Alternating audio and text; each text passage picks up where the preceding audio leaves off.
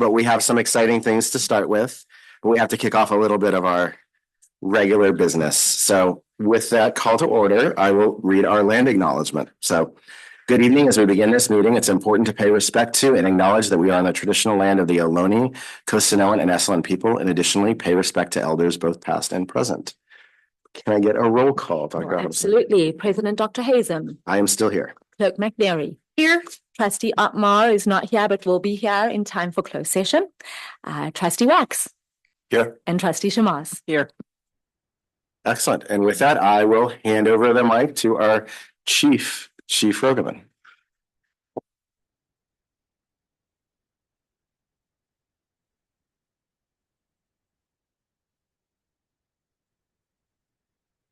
Very good time for the Pacific Grove Unified School District, because that's when Diana Gamecho was first hired to work for our schools as a clerk at PG High School. One of the things that we try to do is instill a sense of belonging at our schools, and any child that gets greeted as a cherub or an angel and is made to feel heavenly, how much more could they belong than that? From there, our wonderful Miss Gamecho became a secretary to the assistant principal and athletic director at PG High in 1987, but she quickly came back to the middle school as a clerk 3 in 1988, and then in 2009 she graduated to the high school, where she has served out the rest of her years, making every day a little bit brighter for the students at PG High.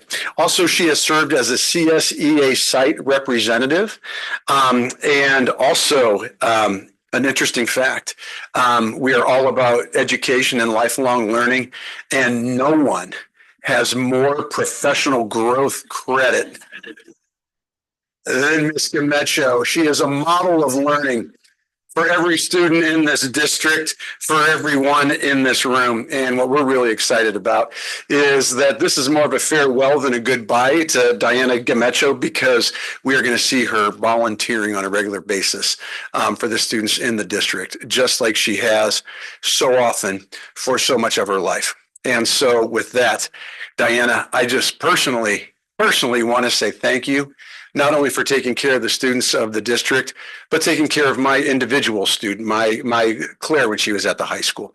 So thank you for doing that. And I will turn it over to Principal O'Mara. Thank you.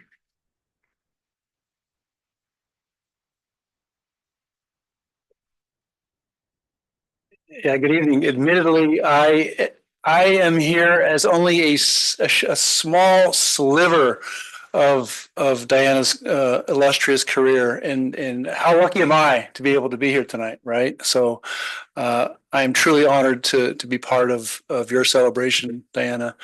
It says on your Wikipedia page, you're all checking, at-risk advisor, cheer advisor, PTA president, school site council member. Thank you for all of your input. Task community garden at Pacific Grove High School, and I know you've also been a consultant for me for our community high school project. Also on the Wikipedia page, 8 grandchildren that are all current students in the district, ranging from kindergarten to 11th grade. So those are just a few bullet points that our crack research team has been able to uncover. I'm sure there are many, many, many more attributes and nuggets of kindness and just true PG lore that you're responsible for. And I fully admit that I know just a sliver of it. But from my tiny sliver, Diana, I can say to you, I'm grateful for our morning conversations. Diana and I have established an informal breakfast club without the breakfast. And it truly is one of the highlights of my day and my week to do that. I want you to know that. And And I am going to use the pulpit as a shameless ask for forgiveness that I was unable to attend the Walk for Water event in October. I still carry that around with me because we talked about it daily. We talked about how wonderful it was going to be, and I couldn't make it out. So hopefully you'll forgive me for that. But again, just your kindness is it just permeates all over Pacific Grove High School. And again, me being part of the end of your professional journey, I am grateful. So thank you. We do have a couple going away gifts for you. So why don't you come on up here for me?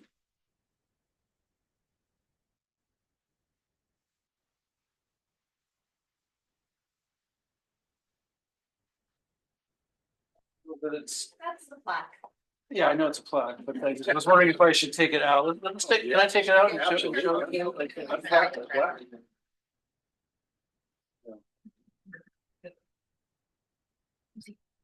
I'll leave so I'll get my handprints all over. Thank you. Would you like to say a few words? Well, you have to ring.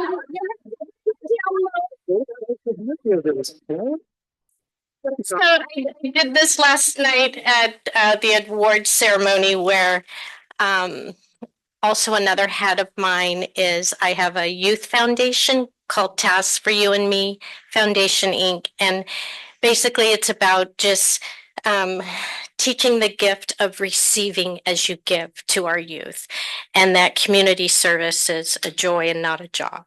And we were able to give 2 scholarships last night to our seniors.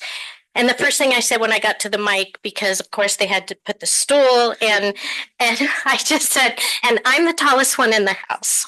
So I may be small, but I'm energetically tall, and I've taken that energy all through my career here. And I just feel so blessed and so overwhelmed with the support and the love of my family and everybody in the district who has just been truly an encouragement for me to do anything and everything that I do. And so for that, I'm very grateful. And I think the biggest thing I will miss is just saying good morning to all my cherubs and to the parents, and to know the stories and just to be able to truly give. So next year I'll just be volunteering a lot and taking it from a professional. I'll still be professional, but from professional to passionate, and just really do what I'm so passionate about, and that is working with the youth. So thank you all. Thank you, my family. I love you so much.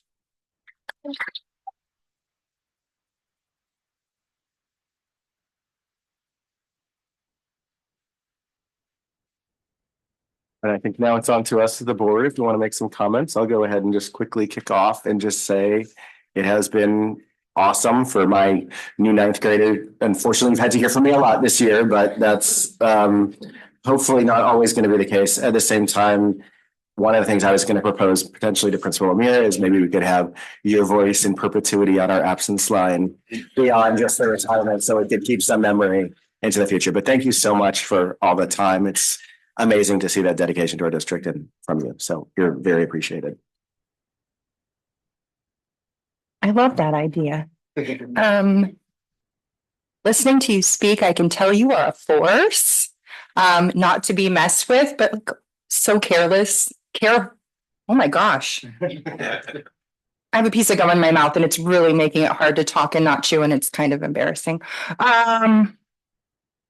You sound like you're such a selfless person and so caring, and seeing your family here in support of you and how they choose to serve and be a part of our community really shows the depth of that.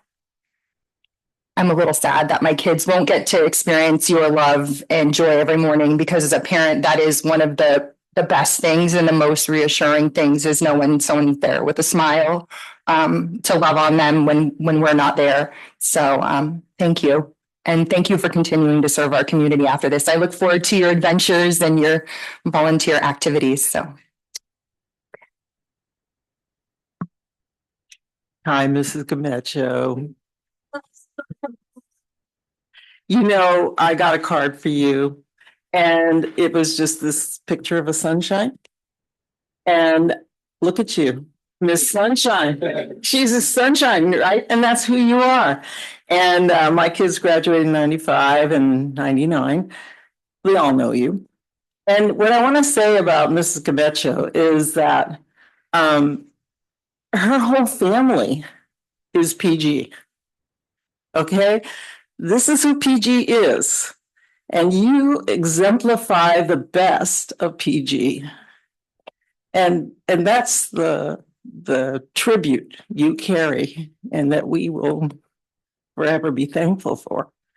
But your whole family, you know, coaching, everything. So thank you to all of you, the progeny and the right here. There you go. Thank you. Thank you, because they probably all went to PG High, right? Right? Okay. And it's something that people, you know, don't maybe know, but you are PG and your family is PG. And it's what makes this community so fun to be in and so caring about each other. So thank you.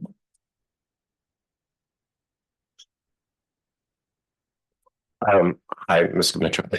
So we just met in a way, but also your daughter works at my school in my previous dentist office. But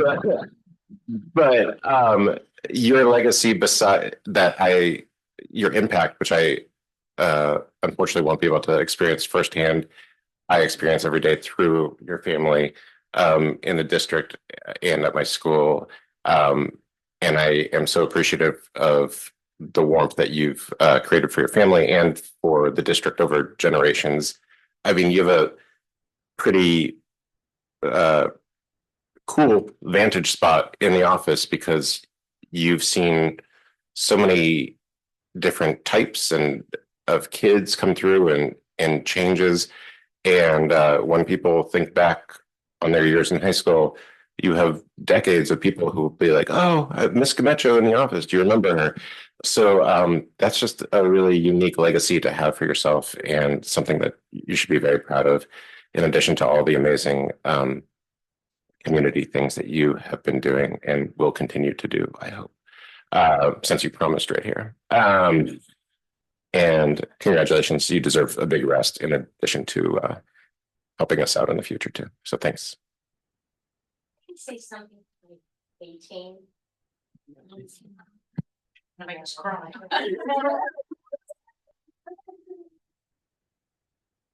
Yeah, thank you, and for making my day every single day.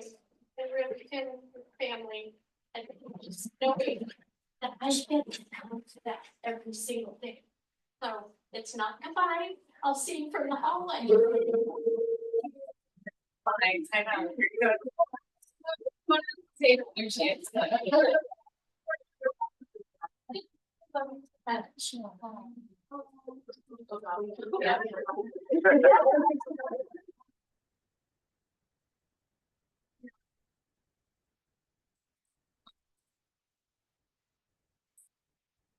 So we're not done yet. We're going to pass the mic now to our superintendent. No, I love it. So you're 100% within your rights for another few hours at least. I'm just kidding. But we have next our superintendent, who is going to offer something as well as our assistant superintendent. Yes. All right. Well, yes, I think what I've pulled out to start with, Diana, is a piece of paper that you filled out at the beginning of the year.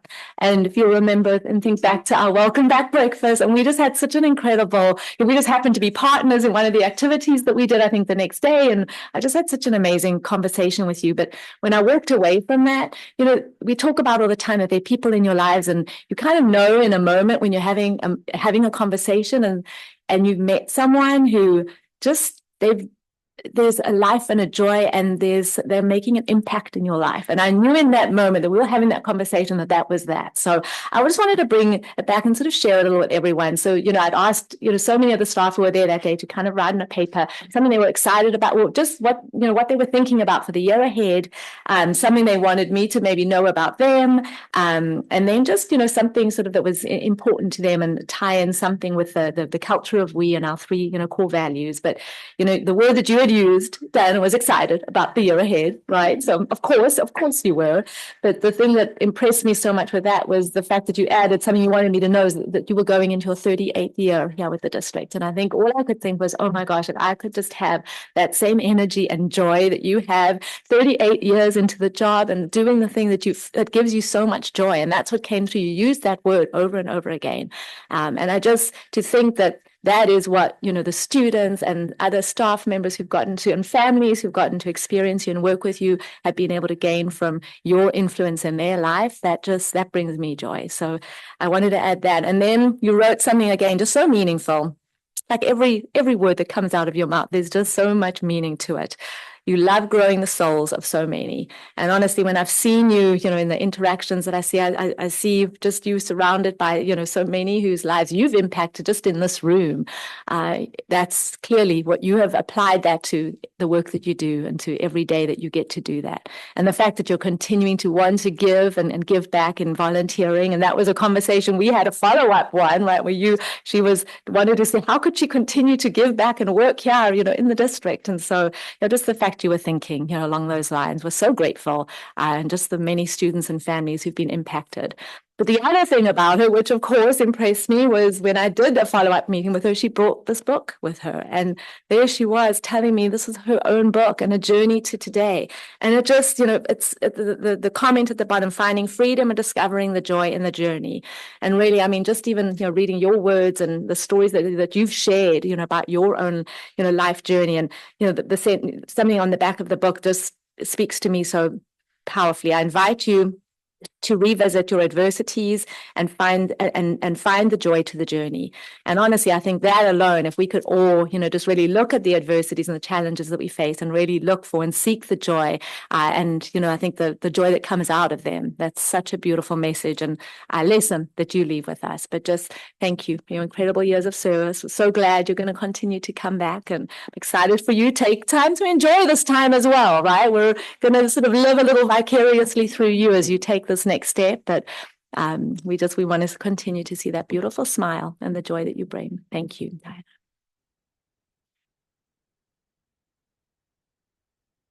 Will always be Mrs. Gamecho to me. I think that, growing up here in this town, and my brothers and I probably had quite a bit of interaction with you over the years. For me, it was always positive to see your face before I was going into like the vice principal's office to get yelled at for stop beating your friend up or throwing the chair in band so those were our initial interactions growing up here in this town. But I do recall back to when I first started back in the district, and I'd been away from the district for a long time. I just, recently had a child, and I've been working in education for a very long time, but never within the school district. And I remember my first time walking on the campus, and I saw you sitting there and you said, Josh, and I said, Mrs. Gamecho, how are you? And she's like, it's, Diana, you can call me that. I said, never. It's Mrs. Gamecho for the rest of my life. As long as I'm alive, you're Mrs. Gamecho. So, yeah, we all appreciate everything that you've done. Every single student that's ever been through any one of our schools will remember you for the rest of their lives. The moment I stepped back foot in this district, you were one of the first people I was like, is Mrs. Gamecho still here? Certainly she was at the high school. Always a smiling face. I love to hear her voice as I'm walking down the hallway. It just brings me joy. And I'm so happy for you that you're now taking this time for yourself. Love you, love your family, and all the best in retirement. Welcome. Yes.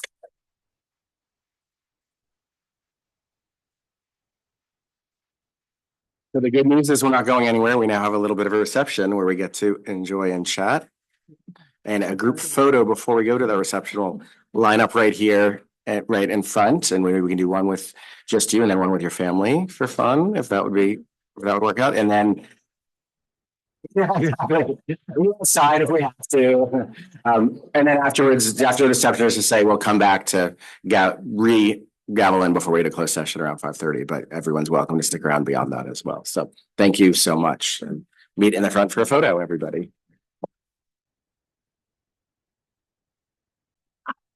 I don't think I have to gavel us back in because we already gaveled in, but I will say we're on to item E for section 1, which is the adoption of the agenda. So I'll now open us up to public comment if there's any public comment on the agenda. Not seeing any board discussion? No board discussion. So can we get a motion? I'm ignoring that. From motion from anyone on the board? I'll make a motion to approve the agenda as presented. I'll make a motion to second it. All in favor, please say aye. Aye. Aye. Any opposed? No, so that passes 5-0. And now I will read out the That's close. 4-0. Thank you. Passes 4-0. I wish I could count. Identify the closed session items. We're going to be talking about negotiations, collective bargaining session, planning and preparation with PGTA, Government Code 3549.1, negotiations, collective bargaining session, planning and prep with CSEA, Government Code 3549.1, public employee discipline dismissal release leave complaint, Government Code 54957, and then last but not least, superintendent goals, evaluation and contract. With that, is there any public comment on our closed session items? Okay, seeing none, I will invite us back and we will see you here at 6:30. Thank you, everyone. Us back in at 6:32, May 15th for our regular board meeting. I'm going to report out the closed session. We only got through one of our items, so we will be back afterwards. But in terms of item 4, the superintendent goals, evaluation and contract, we had information received and some light direction given, I'll just say.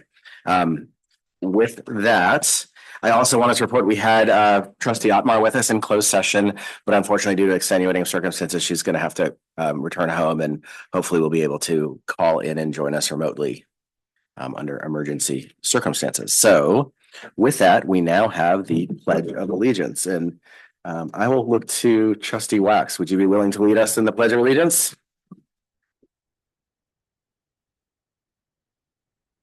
Pledge allegiance to the flag Of the United States and to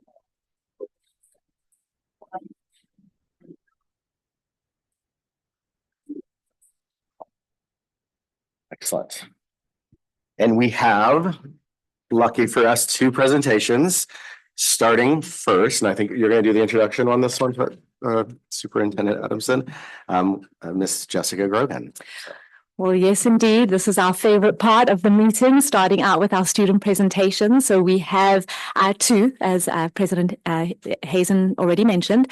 And I'd like to invite to the front our teacher, Miss Jessica Grogan, who's going to talk a little bit about the poetry out loud. And we have a student who's going to be sharing one of her poems. So welcome to the front. Thank you for being here tonight.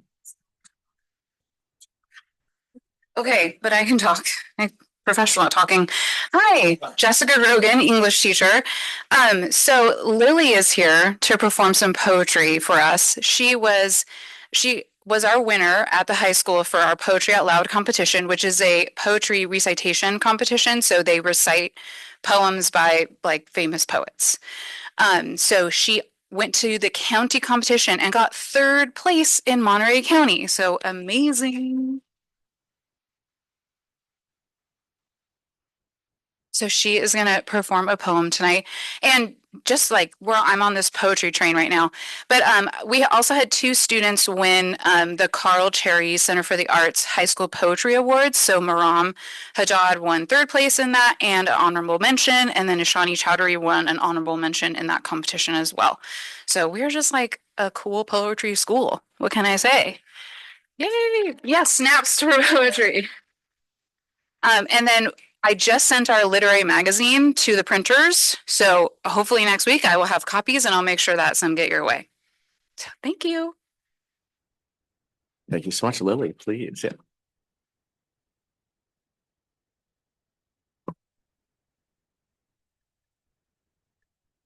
Hi.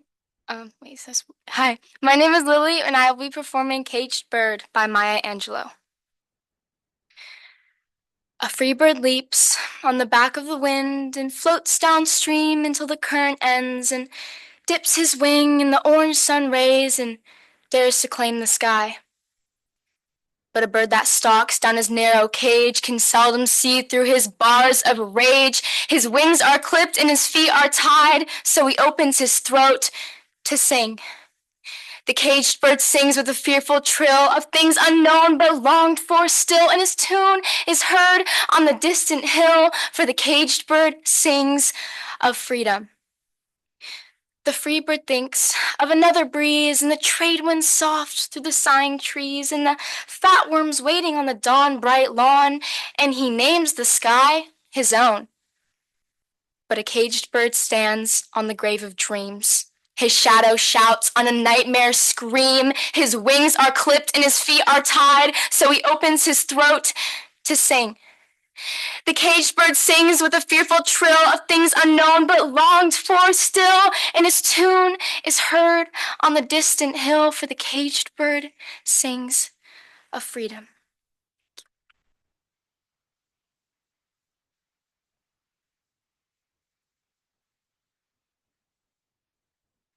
Wow, Lily, that was powerful. My goodness. Thank you for being here this evening to share just your incredible skill with you. And I think we can all attest to why you placed in that competition. Wow. Wow, that's amazing. A round of applause for that. In addition to, thank you. Whenever we have students present, we always want to present you with a certificate that really kind of represents, it's our culture of we and our 3 core values that really speak to belonging and safety and prosperity. And so I really would love for you to come up to the front and present this to you on behalf of our board. Lily, thank you again for being here with us tonight.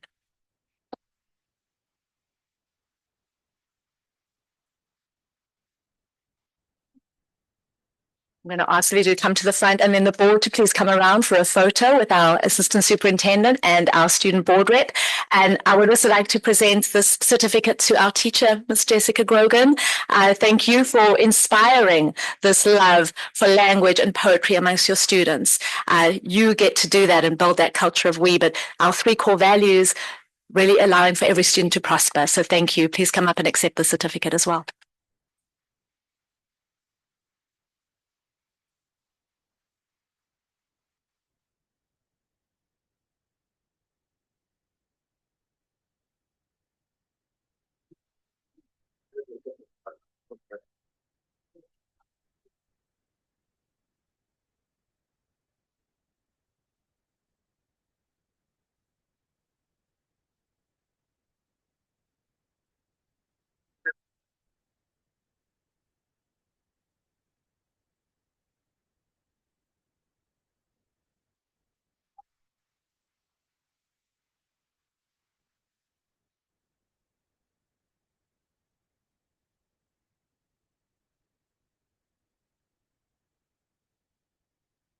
Well, as promised, we have a second presentation this evening, and we actually have Mrs. Jenna Hall, who is here with us tonight with some of her students who recently participated in the mock trial competition. And so I'm going to invite all of them up here because they have kind of a special treat for us in store. So thank you all for being here tonight.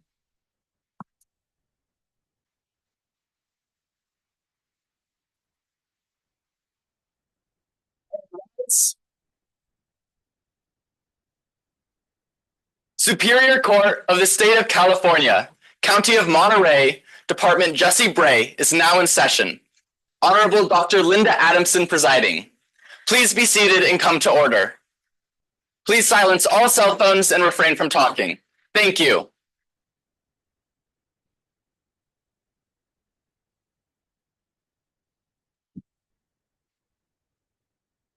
Good evening, everyone. My name is Yeva Yevdash, and I was the president of mock trial for this year's competition. I served as the closing defense attorney. And will everyone else introduce themselves and their role?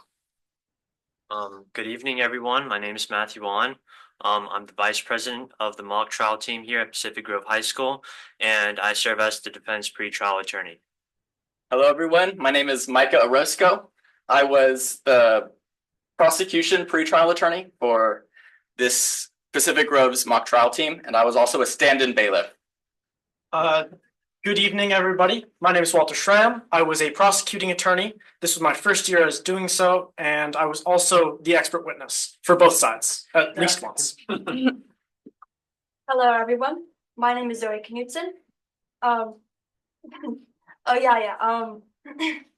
was the expert witness for last season. A mock trial team consists of two sides, the defense and the prosecution. Each year, a new case is given across the nation for every mock trial team in the United States. Then we have a few weeks to decide roles, memorize lines, and put on a full trial before scrimmages even begin.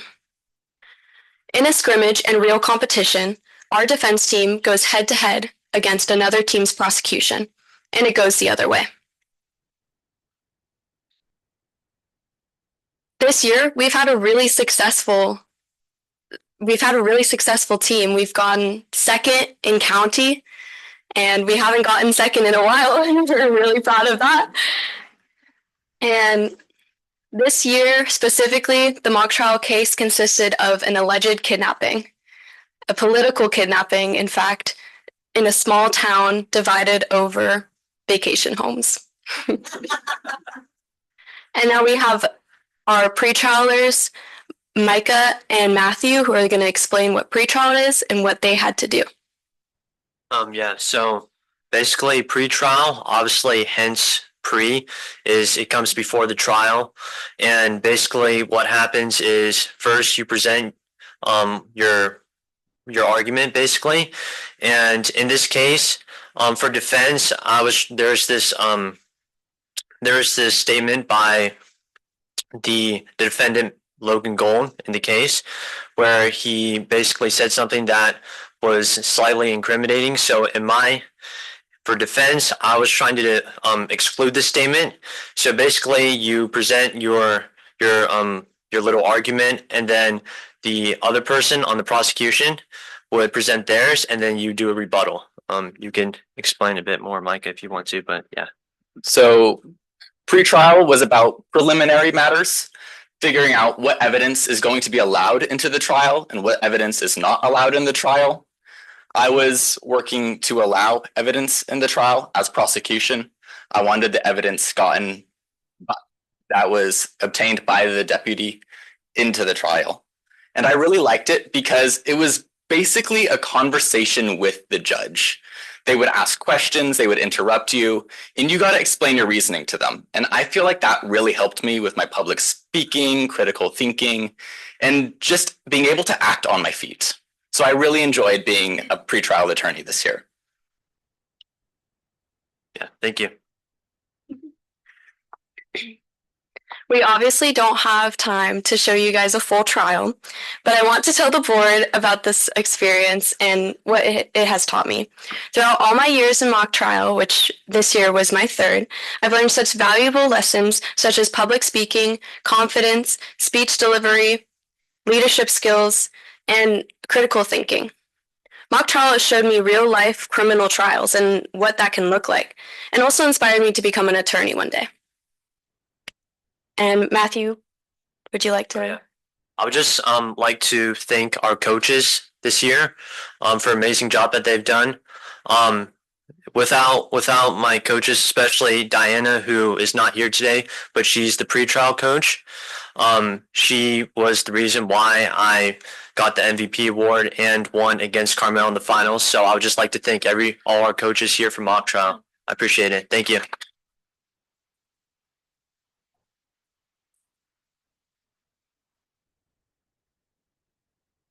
Hello, my name is Walter Fram, if you forgot.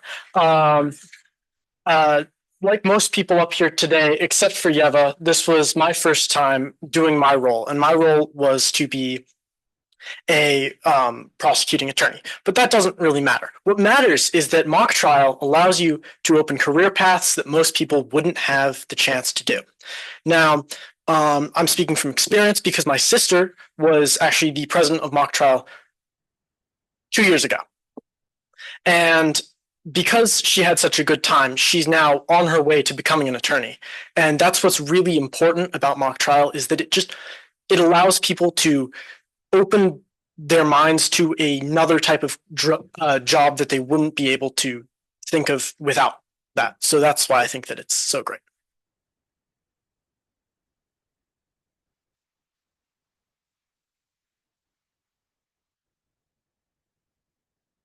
Hi, everyone.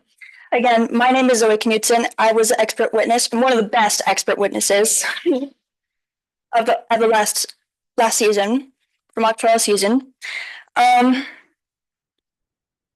Yeva, Walter, and many others said previously, mock trial, this club teaches me and many others the importance of building a team and collaborating and helping each other out and supporting our friends. For me personally, though, this has helped me enhance my public speaking skills and especially learning how to make eye contact with a judge. And this is just so fun. I recommend all of you, if you have any kids, any upcoming high schoolers, to join this club next year. Thank you.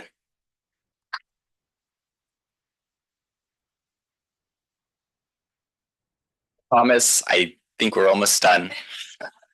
I just wanted to say one quick thing. This is my first year in Pacific Grove and Monterey in general, and I've really enjoyed the time I've spent with everyone I've met and the community at large. I was so excited to join mock trial to get to know students, but I also learned that there's much more than just the community with the students. It's also with teachers and with the coaches. I now know 3 outstanding lawyers that I can go to for advice if I ever want to go into legal fields. I think they're outstanding. I am so happy with the community I've found, and I really appreciated the way it's brought me into Pacific Grove and Monterey in general, especially as a new student. So this was about mock trial, but I'd like to thank everyone because everyone has been so kind and so welcoming. Thank you.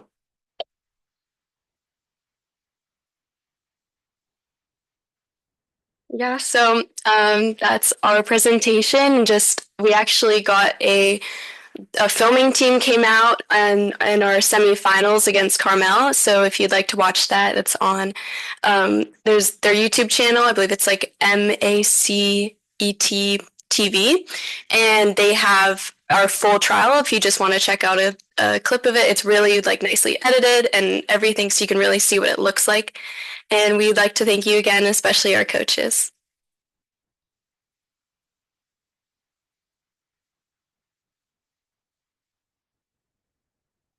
What's coming next, right? Well, I know I'm not the only one in this room right now who is in awe of our students and your abilities and how you stand up here. You all mentioned just how this has helped you with your public speaking.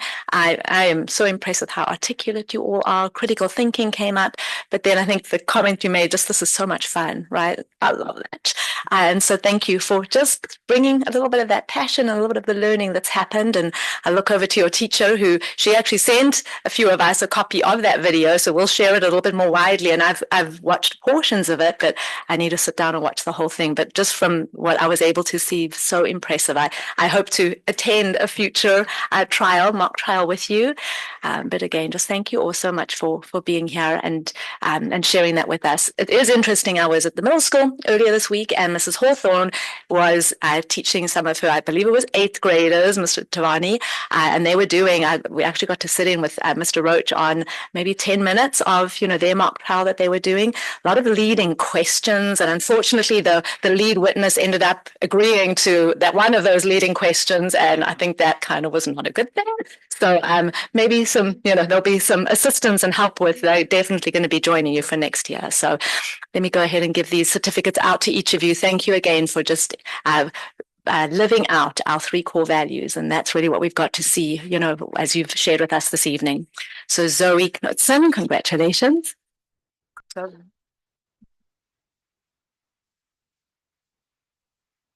Micah Orozco. Yava Yevdash. Is that right? Yava? Yava. It's pretty. Walter Schramm. Matthew On.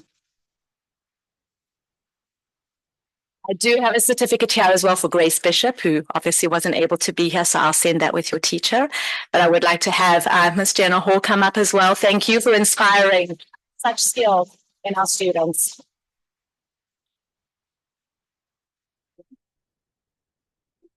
I'm going to invite our board and student rep and assistant soup to the front, and let's take a group photo.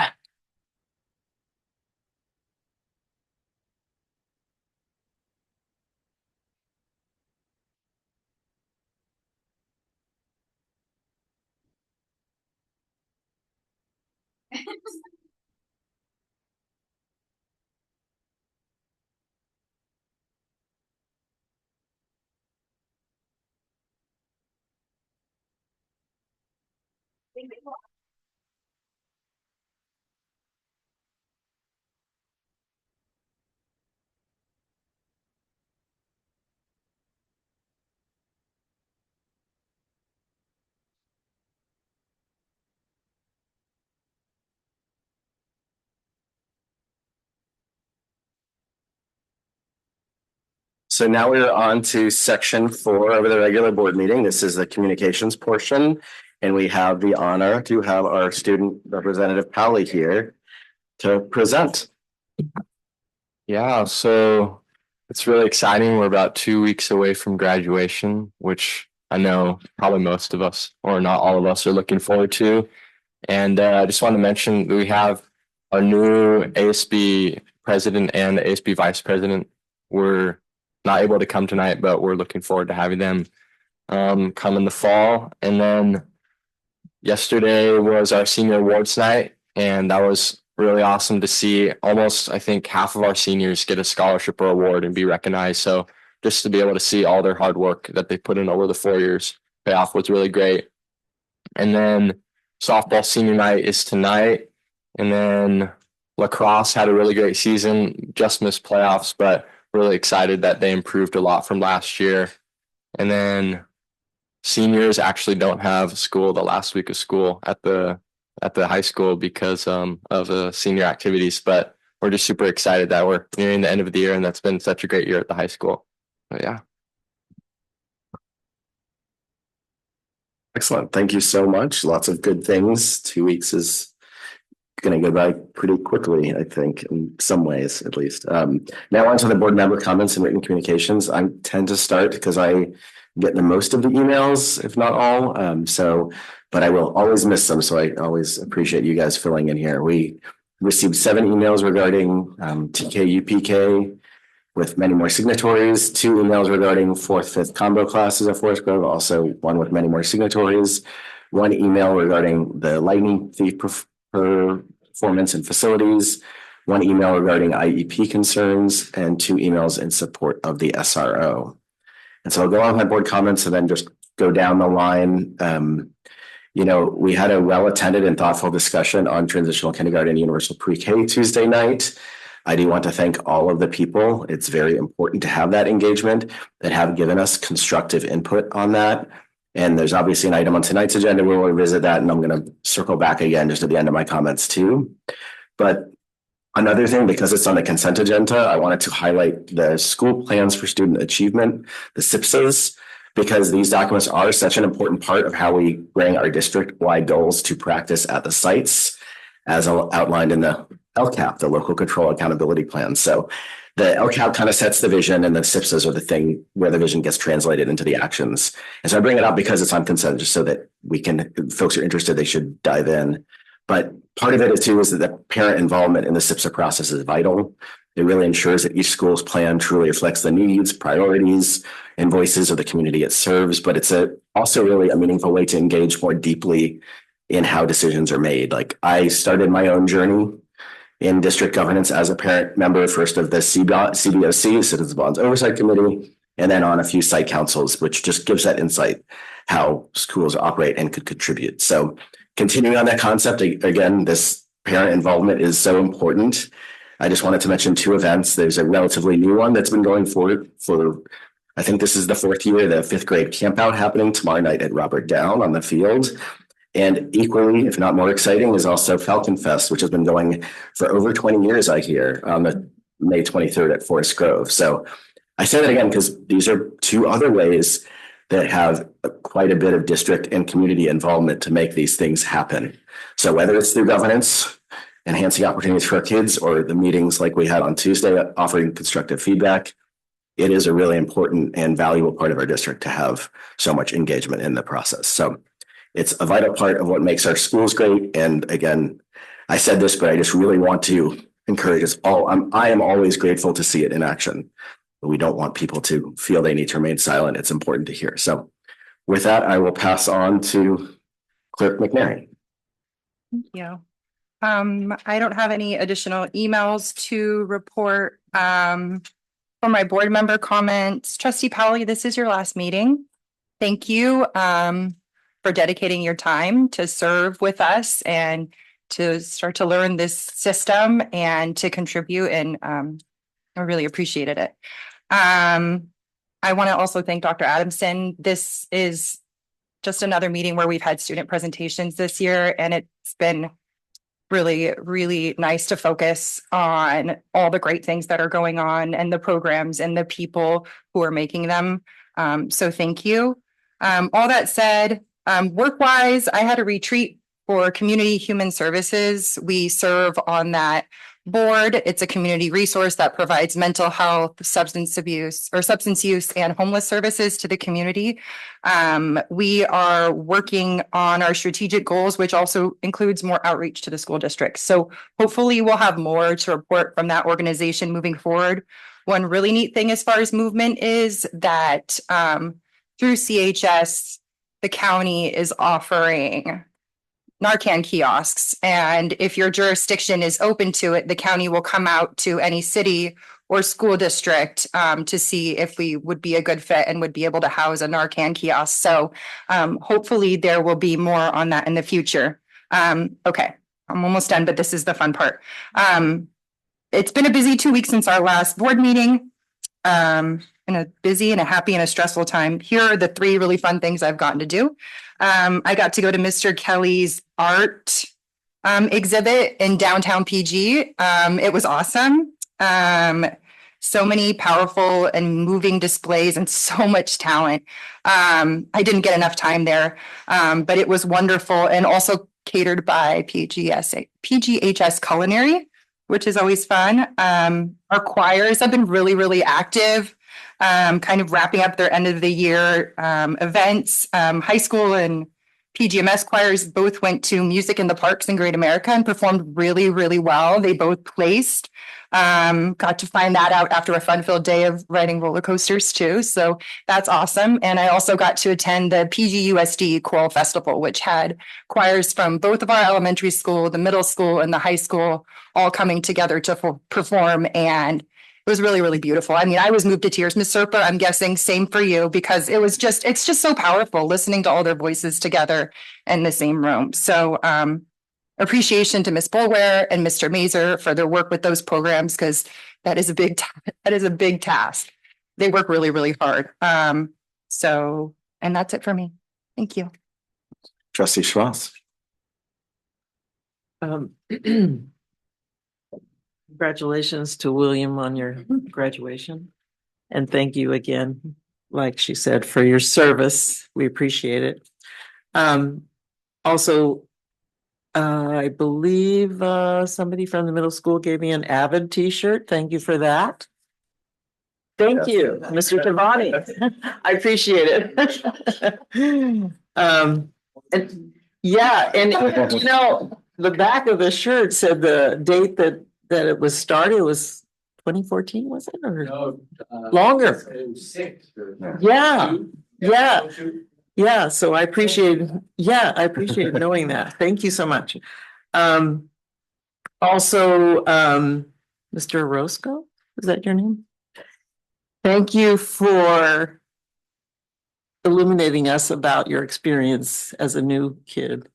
in the school district, because it's so important to hear that. In the end, to know what was working to help you feel welcomed.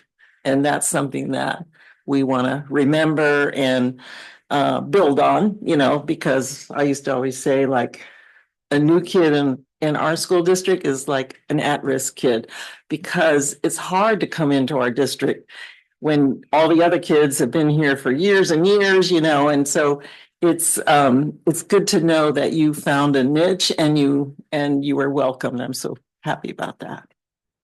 And the other thing was I went for a walk, and I just happened to come across the senior night for the baseball team. And I thought, oh, let me check this out. And it was so cute, like the seniors, I think there was about 6 or 7 seniors. But the most amazing thing was that when they introduced the seniors, and after the seniors they had something written up to say, and then they had a member of the team come up and say to the senior what they valued about being on the team with them. And I thought, I had seen that before at a senior night.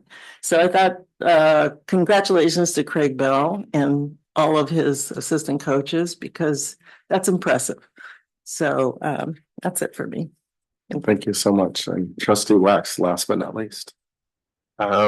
Yes, I received all the same emails and maybe 2 to 3 additional individual emails about UPK, TK, and combined classes. Also, I missed the last meeting because I was out of town, and then I fell sick, and then there were projects. So I might be a little behind on emails, but I apologize if I haven't gotten back to you. I'm very much looking forward to Falcon Fest and Mr. Cohen's next performance before the end of the year with music. I also, again, I missed the last meeting, but I have to publicly say the Percy Jackson performance really made my daughter and son very stoked about musicals on one end and then kind of Greek myth on the other end. So great job. And yeah, great job to Mock Trial. Congratulations. And the poem. Oh, she's gone. And the poetry. It was a great job. Bye. Thank you so much, Trustee Wax. And with that, we now go on to our superintendent report. Thank you. Wow, you've all highlighted so much of what's happened in just a short period of time, in 2 weeks, and that's amazing to hear and be reminded of everything. So I too just want to take one last moment. We recognized him at our last meeting, but William Powley, for your last meeting tonight, the hope had been, as he had said, it was to have our incoming, vice president and president for next year. But clearly, even as we met with them this week, looking ahead to next year, they have got busy schedules. And so what we are looking at for next year is actually advancing and extending that to have 4 different students who are going to alternate. We think that's a lovely just opportunity for, more of our students to get an opportunity to be up here and serve as the student voice and really get to know a little bit more about governance. And what we're looking at as well is sort of having a little bit of an introductory session, kind of a mini training with some of our trustees, prior to the beginning of the year for all 4 of them. So we're really excited. We'll be introducing all of them at our first meeting in August. So lots to look forward to there. But again, William, thank you for your service. You've been amazing this year.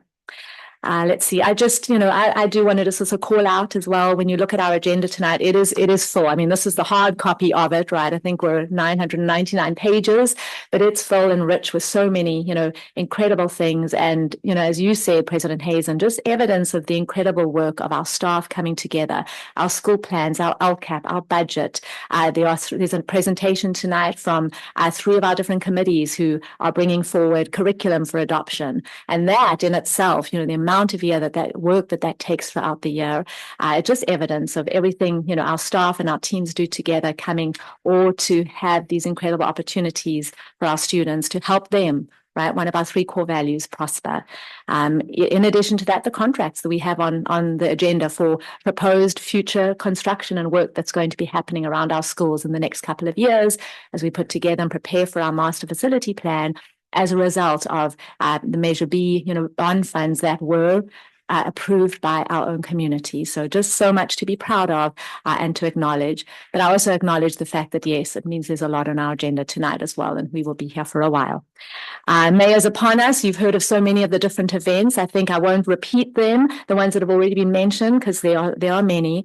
I did want to highlight, we had our final cultural proficiency team meeting yesterday, led by Executive Director Dr. Hagquist.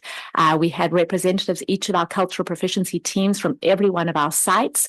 And it was pretty amazing because one of the plan that we had to start that meeting out, each site had been requested through our work with NCBI to interview students from their school, maybe one or two, and really hear their stories about how, maybe they have been sort of either welcomed or maybe not had that sense of welcoming.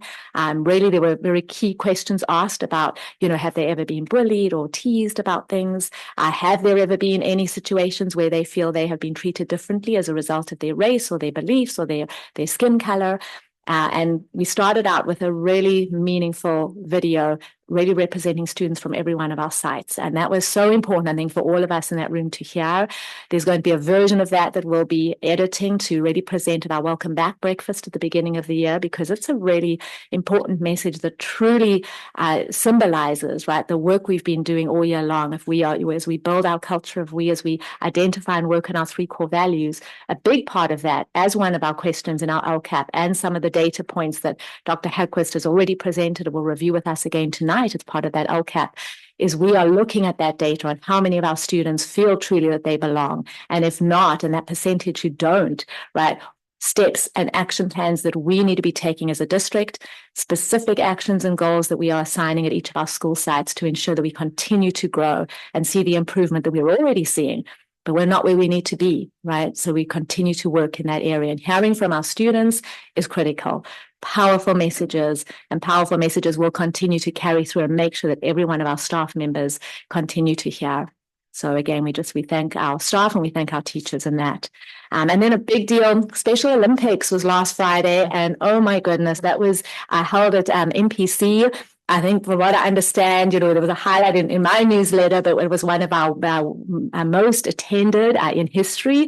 And just special kudos to Principal Martinez and Executive Director Cork Anthony for really ensuring and providing this opportunity for all of our students to participate. It was impressive, and the amount of spirit that our students showed up with, tie-dyed shirts for many of them, it was impressive and just really neat to participate. So again, thank you for making that opportunity available. There was a great photo of SRO Hill, Officer Hill at the front at the beginning of the parade leading them, and just pretty amazing. And then as far as events, one last one to highlight was definitely the senior awards from last night. And, William, you said almost over half of the student body, right, receiving awards. What really stood out to me, and I'm so excited to read at the end as we get close to the last day of school, to actually present and kind of we were developing, thanks to the staff at the high school, a list of all of the colleges and universities that our students are headed on to. And based on what we heard last night, it is impressive. And so that is really something I think we want to, starting now and moving into the future, showcase and highlight that our students leave Pacific Grove Unified School District unbelievably prepared and ready to embark on unbelievably successful careers. And to hear what our students are planning on, on studying and what their focus is going to be, it's impressive. So we'll be looking out for some sort of media, blurbs for that as well. But we're so proud of our students. And again, thank you to our staff and, Principal O'Meara, Assistant Principal Sean Keller in just really, working with staff to get that ready for last night. Very impressive. And then really my last 2 items, just on the topic of, community engagement, thank you to those of you who were, joined us for Tuesday night, whether in person or online, to really participate in our community forum, on the topics of TK, UPK, universal preschool, pre-kindergarten, and then also, just that, the topic of school placement. I think the important piece there is, people showing up for us to be able to continue these conversations. I think what was acknowledged that evening is that, there are hard decisions that need to be made, but as long as we're still continuing to engage and open those conversations and hear and listen to one another, that's the important part. And so I know those have continued, right? And we continue to get some emails on the topic. We'll continue to hear more about that this evening. But I think that's the important piece I want to point out, is just really, that the ability for us to continue to work together and partner. And that's what was indicative in what we saw Tuesday night. And I know we'll continue to engage in. And then really my last comment just on combination classes. I know that's not something that we are able to speak to this evening. It's not on the agenda, but I know we have received, some concerned emails from parents, on that topic. All I want to say on the matter is that, it is no decisions have been made in that regard. Enrollment is not final. It is definitely something, an option that we have been very upfront about, that we're considering as we're looking at space. And it were to be an option, it's something we consider first before, needing to place students at schools other than their neighborhood schools. And so again, it's one of the options that we consider, but no decisions have been made on that. And really with that, I will return it back to you, President Tazem. We can't have, I'm sorry. There's a meeting of the board, so we can't have public comment on that. We'll have public comment coming, but apologies. And our next item on here is the safety report by our assistant superintendent. Thanks, President Dr. Hazen. Real quick report tonight. We have our district-wide safety committee meeting next week on the 22nd. That will be here from 5 to 7 o'clock. The agenda will go out tomorrow for all members assigned to that committee. This year, we plan to review our goals and accomplishments for 24-25 and then set the direction for the 25-26 school year. Thank you. Very quick. So now we're on to section 5. So this is the option for folks to desiring to address the board. And I've got 2 things to read on this. First, that public comment on any item of interest to the public that is within the board's jurisdiction will be heard. The board will also take public comment on each specific action item prior to the board action on each item. So that any individual wishing to comment on a specific item on the current agenda is kindly asked to wait until that item is being discussed. The board will allow a reasonable amount of time for public comment on each agenda item, not to exceed 3 minutes per speaker and no more than 20 minutes per agenda item, pursuant to board policy 9323. Speakers will be called sequentially until there is no speaker coming forward or the amount of time allocated has elapsed, whichever comes first. This meeting of the Board of Education is a business meeting of the board conducted in public. So please note that the Brown Act limits the board's ability to respond to public comment. The board may choose to direct items to the administration for action or place an item on a future agenda. And then the last point, so this is one that we added, but again is, I think, a very important reminder of our shared commitment to fostering a safe, respectful, and inclusive space, both here in the boardroom and beyond. So to support this environment, we ask that attendees refrain from applause, finger clicking, or any form of acknowledgement in response to a speaker's viewpoint. Things like the presentations earlier are obviously exceptions to this. This ensures all individuals feel comfortable sharing their perspectives without fear of judgment or retaliation during the meeting and in online spaces as well. Our core values, safety, belonging, and prosperity, guide all that we do, including how we engage as a community. We are all setting an example here for our children. So thank you for helping us create a safe space where all voices are respected. With that, we will go to our community members to speak on non-agenda items. So we have at least one here in the room, and Lewis will tell us if we got anyone online. Hi there, my name is Serena Warfel. I'm a parent of 2 students at Forest Grove. Yesterday, 124 of us signed a petition given information that was shared with us. So I understand that this information is changing and dynamic, but I'm here to read the petition. We, the parents and community members of PGUSD, respectfully and strongly urge district leadership to maintain 3 dedicated 5th grade classes at Forest Grove Elementary for the upcoming school year. The current plan to reduce 5th grade to 2 classes or to create 4th or 5th combination class will have a significantly negative impact on student learning, classroom equity, and teacher effectiveness. We understand that these changes are being considered due to budget constraints, and we appreciate the complexity of district-wide planning. However, in that process, we've been assured that student services won't be affected. These changes will impact students directly. Larger class sizes, fewer grade level peers, and the strain of split grade instruction all make it harder to meet students' academic and emotional needs, especially fifth grade, a critical year for preparing students for middle school. Combination classes are not an equitable solution. Fourth and fifth graders have different developmental and curricular needs. Teachers must split their time and attention across two curriculums, which reduces individual support for students. It also disrupts peer connections and grade level identity. Students placed in a combo class may feel singled out or left behind. What is the criteria you will use to do something like that? It's an unnecessary stress on our students.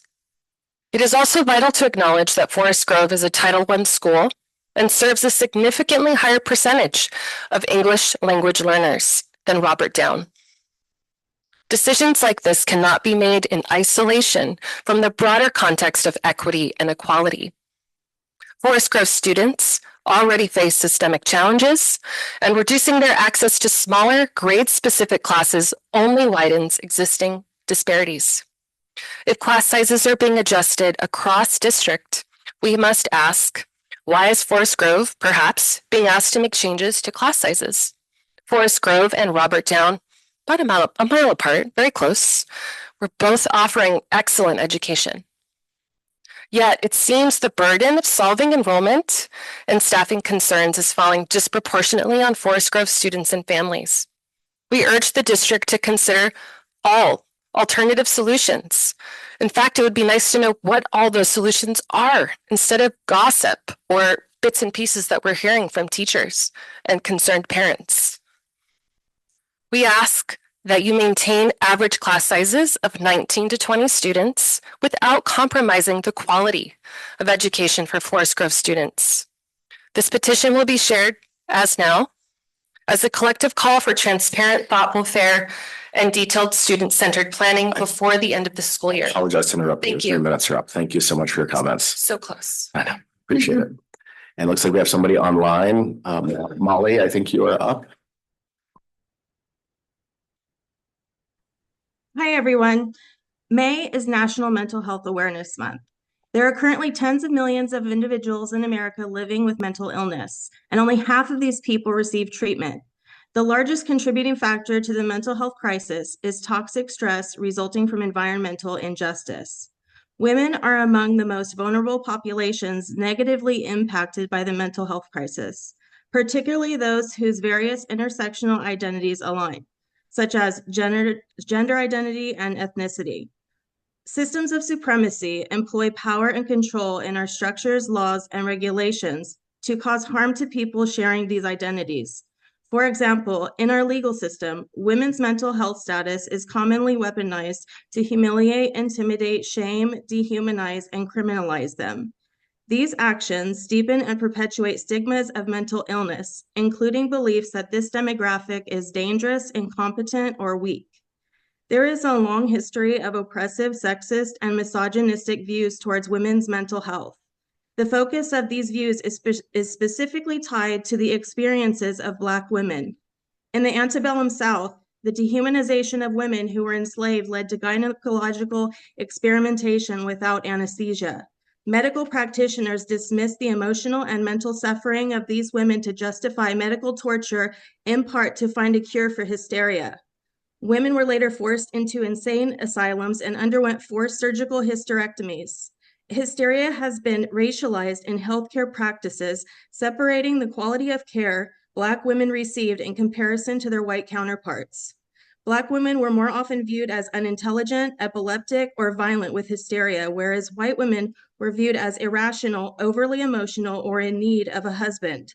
These were all ways racism, sexism, and misogyny shaped a disparate psychiatric care. Hysteria was a way for patriarchal supremacy to control women, pathologize their feelings, and perpetuate harmful stereotypes about their gender roles and abilities. This is why it's important to center the most vulnerable women with courage to be change makers for their liberation. For Mental Health Month, all women should stand in solidarity with one another when oppressive, supremacist, patriarchal energies aim to undermine our rights and our dignity. Women should be good bystanders and speak up when we witness violence and abuse against other women.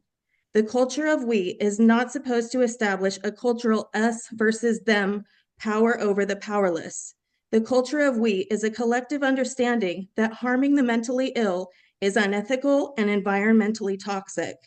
Women's mental health, especially Black and Indigenous women's mental health, matters.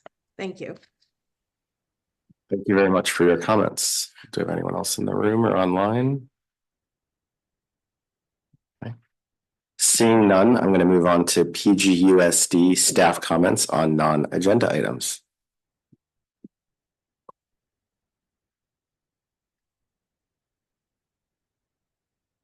Let's go into vote, please. Yeah.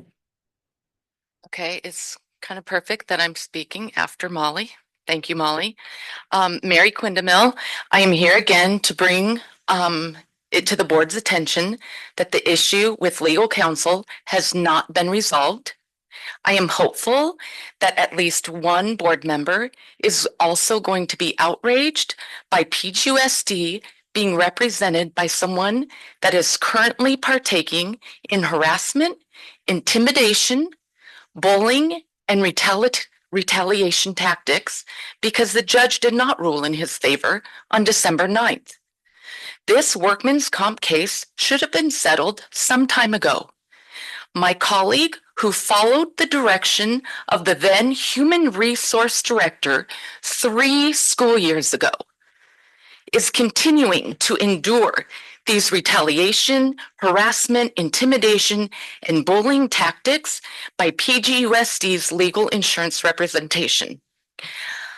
I am pleading with the board to look into this issue. Several of my colleagues have also written to the board members about this same issue. The district's continued claim that it has no role in directing its paid representation or the ability to intervene in some way when said representation is engaging in abusive conduct is not accurate and very misleading. PGUSD's claim of neutrality is evidence of systemic retaliation and emotional harm caused by this collaborative defense approach. This is my 3rd time being here speaking about this same topic of concern. I'm not going to be discouraged and just fade away. Instead, I choose to be optimistic that this is going to be the night that a board member shares in my quest in stopping this continued injustice and advocating for transparency, for human kindness, for inclusion, mental health, and doing the right thing, both legally and morally. I thank you for the opportunity to speak tonight again. Thanks. Thank you very much for your comments. Do you have any other staff members online or in the room that would like to speak? If not, we will move on to our consent agenda, which is item 6 here. So we have items A through N, and again, these are regular items that are come up on the board's discretion. So they're put on here to be approved in consent. But again, this is an opportunity if anyone has any public comment on these, now is your time to speak up.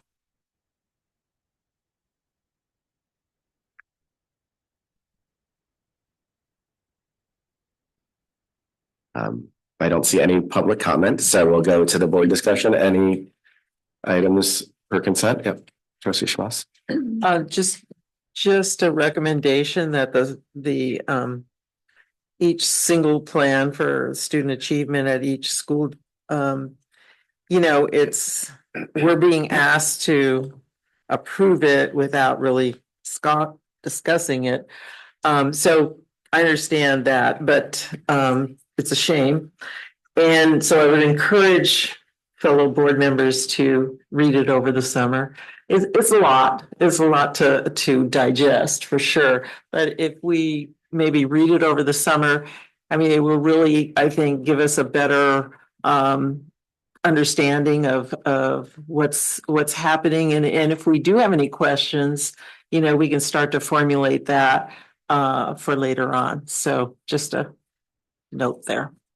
Appreciate your comment on that.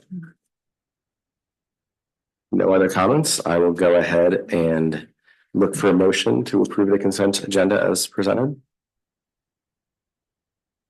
I'll move that we approve the consent agenda as presented. I'll second. Okay, so the motion was made by trustee Shamas and seconded by trustee Wax. All in favor, please say aye.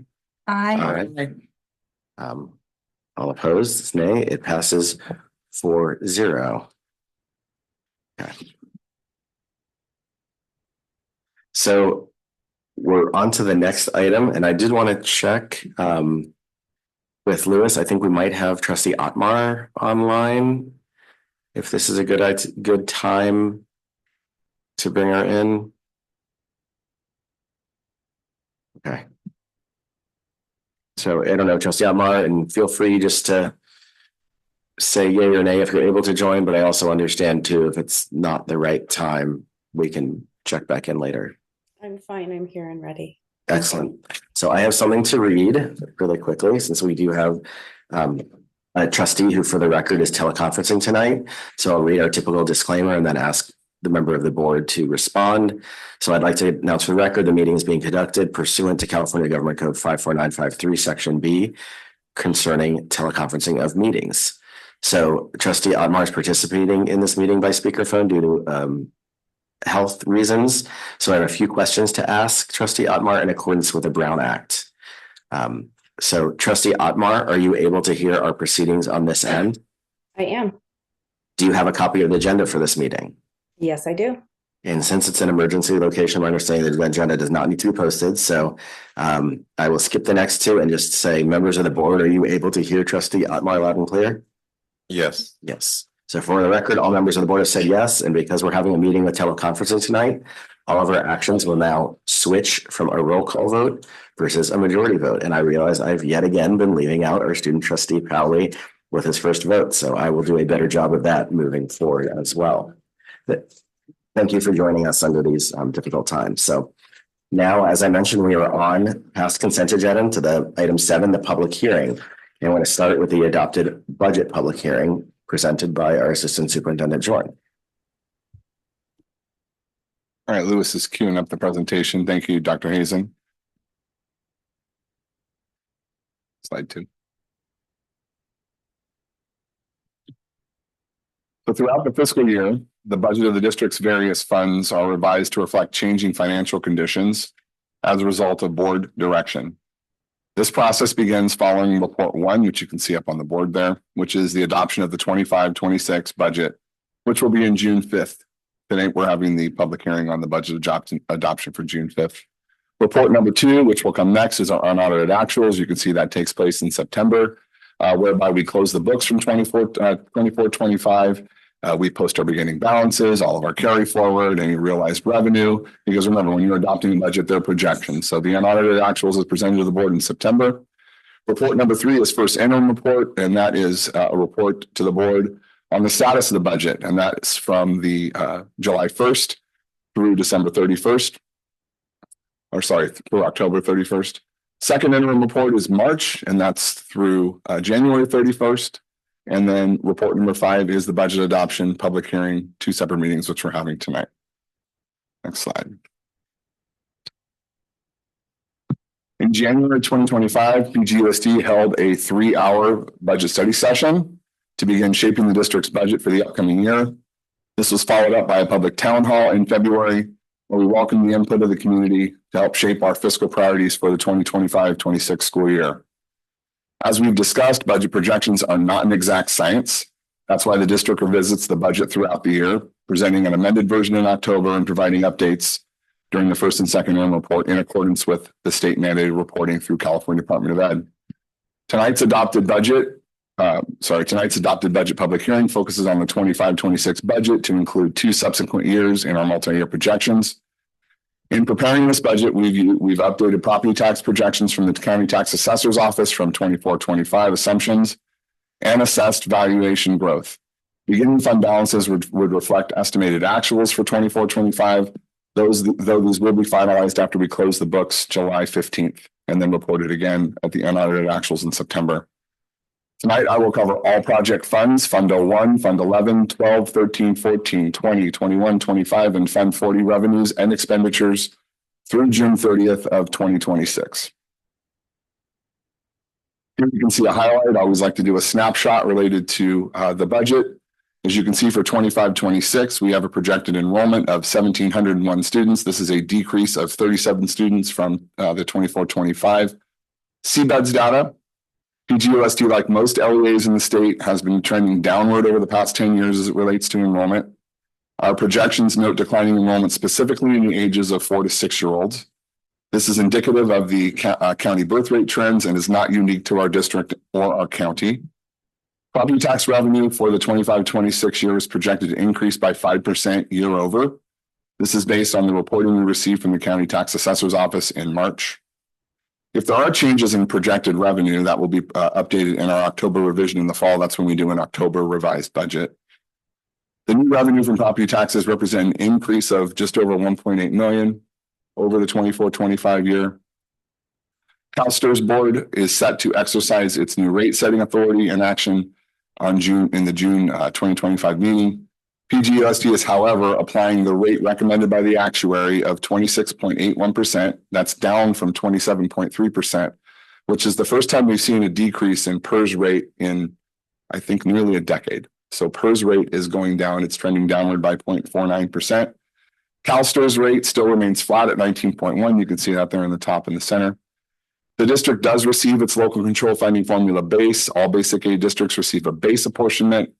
That apportionment has stayed steady for the last decade of $2,505,456.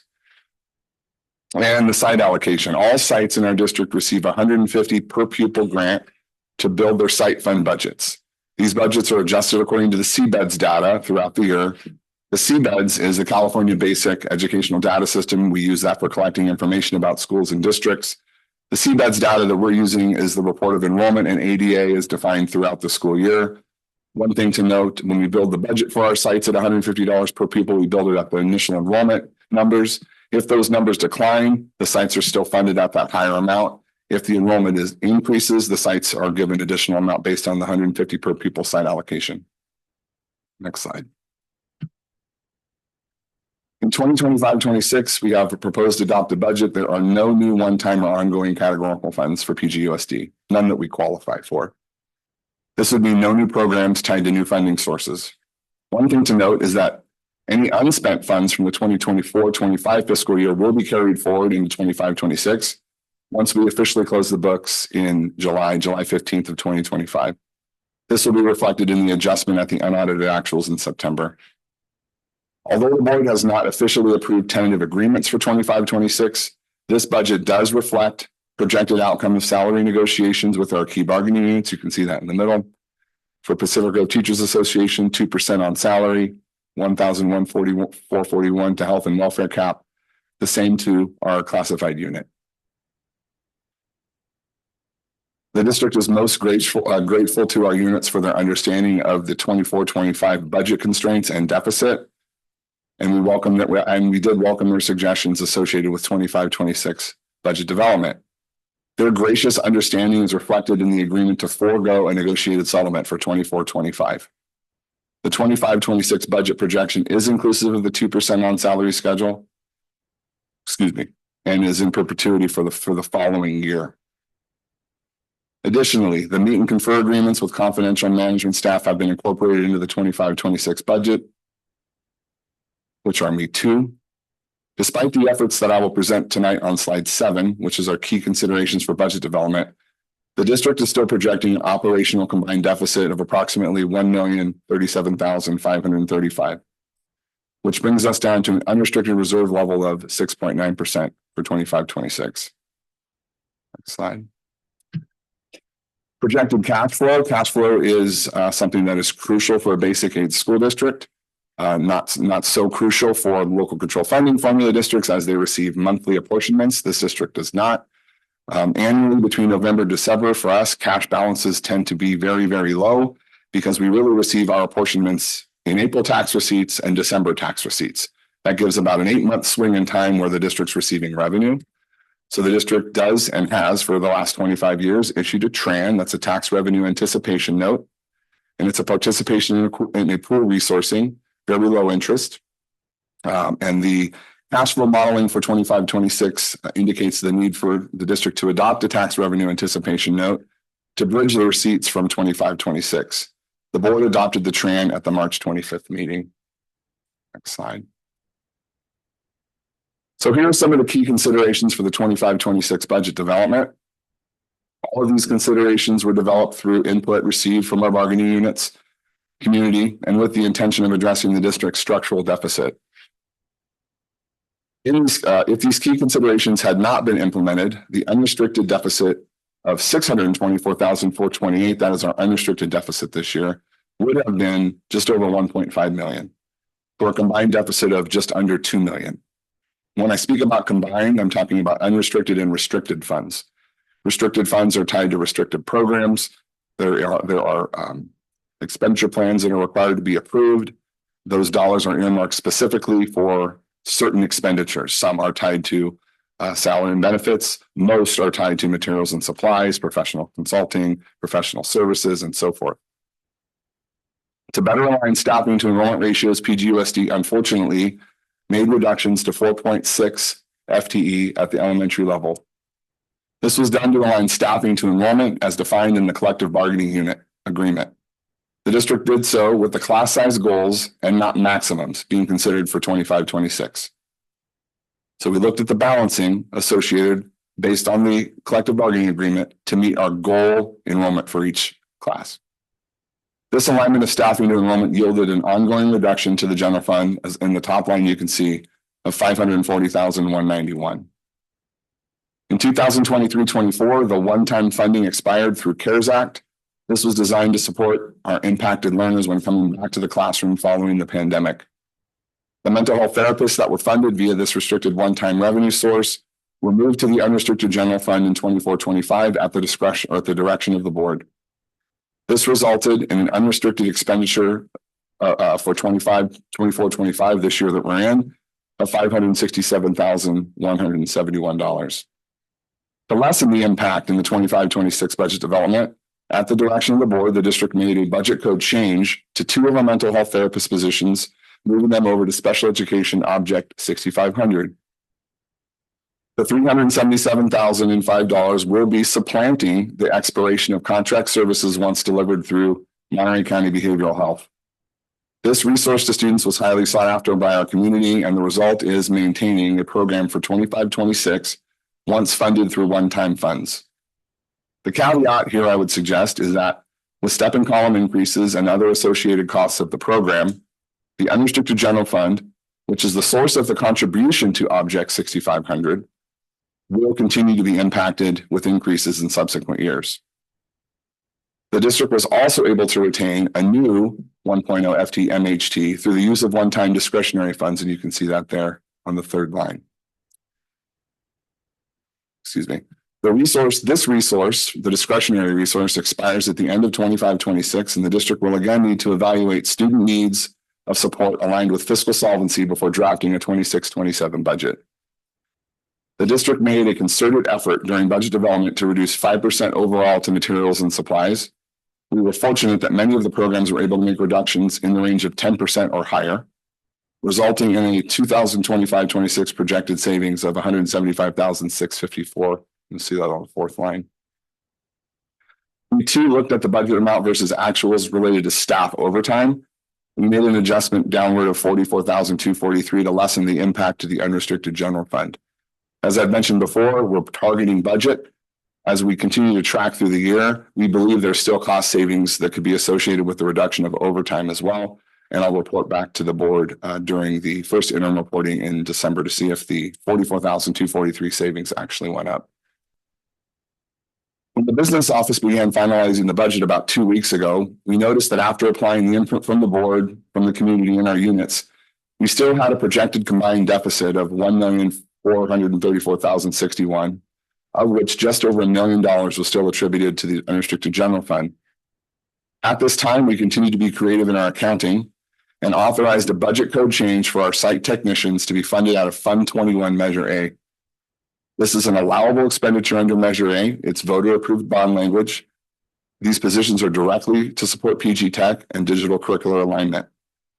The creative accounting too must be viewed as a short-term funding solution and should not be considered as an ongoing source of funding for positions historically funded from the unrestricted general fund. Finally, the last item on this page reflects the nature of the growing before and after school program. It's the Monarch program. You'll see down at the bottom, that's the Fund 12 contribution. This is a tuition-based program, and it is not revenue neutral. It has never been revenue neutral, and has only become self-sustained in the last 2 years due to the influx of Early Learning Opportunity Program (ELOP) funding, which came in 22-23, our first apportionment. In 24-25, this year, we began to experience a reduced apportionment for ELOP due to the alignment with the new regulations. This will be an audit finding I will present to the board in January of 2026. Looking ahead at 26-27 school year with the regulatory changes to ELOP, PGUSD will no longer be able to maintain the required ratios in BASRP. The required daily ratios for ELOP make program funding sustainability an issue. I will give you an example. In our BASRP program, on average, we have between 55 and 70 students a day. Sometimes we have 150. The ELOP regulations require that even if one day out of the year you have 150 pupils, you have to maintain the 8-to-1, 10-to-1, and 20-to-1 ratio, which is virtually impossible, especially when, for example, when the auditors looked at it, it was one day we went to 150. We maintained the ratios at 75, so it's almost impossible to staff for.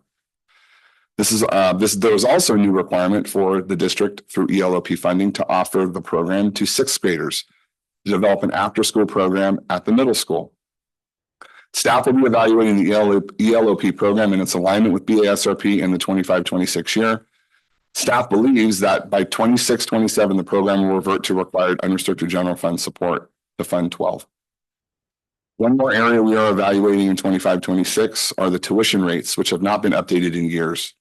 This evaluation may bring in more revenue to support the program, but as of tonight, I'm bringing forward the fact that this year, $140,051 will have to come from the general fund to make Fund 12 whole. Next slide. It's a snapshot overall of revenue. This is unrestricted and restricted combined. You can see that county and district tax secured and unsecured tax roll make up just over 81% of the total revenue for the district. That's the $38,397,300. State base, I mentioned earlier, $2,505,456. This amount has not changed for over a decade. Federal revenue, this has been on the decline substantially. $635,342 is projected. I might remind the board and the community that 2 years ago, this was in the millions in revenue. Other state revenue has been relatively level, $3.2 million, although we just received the governor's budget revised today, and I need to look through that right now because it looks like there's a reduction to the Prop 98 guarantee associated with funding of schools, which for us ties to categorical program funding. Other local revenues are tied to special education, lottery funds, retiree reimbursement of shared healthcare premiums, and interest earned on bank deposits and holdings. Other state and local revenue make up around 6% of the total Fund 01 revenue. On the state side, state funds are consisted of, for us, our career technical education incentive grant, special ed dispute resolution, expanded learning opportunity program, which I mentioned earlier, STIRS on Behalf, music arts discretionary, which is formerly Prop 28, and many other state categorical programs. PGUSD projects a net total of all revenue sources of $47,859,180 for the 25-26 fiscal year. Next slide. This slide reflects the general fund unrestricted and restricted combined summary. It's a side-by-side comparison of the 24-25 projected actuals. Those are in columns A, B, and C. On the right-hand side, columns D, E, and F are the 25-26 budget projections. The 25-26 proposed adopted budget projects combined revenue at $47,745,973 and combined expenditures of $48,556,664. This slide represents the breakdown of employee-related costs, books and supplies, services and other operating expenses, and indirect costs. The net result of the revenue and expense is a projected combined operational deficit, as I mentioned earlier. You can see on this slide down at the bottom of 1,037,535. That's in E in the net decrease balance section. And the first two lines you can see there, one is a unrestricted, that's column D is the unrestricted, and the restricted is column E, and then combined is F. Next slide. Here you can see the projected beginning and ending fund balances for both 24-25 projected actuals and the 25-26 projected budget. The area to highlight here is the unrestricted column D projected fund balance, which is $3,761,840. You can see the slide from the projected actuals in 24-25 of $4,799,378, and that is due to the deficit spending that occurred this year. And you can see how that's broken out by restricted and unrestricted through the arrow.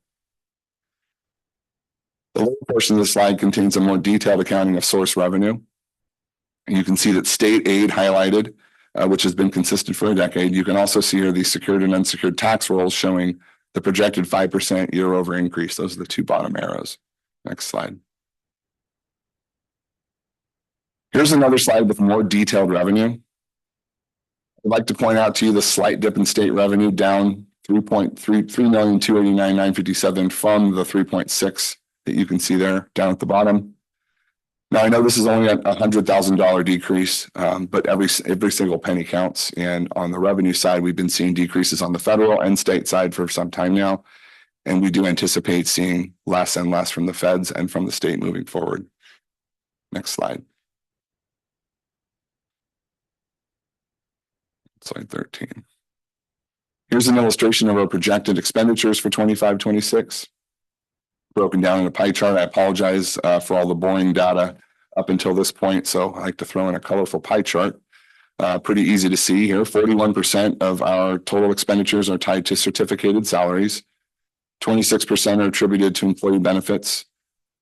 20% are attributed to expenditures tied to our classified salaries. And as you can see, 86% of the total expenditures are tied to salary and benefits. And I mentioned this at every interim report, and fortunately for us, it did go down 1%, but we are now at 86% of our total expenditures tied to salary and benefits. That's 5% higher than the state average. Next slide. This I pulled directly out of Escape. That is our financial management system. I think it's a really neat slide that highlights the expenditures by function. So the function is essentially, where are we targeting our dollars? The takeaway here is that nearly 80% of all expenditures are tied directly to instruction and student services.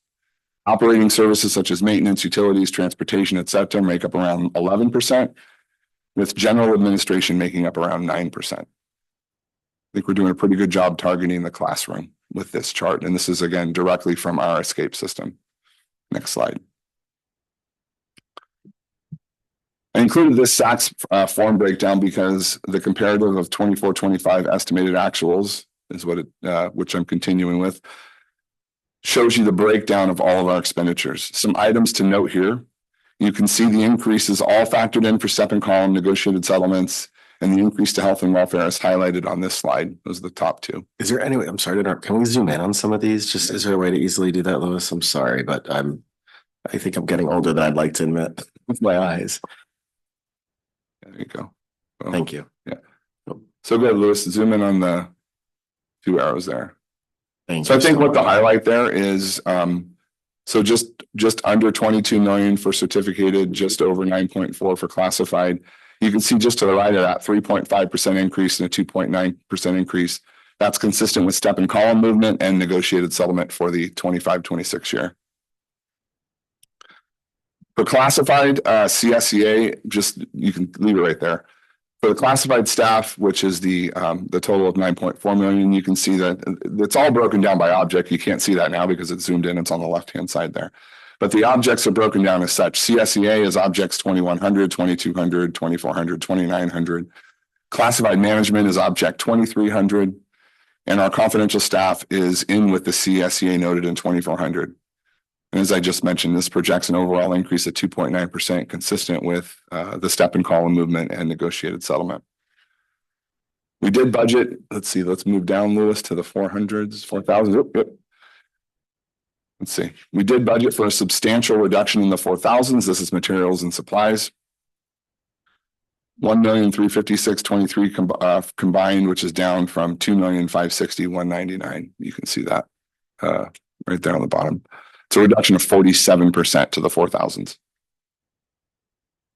I would remind the board that the reductions in the 4,000s is due to the following: loss of revenue tied to expenditure, predominantly.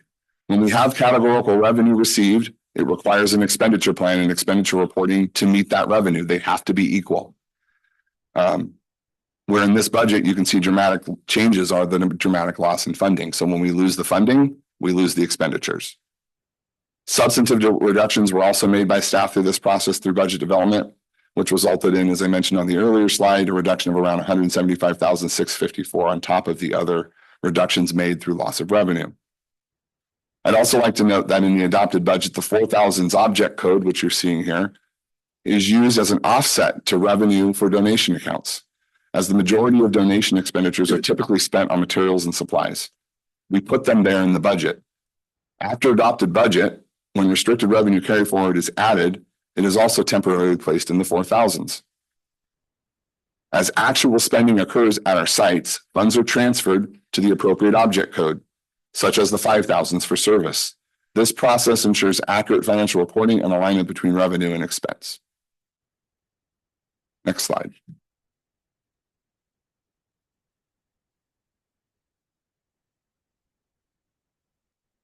There we go. The final expenditure comparative slide shows the expenditures in total at the top highlighted. Major reductions, 50.4% in Object 5100 travel and conference were made for 25-26. Note that some of this is due to the budget development reductions, but mostly it's due to the loss of revenue. We had a categorical funded program known as the Learning and Recovery Emergency Block Grant in prior years, and other one-time resources that were tied to professional development, where in prior years we had much higher expenditures because we received grant money to offset those expenditures. That revenue is now gone, therefore those expenditures are now gone. We've had some recent conversations lately that suggest there was overspending in this category, but in fact, we've had to follow the expenditure plan as prescribed by the revenue resource. California Department of Education, if that is the source, which most of them are, gives you an entire expenditure plan that you must follow, specific to object coding. They tell you have to put a certain percentage in the 1,000s through 3,000s. Those are people, health and welfare, and salaries. You have to put a certain amount in the 4,000s, the 5,000s, the 6,000s. That's what's prescribed by the revenue we receive. We bring those expenditure plans to the board approves them, and we execute those plans based on an approved expenditure plan.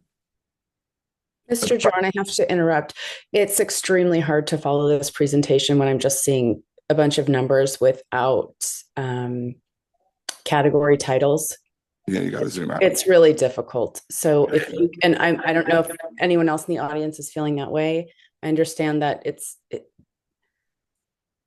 why don't we start with a zoom out and then we can zoom in? I'm sorry. Yeah, I'm not sure what the solution is here, but I just want to make sure that everyone in the audience is able to follow this as well, because if I'm having difficulty, then I'm going to go ahead and assume that anyone sitting in the audience that isn't used to looking at this might be having some trouble. So yeah, zoom out and zoom in and let's take it slow.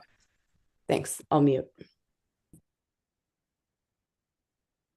When you zoom out, all of the descriptors are on the left-hand column. And when I'm talking about object codes, you can see those there. Stop targeting at the top with 550-100 all the way down to the 8900s down below, which are contributions. So yeah, it's definitely hard to follow when it's zoomed in and you're not seeing that part of the page. So rentals, leases, and repairs, which is object 5600. Lewis, let's point to it. There we go. Those are our rentals and leases and repairs, non-capitalized improvement. You can see there too, we made a reduction of 49.7% to this budget over last year. In total, expenditures, as you can see, there's a reduction in just over $2 million restricted, down to $14,242,204 from $16,429,225. That's the next line down, Lewis. Up, total expenditures line, see it right there, which equates to a net reduction of 3.3%. This is tied to the loss of restricted revenue programs and therefore a reduction in restricted expenditures. Again, I mentioned we lose revenue, we offset the expenditures. This fund was previously sustained by the way of ELOP revenue. The interfund transfer for Fund 12 will come as an escalator, as I mentioned previously, with the progress into the multi-year projections due to the loss of ELOP funding, step and column, and COLA. That is on the interfund transfer section, the very first arrow. Nope, go back. Yeah. Right there, right? That's our child development fund, interfund transfer from Fund 01 to Fund 12 to sustain that fund. The board has another highlight I'd like to mention is the next two arrows down. The board has, let's see, taken further action to make reductions of general fund transfers to Fund 14 and 40. At the board's discretion, the decision was made to eliminate the transfer to Fund 40, but still maintain the transfer to Fund 14. That is our deferred maintenance fund and our capital reserve outlay fund. So as you can see in the 25-26 projections, nope, go back. We have a $200,000 general fund contribution right there to Fund 14. We have $142,301 contribution to Fund 12. There is no longer a contribution to Fund 40, which used to show up just above the Fund 14, for a total of $342,000 in general fund contributions. So the general fund contribution went down because the board directed staff to eliminate their contribution to Fund 40 moving forward. Finally, you can see in the arrow contributions at the very bottom, other financing sources, last arrow, all the way at the bottom. Total other financing sources. This arrow shows the unrestricted general fund combined contribution to restricted programs, which has increased year over year substantially. In the multi-year projections, which I'll cover in detail on the next slide, you will see that this contribution has a tremendous impact on the structural deficit. From 24-25 to 27-28, the unrestricted contribution to restricted programs has a projected increase in just over 1.4 million. For context, the unrestricted general fund contribution is to support special education, Title I, Title II, ELOP, STIRS on behalf, and 3% statutory requirement to maintain operations, as well as other restricted programs where the actual revenue is less than the expenditures. So we receive revenue for programs to maintain program, but that revenue is not enough to operate the program. So the general fund has to kick in to make that program whole, and that is what we're seeing here. The result is an unrestricted general fund contribution that has a cost escalator of around 9% per annum, and it's to support and maintain programs by the district that are not revenue neutral. You cannot run a restricted program in a deficit. If you receive restricted money and the program costs more, the general fund has to contribute to balance it out to zero. Next slide. These are our multi-year projections, and I'll share these with you before we move on to the additional funds that the district manages. General Fund 01, I want you to take a moment and reflect upon the structural deficit that we've been talking about tonight. That's been occurring for numerous years. For some time now, PGUSD has had an inverse relationship with expense and revenue. To address the deficit spending, our district has two options: reduce expenditures or increase revenue. Actual revenue has been realized as projected, and we have not seen a substantive increase in property taxes as anticipated by the passage of Proposition 19. As a reminder, Prop 19 changed the inheritance rule laws. Families who inherit property must live within it to keep a low tax rate. Otherwise, the property taxes go up and the market goes up. As a note, over 60% of the homes within our school district boundary area are subject to Proposition 13 caps. I previously saw this at a Rotary meeting when one of our esteemed realtors in town was presenting on property taxes and assessed valuation in our boundary area. It was staggering to see that most homes in our boundary area, just over 60%, are valued at $200,000. That's because of Proposition 13 cap. That's a key factor in how we generate property tax revenue in our district, in comparison to Carmel, who has a 25% reserve. Only 15% of their properties in their boundary area are above a $600,000 assessed valuation. Only 15%, which means the remainder are at market assessed valuation, which drives property tax revenue at the market rate, which the district realizes. So that's one thing that's very unique to Pacific Grove. For many years, we operated with the expectation that property tax revenue would continue to rise steadily. However, the past 3 years, we have shown a consistent, modest 5% annual increase, far more restrained than in previous years. You can observe this gradual revenue growth reflected in the total sum section for fiscal years 25-26 through 26-27, right there, the total sum.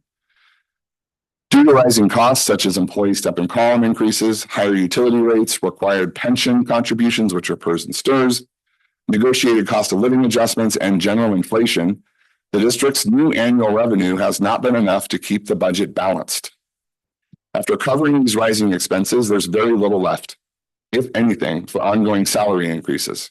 For example, even with a 5% increase in revenue year over, the district only nets about 0.15% or roughly $350,000 of new revenue after all new costs are incurred in the new fiscal year. This inverse relationship is the very nature of a structural deficit, which is reflected in the bottom section C labeled net decrease in ending fund balance, right at the very bottom. The district has projections that indicate an ongoing $1 million deficit per annum with the current modeling and revenue and expense. You can see on the next slide how this impacts the beginning and ending fund balances. Next slide. The multi-year projections reflect general fund restricted and unrestricted combined. Multi-year projections are required by Ed Code of any adopted budget to certify that PGUSD will meet its financial obligations for the upcoming year and 2 subsequent years. That's what we're showing you here tonight, 25-26 through 27-28. The takeaway from this multi-year projection is that PGUSD will, in fact, meet the qualified certification provided by the county office, such that our reserves will remain above 3% statutory. As mentioned earlier, in the 25-26 adopted budget, staff reduced expenditures that were directly tied to lost revenue.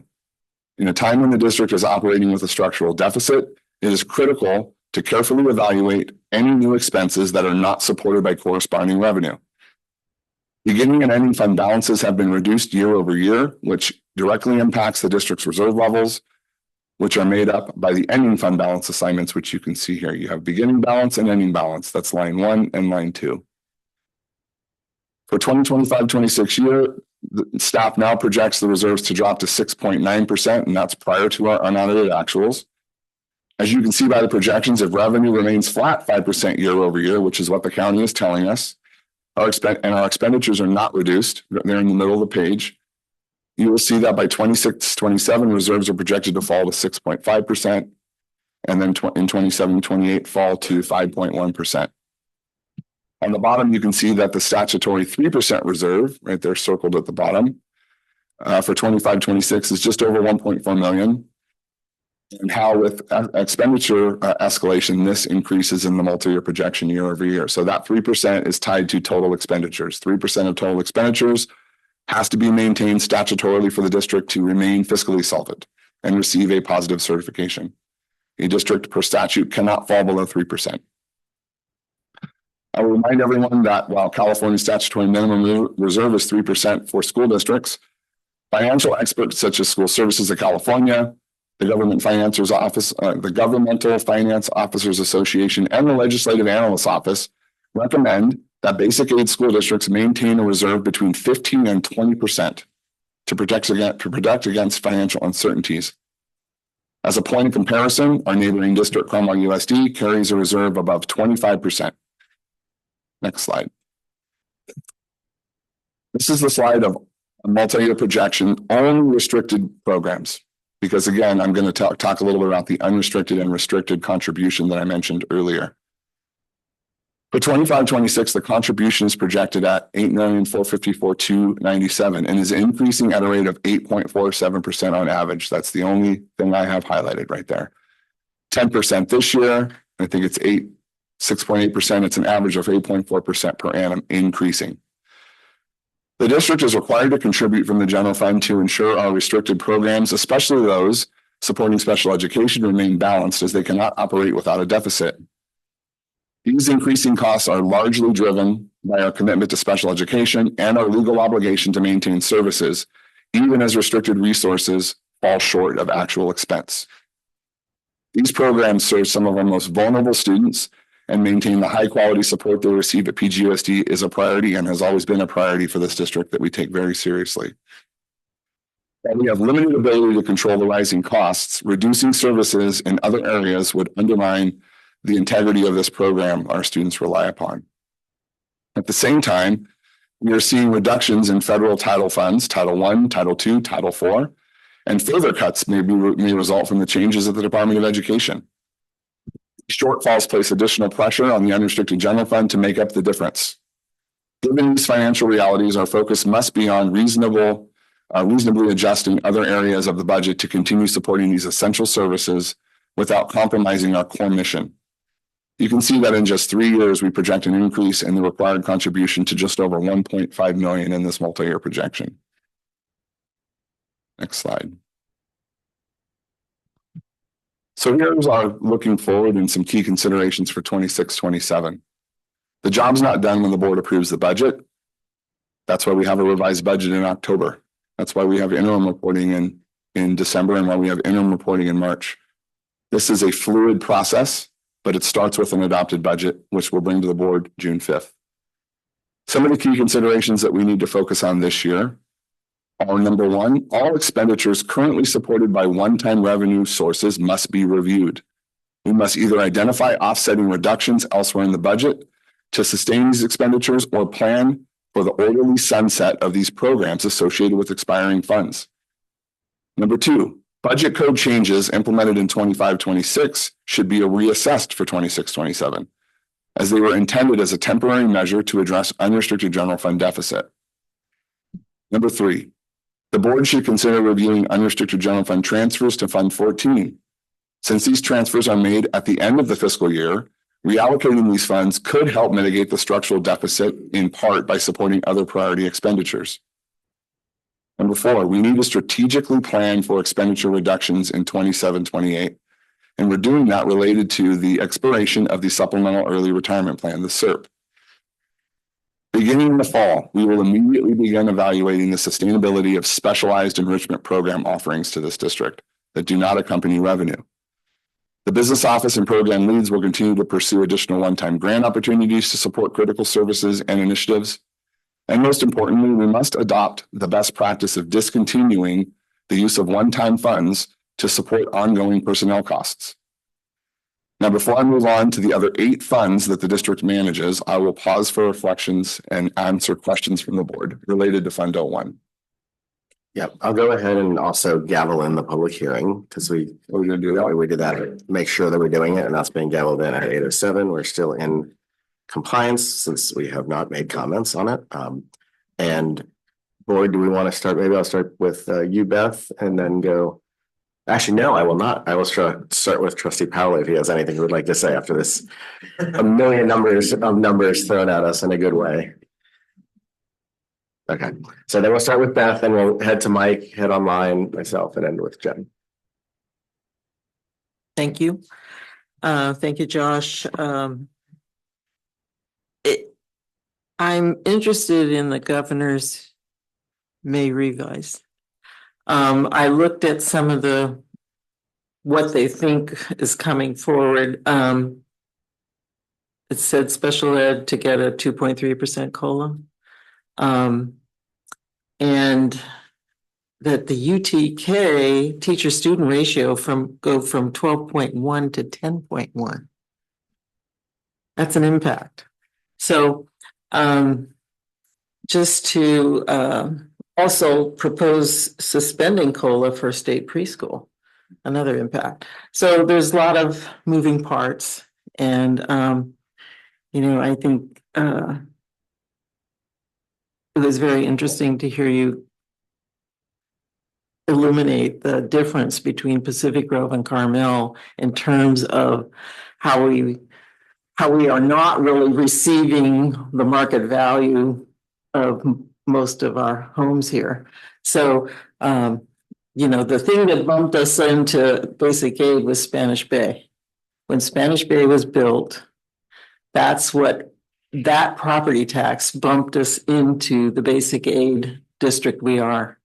So what Josh is saying is that the rest of the homes here are not really helping that revenue stream. So that was a good example. Thank you. And trustee Waxman and Ryder, we will have a chance to respond again at the end, but this is a good chance just to. Thanks, Superintendent Jordan. Real quick, since there are people, a larger than usual audience, can you define stirs and purs? And also, if you happen to have a number of like how many people on the staff are basically getting those contributions or contributing? Yeah, so PERS are for classified staff. That's a statutory retirement program whereby the school district has an obligation to fund it at a certain percentage. So PERS is for classified, STIRS are for certificated employees. The district's obligation, as I mentioned, the 19.1%, and then prior year 27.3%. So effectively, every dollar that the employee makes, the district puts in 27.3 cents or 19.1 cents into a retirement account for that employee when they retire. So that is STIRS and PERS. Every single employee in this district that is classified or certificated is a STIRS or a PERS. I mean, there are some that are not, so I shouldn't say every, but for the most part, every one of the employees in this district either contribute to STIRS or PERS. Okay, and then there are some that don't. Right, and then similarly, can you quickly define step and column and how it relates to the schedule or the salary schedule? Yeah, so we have a salary schedule, and we have a lot of salary schedules. So let me just take one, for example. So then you might see an A step, B step, C, all the way through F, right? So you step along that, and every step is usually an advancement every year. Between every step, it varies by salary schedule, but around 1.6 to 1.8% between each step, and that's just every year you advance along. When you say step and column, that's specifically related to certificated staff because they not only have steps which go down, but they have columns which go over, and those columns are earned by additional education. So master's degree plus units, doctoral, but those sorts of things have you move across. So for certificated staff, steps kind of step them down years of service, and then you can move over in column if you're adding education to your current education. So continuing education, which allows you to move over and down and increase your salary. And so just if there were no salary increases, but every staff member continued on each year, the salaries would rise because of step and column, basically. Yeah, that's correct. So when I look at the new revenue calculation I've mentioned earlier, the 5%, the one thing we always look at is, okay, 5% in new revenue, how much of that goes away with just the cost of doing business in the very next year? So step and column is the very first thing we look at. Increase to STIRS and PERS because of step and column is the next thing. So there is a reality where there are staff that they are stepped out, right? Or they're all the way over and all the way down. They would not receive an increase unless there was a negotiated settlement. But yes, for the most part, anyone that has the ability to step down or over does. Okay. And then related to I think Prop 19, is there any way to basically force the county to audit or like double check the validity or the market value for that property? So us and Carmel had a 3-hour meeting or 2.5-hour meeting with the county tax assessor's office about 3 weeks ago. And they gave us a really substantive presentation on what property taxes are going to look like for the next 3 years.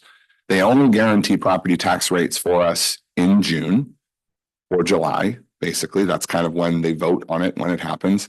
The discussion about Prop 19 did come up in that conversation. And it was one of those things that they said was very tough to nail down because of some of the exemptions that exist in the new law, right? So I inherit home, I move into home for 2 years, the property tax rate stays the same, right? So it's tough to determine those sorts of things. So they did not give us any projections that were impactful enough for me to report tonight associated with Prop 19. What I will say is that it passed a couple of years ago, and we were all thinking that 5% year over in property tax revenue would start to creep up. It has not. And the projections from their actuary is giving us a flat 5% year over for our boundary area. And so like in relation to the Carmel properties being more at market value, is that just because their market changes over hands more often? That's correct. Instead of in the family. Okay. And then you mentioned this briefly, but who and how, I guess, in the business office and or at the sites are seeking grant opportunities? And how does that happen? So it varies, I'm sorry. Everybody from a teacher to an assistant principal to a counselor to myself and our fiscal officer to the head of special education. I mean, really everyone is seeking. So what we do in the fiscal office is we find what grants might be available. We put them on a spreadsheet. We share it with all the program managers and we assign them, is this something you're interested in applying for? If it is, we need information, and that's how we track it. So it's kind of like a whole district approach that is managed within the business office. And I know writing grants is lengthy and time consuming. Does that grant application have to be done by a staff member, or can it be, if there happened to be like a pro bono grant writer, could they submit or work with the staff? Yeah, so I spent 14 years in the county office. We had a grant writer that worked with us, and they do phenomenal work to bring in grant dollars. A lot of the grants that our district pursues they're not as complex in the narrative and putting together a narrative for a grant application. We tend to not qualify very often for a lot of the grants because our unduplicated pupil population, UPP, I know I throw a lot of words out people have never heard before, but that percentage in our district is very low. And to qualify for many of the grants that are available, especially grants that are ongoing, you have to have a higher unduplicated pupil population, nearly around 50%. 50% or up, you're basically a shoe-in for a grant application. It depends on how much money you'll receive, but anything UPP 50% or lower, it's extremely difficult to get an application approved. And that kind of UPP standard requirement is through state grants or federal grants or both? Yeah, both. Yep. All right. Thanks. Trustee Otmar, if you're online, you are online. If you can hear us, please go right ahead. Okay, thank you. So you can see me. Mike, thank you. You just asked a lot of the questions I had about grants and who's writing the grants. And I understand that there's nothing available now. I'm hoping that searching continues. Josh, thank you, or Mr. Jordan, thanks for the presentation. It was slow and mostly digestible. I would like to put a request out up front, which would be really helpful to have this ahead of time. The slides are hard to read, so especially having the community have access to the presentation before the board meeting would give them time to digest it, make it more understandable, so it's not sort of this waterfall that we're trying to drink from. Was it posted and I missed it, or? Can you hear me? I believe it was posted in the board packet. Yeah, Trustee. I didn't see it posted in the board. Was there a link in the board packet? Because I missed that. Mr. Jordan. Sorry, they're taking a look in the board packet. Thought we had included it because we always try to, but we're looking now at Trustee Otmar. Maybe continue with your questions and I will. Okay. I'll review on this too. One of the things I did want to touch on was the one-time funding, creating positions from one-time funding. The thing about one-time funding that I've realized now being on the board is that it really does highlight some of the things that we might be missing as a district.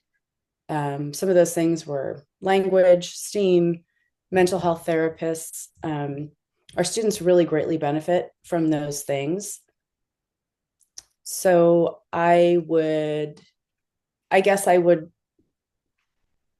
prefer that bullet wasn't in there, because I think we did a really good job for our students by continuing to support them in all these different facets. And to that extent, I mean, I suppose there's a lot of other places that we could look for money within the district that wouldn't touch our students quite as much. So earlier in the presentation, you talked about presenting creative ideas to reduce the deficit. And I'm struggling now to try to figure out what those creative ideas are. If you could give me a couple examples, that would really help me a lot. I'll pause while you do that. I did highlight on, I don't know what slide it is here. some of the bullets that we're looking at next year. Some of these will help us in reducing the deficit, but almost everything that I bulleted would potentially impact learning. Aside from the reduction of the SERP, which will that $300,000 will fall off in 27, 28. Increasing tuition rates for the before and after school recreational program is an area. It's $6 an hour. It's been that way for a really long time. Our neighboring districts are double or triple that amount. I mean, there's a lot of areas we can look at generating additional, minimally additional revenue, but the biggest thing this district really needs to look at is the ballooning cost of expenditures and really tying ourselves back to like what are the core programs that we offer as a district, and how do we fund those core programs? Because what has been happening, and I mentioned a lot tonight, is development of programs tied to one-time funds or restricted funds, and then the continuance of those programs on the back of the unrestricted general fund when the revenue expires.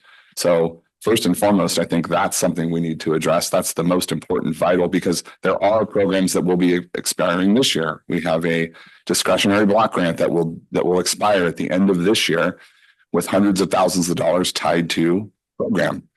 So I'm saying how important, I'm sorry. What program is that tied to? It is the Music Arts Discretionary Block Grant, resource 6762. And those funds expire this year, and we have assignments and we have program expenditures tied to that. So I think the first thing we need to look at is how do we continue offering programs when the revenue goes away? I would agree with you very much on that point. I suppose when I was asking you about creative examples that were not student facing, I was looking for examples that weren't student facing. Do you have any creative examples that you could share to reduce revenue that aren't direct? I'm going to go ahead and respond to that one, Trustee Otmar. No, I'd like to hear from Mr. Jordan. Thank you. Okay, well, I just don't know if we have, if it's, I think the idea will be that we're seeking, I think what we want to do at the beginning of next year, right, is be sure that we're maintaining and keeping some of these program the expenditures and some of the deficits that we've been experiencing this year, and being sure that that's up front and center from the beginning of next year, involving all of our staff, involving our board. I know there's been even an idea of possibly a sort of a subcommittee, involving two of our board members starting in the summer, where we could start working and really looking at the next projected 3 years, and really trying to identify, areas. Yes, I mean, creative, absolutely. But I think just really, digging in, I think we did a great job this year in involving not only our staff, but involving our community and getting that input, for ideas that we identified this year to bring down that deficit. And I think the idea would be to really continue that and follow similar processes for next year. But go ahead. Sure. Yes, I'm looking for the creative. You had mentioned earlier in your presentation that you had come up with some creative ideas. My impression was that they would be less student facing. So if you have creative ideas that were not in the presentation, that were not directly impacting our students, I was interested in hearing those. If you don't, you can say that you have not researched that, or you have not come up with those ideas, and we can just move forward. I think we'll discuss it further, Trustee Otmar, and get back to you on that. I like that. Yeah. Were you able to find the link to the presentation? Yeah, the presentation and all the fund forms are posted on the website. They did not make it into the packet. They didn't go to the packet. Okay, so in the future, it would be so helpful, because it's just far too much for people to digest. I would say it's a lot for me to digest.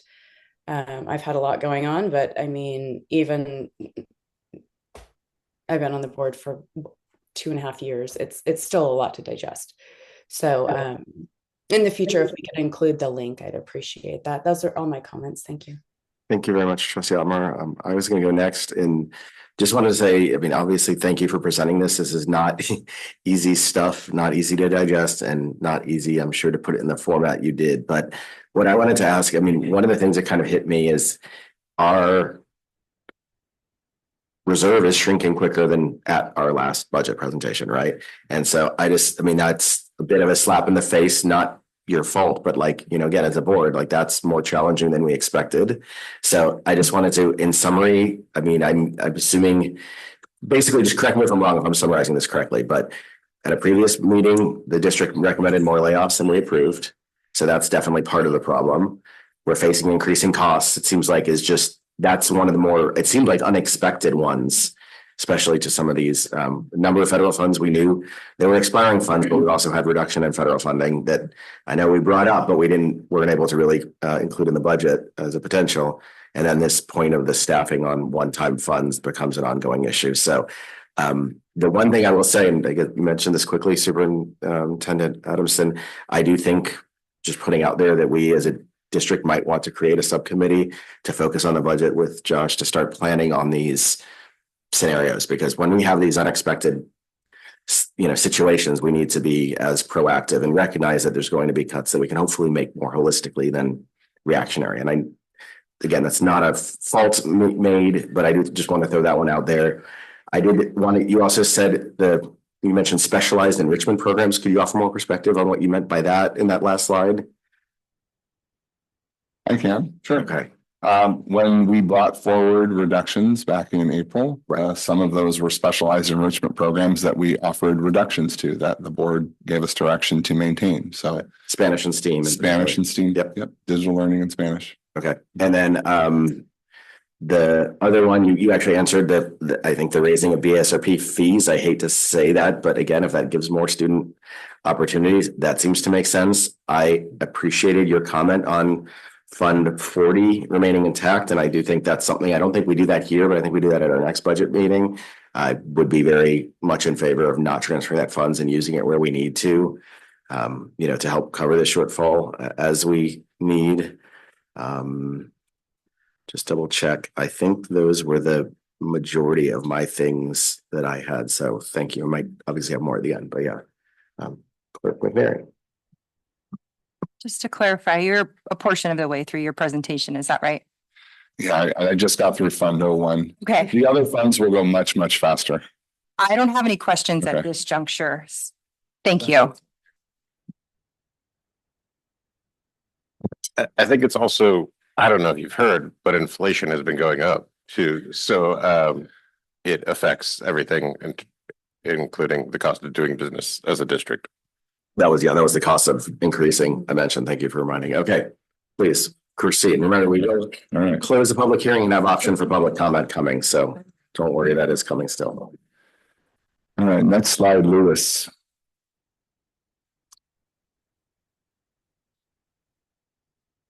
So this is our budget 03 form. We use this for development of our budget, make it pretty simple to look at where we're budgeting revenue and expense for Fund 11. Fund 11 is our adult education program fund. The beginning balance in this fund is just over 1.9 million. Total revenue projected just over 2.7. You can see that at the top. Total expenditures are projected just over 3.544. You can see that down there at the bottom. The unaudited actuals in September, when we bring them forward, they may further develop a budget revision in 25-26 for the object 4,000s and 5,000s if they came in under budget this year. And that tends to be the case in Fund 11. We tend to budget high in the 4s and 5s, and we don't necessarily realize all those expenditures. And then when I bring forward the unaudited actuals in September, what that's done is it's helped us increase the ending fund balance in this fund. One more critical observation on Fund 11. This fund has in the past received unrestricted general fund contributions, but with the Adult Ed Block Grant and tuition reserves, it has been self-sustained for some time now, meaning that the unrestricted general fund, unlike Fund 12 I'm going to speak about next, has not been receiving a contribution. Fund 11, however, has now projected multi-year deficit spending. This may lead to general fund contributions by year 3 or reduction in program expenditures. Some of the ways to mitigate this could be increasing tuition for our programs, looking into becoming a vendor program to our adults with disabilities program to source revenue, partnering with the nearby adult schools and community colleges to share curriculum. Also, just like mentioned under Fund 01, we're applying for grants, state and federal monies, and applying for funding through private foundations. And then finally to note on this, we don't do a multi-year projection for any of the funds that you're going to hear about other than Fund 01, but we are working on a multi-year projection for this fund simply because of the nature of its deficit spending, so that we can address the deficit spending over the next 3 years so that it does not impact the general fund by year 4. That is what we anticipate. Principal Martinez and I will sit down and start hashing that out next week with an expenditure reduction plan for the 25-26 year, 26-27 year, and 27-28 year, so that when we hit that 28-29 year, we have made enough reductions in expenditures so that this fund is no longer deficit spending. That is our plan, that is our goal, and that's what we're working towards. Next slide. Fund 12, this is our Child Development Fund. As you can see, the projected beginning fund balance is 0. That's at the bottom down there. Up until a few months ago, in fact, at second interim reported, we had a little over $100,000 projected fund balance there. And what ended up happening was the state apportionment we received from the ELOP program came in substantially less than we had anticipated. So we used the rest of our reserves to make this fund balance out, which starts us with a 0 ending fund balance and a 0 beginning fund balance for 25-26. Moving forward, however, PGUSD will now have to contribute to that via the unrestricted general fund to the tune of this year $140,051. I showed you that on multiple slides. In 2025-26, 26-27, it's going to escalate to $225,000, and 27-28, it will escalate to $238,000. So that's a new contribution from the unrestricted general fund that we had not had in some time because of the ELOP funding received through the state. This contribution is projected to escalate unless we decide to evaluate the tuition of the program. I mentioned this just a minute ago. Currently, the BASRP program is $6 per hour. All free and reduced families are free. Very helpful to our families. In 25-26, staff will begin to develop a plan to work toward a more sustainable revenue neutral model for the BASRP program and Fund 12. Staff will also begin to strategize on new after-school enrichment model through BASRP to encourage tutoring in the areas of English, language arts, and math. So trying to expand it a little bit away from the recreational program that it is to more of an ASC after-school enrichment program. Next slide. This is our cafeteria fund, Fund 13. We have a projected beginning fund balance of just over 1.2 million. The state and federal revenue is projected at just over 1.6. You can see that at the top, 1,603,000. Expenditures of just over 1.6, 1,656,688, which results in a small deficit, 53,688. The ending fund balance projected for 25-26, you can see down there at the bottom, is 1,198,643. What I will say is kudos to Director Silveria and his staff for their innovative solutions that increase student participation rates. He presented on that at the last board meeting, and it is just tremendous what's being done over there in the food services program. Our school food services program is something that should be celebrated at any moment. I want to celebrate it even at a budget meeting tonight. And in the final words associated with Fund 13, because there is deficit spending associated with this fund, that deficit spending is a plan that we have to spend down our reserves through the California Department of Education, because in Fund 13, you can't carry substantial reserves. So we are working to spend those reserves down, and Director Silveria is monitoring that carefully. Next slide. Fund 14, this is deferred maintenance. The projected beginning fund balance for 25-26 is 468,348. You can see that right there. Total revenue projected for 25-26 is 208,000. And that is predominantly, as mentioned before, coming from the unrestricted general fund contribution to this fund. I might remind everyone that we did go out for voter approved debt, Measure B, and as a district's requirement of issuing voter approved debt, we did state that we would continue to fund Fund 14 because general obligation bonds by nature are not necessarily designed to fund deferred maintenance. So it's an obligation we made to our public to continue to fund Fund 14. I know we're going to have to evaluate that as things move forward, especially in a time of structural deficit spending. Positive ending fund balance, though, 596,348. Next slide. The easiest slide to talk about all night. Fund 20. This is a special reserve fund for post-employment benefits. This fund was used for a very long time to house post-employment benefits. It has since no longer been used, basically expired, but we cannot transfer that $6,792.44 anywhere. It has to live in this fund, and we will use it when we need to support post-employment benefits. But for now, every single time I bring this forward, I'm bringing it forward with the same starting balance and the same ending balance. But I have to report that. Next slide. This is Fund 21. Fund 21 is our Building and Technology Fund. As I mentioned, Measure D just a minute ago. This houses Measure D, Measure B, and Measure A.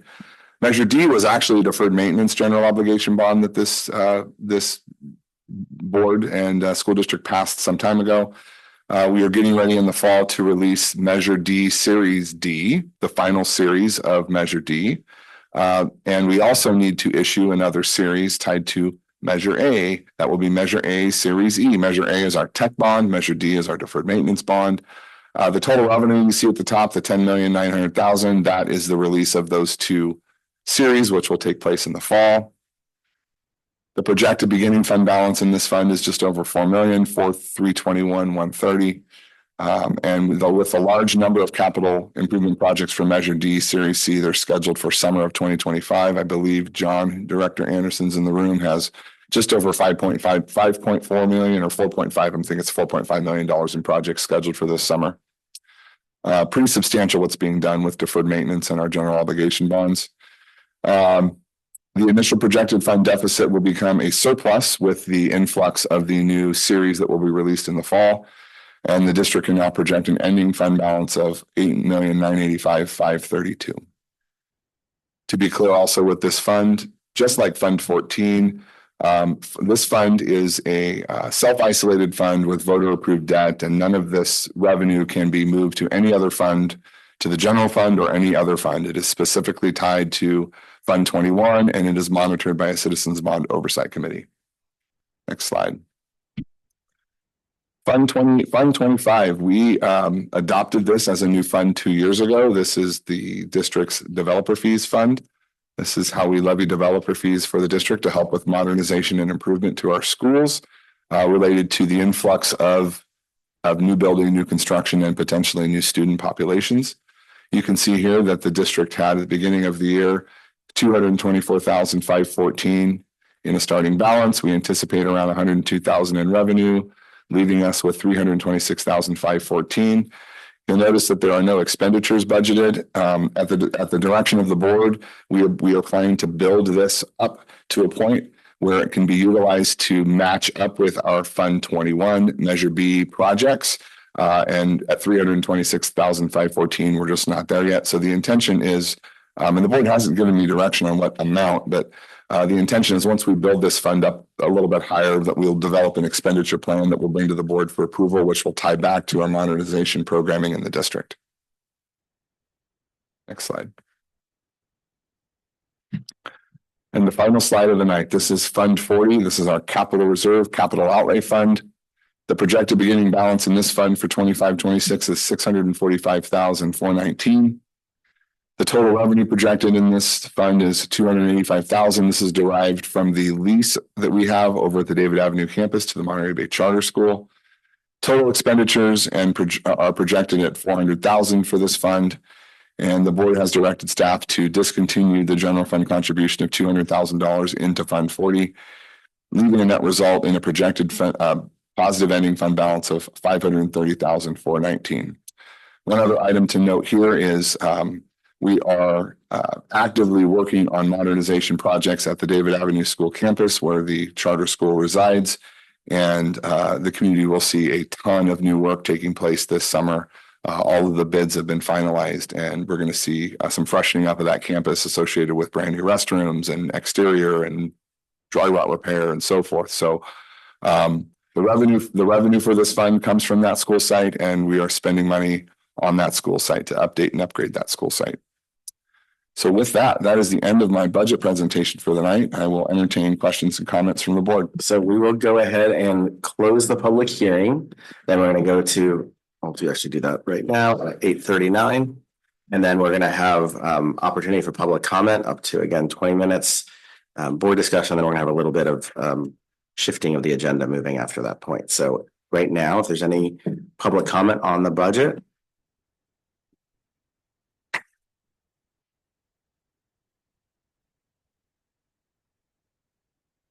Thank you, Ms. Conradi. Evening. My name is Caitlin Van Zanten, and I'm here to address what I see as a priorities problem with the Pacific Grove Unified School District's budget and to beg you to make some structural changes. We've been told that we just don't have the money to provide adequate staff for universal transitional kindergarten or to educate students at our neighborhood schools. But every year property values rise. Every year the district receives more money from our local community and property taxes. And yet despite this record income, classroom investment is going down.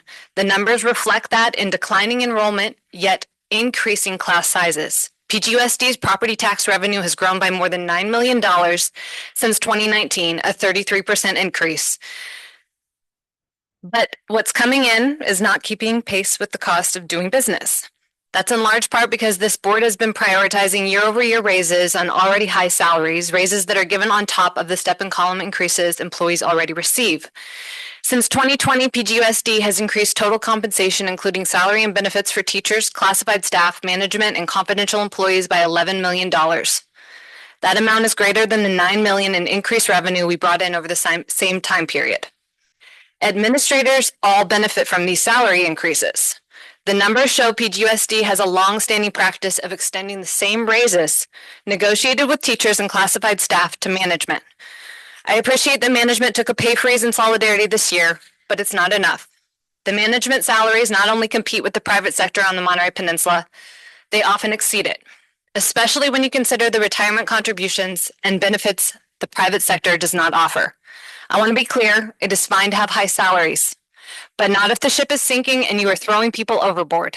The money for these raises came from our classrooms.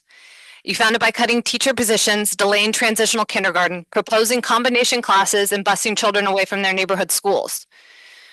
You chose to cut the most vulnerable this year, incoming students, whose parents have little ability to organize and are not included on district-wide emails inviting us to the meetings, like the town hall, that pertain specifically to us. Some have tried to frame this as a Forest Grove versus Robert Down issue, but that obfuscates the truth. These teacher cuts are equally detrimental to both schools, and not just at the TK and kinder level, but in the upper grades as well. If you continue down this path of unsustainable raises and salaries, you're going to have to continue cutting teachers year after year. You will likely be told that that makes sense, given enrollment trends. I appreciate your service. I know that these aren't easy decisions, but I'm begging you to hire back the elementary school teachers who were let go. The buck stops with you. Please fix this structural problem, restore classroom staffing, fully implement transitional kindergarten, and put students at the center of this budget. Thank you. Thank you for your comments. Do we have anyone else in the room or online? Yeah, please come right up. Hi, everyone. I know a few of you already. I'm Josh Stillwell. I'm a parent of 2 elementary school kids. So I appreciate, Josh, the different ideas you have. That was actually very helpful. I feel like, okay, at least there's some ideas of how we can reduce the deficit spending. I wanted to make some other suggestions I don't think we've heard yet. The one that specifically kind of like stands out to me when I'm looking at the budget, again, I'm new to it, so there's those who are more familiar with it, but Fund 5800. So that's the professional and consulting services. So in 2019, there was $1 million set aside for that. In 2024, it's $3.7 million. That seems like a easy target, right? We're trying to make things work. We have a projected $1 million deficit. Let's look at that. Maybe there's something there that can be cut. We have professional consulting services. Obviously, that includes legal, but maybe there's a way that it can look at, okay, what can be done there as a way to solve some of the problems that we've been hearing tonight. The other thing that I was looking at was the Fund 5200.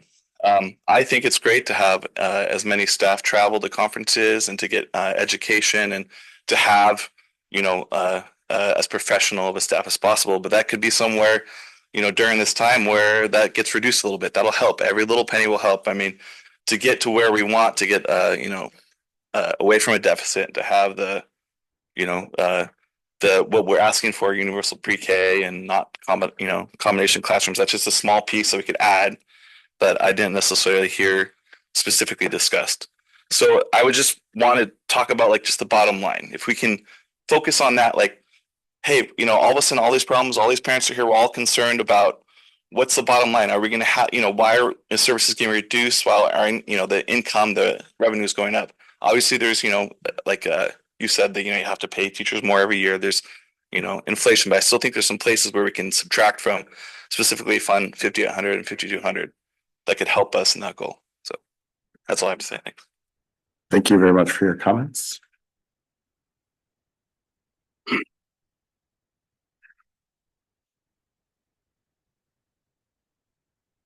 Good evening, everyone.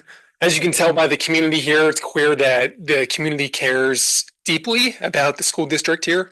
I would also like to touch on some of the points already made regarding transitional kindergarten in the upcoming school year that we see in 25 and 26.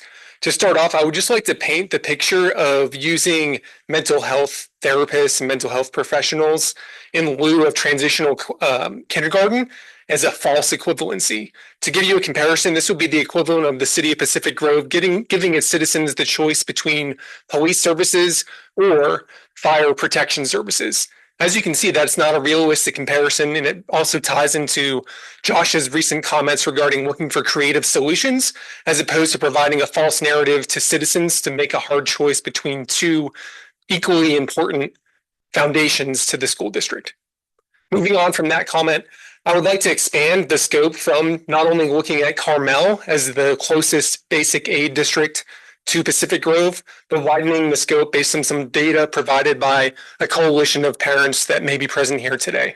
To give you an idea of other basic aid districts that do provide a full and compliant transitional kindergarten program in the state of California, 16 out of 17 of the closely equivalent ADA school districts, or average daily attendance, so that's the funding provided per student in each school district, 16 out of 17 of those districts provide transitional kindergarten to all of its students, not excluding summer birthdays. If we wanted to look for that other school district that does not provide that service, I would have to ask you to fill up your gas tank and drive with me 330 miles south to the suburbs of Los Angeles. I hope it is clear that Pacific Grove, if headed down this path, is a clear exception to a law that was set by the California legislature. Are we using our basic aid district autonomy as a way to ignore California law selectively? I would argue it presents us an opportunity to employ the community here, the trustees present today, to ensure that we comply with that law to the greatest extent possible and avoid outside scrutiny from the state to potentially audit or enforce the enactment of a full transitional kindergarten at the negative impacts of the budget that was presented here today.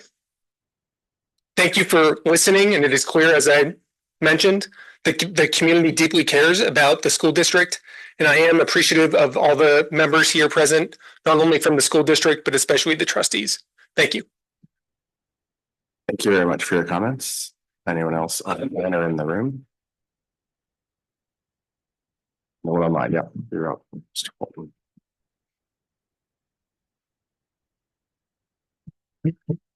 Hi again.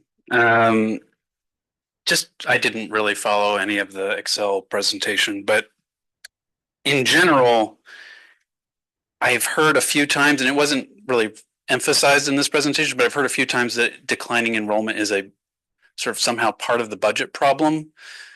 That really doesn't seem to make sense, because even if our classrooms were basically empty, like we're still having all of the tax revenue to pay for the classes. So we should theoretically be able to teach to empty classes. And as long as we're not overspending in other categories, if we had a balanced budget elsewhere, we shouldn't have to cut our teachers. So I don't like the idea of using the declining enrollment as sort of like a excuse for why we have a budget problem, because the tax revenues are still going up. I was looking at 6% a year, but you said 5%, something like that. And also, why are we just talking about the BASRP being budget neutral? Like, shouldn't that have happened a long time ago? So I mean, I hope you really do pursue that, and of course, offer it free to those who need it for free. But why has that been a source of a deficit for years? I don't get that. I don't get that at all. And then you were also kind of, Mr. Jordan, you were also talking about a lot of the categories being offset by other income, like grants and things like that. It wasn't totally clear to me, but it seems like if we apply for a $1 million grant for something, and so then we pay for $1 million of stuff, that kind of is bad for us if it was like a useless thing, because then we have to increase our budget reserves by $30,000, right? Because we have to have budget reserves proportional to our spending. So if we're just spending something, don't we have to then increase our budget reserves because it's like 3% of spending or something like that? So I just question, like, should we be doing that all the time? And of course, we're having to spend human time. We have to pay for the personnel to pursue all of those grants. So like maybe some of the things we should forego and not try to go after everything. I think that's all I have to say on the budget. Thanks. Thank you for your comments. Anyone else in the room or online? Hello. I wasn't planning on speaking tonight, but I was compelled. I think all the comments here tonight I agree with. I think I don't want to go into those specific issues. What I would say is, Elliot, if you guys do create a subcommittee, I think the information tonight was incredibly helpful, very enlightening. I think the detail is there. The great thing about complex budgets is you have lots of options. You really do. And without going into the funds or doing all of the stuff that's locked up, if we say as a community, the mission is education, that's it. Access, quality for our children in this district. And you hard code the budgets of those that are on the front lines. So if it's, the services that were one time, that's fine. If you want to hard code those, lock those up, you got to make cuts elsewhere. And I would really suggest, if you do the subcommittee, take a zero-based budget approach on the things that you know that we can affect. And you take everything out of the bucket and you say, what goes back in the bucket? And the things that go back in, I think is what you're hearing tonight, are the things that affect the children directly. We can't have the largest line item that we're cutting be FTEs. It just can't be. That's not right. This is a massive budget. You're growing the budget. There are plenty of options here. So I think there's a solution. I think lots of offered ideas tonight, but I really do think if you have a subcommittee, take the portion of the budget. Everybody on this board should know this budget intimately, by the way. That's why you're on the board. That's what you're doing.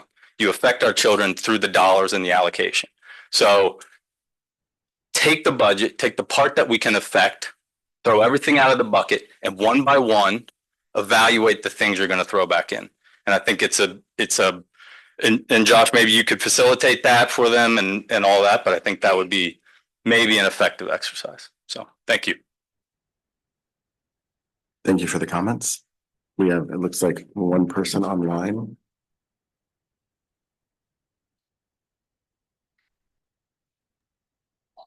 Hi, just echoing off the last speaker. I know some people, don't want to acknowledge it, but people with disabilities exist, and they are legally they are entitled to a disaggregated education. And for a very long time, I mean, I'm a parent who has been here. My kid went to Robert Down. My kid was in the preschool program. I mean, my kid's going to graduate next year from PG High. So I've seen the whole run. And for a very long time, kids with disabilities did not have their needs met. And I think that we need to be careful about hiring practices, who we're hiring, what their skills are, making sure that they can meet these children's needs. because that was not happening. And there are generations of children in this district who fell through the cracks. And it did impact negatively their mental health, their emotional well-being. And, you know, it's really sad actually, you know, to see this whole thing play out and then to watch new parents come in and go, well, what's going on? Well, what happened? If you really knew it's devastating what happened to the generations of these kids. And so now we really need to make sure that students with disabilities are the first thing in the bucket and that their needs come first and that their needs are met and that we hire teachers who have the skills and abilities to disaggregate their education, you know, and that's all I have to say. I think we have time for one last one based on my calculations, and then this will be the last comment online.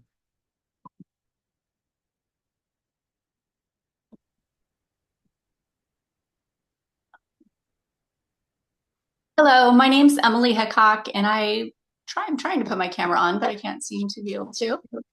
I have 2 children in the district, and I also have extended family that are going to be coming into the district. And I just wanted to share my thoughts on how important a true universal TK program is. I know that my daughter was able to be in TK, and it was a wonderful program. There is really no substitute or no equivalent of a program that has a credentialed teacher running at the helm. State preschool, daycare, other preschools around town, they just don't compare.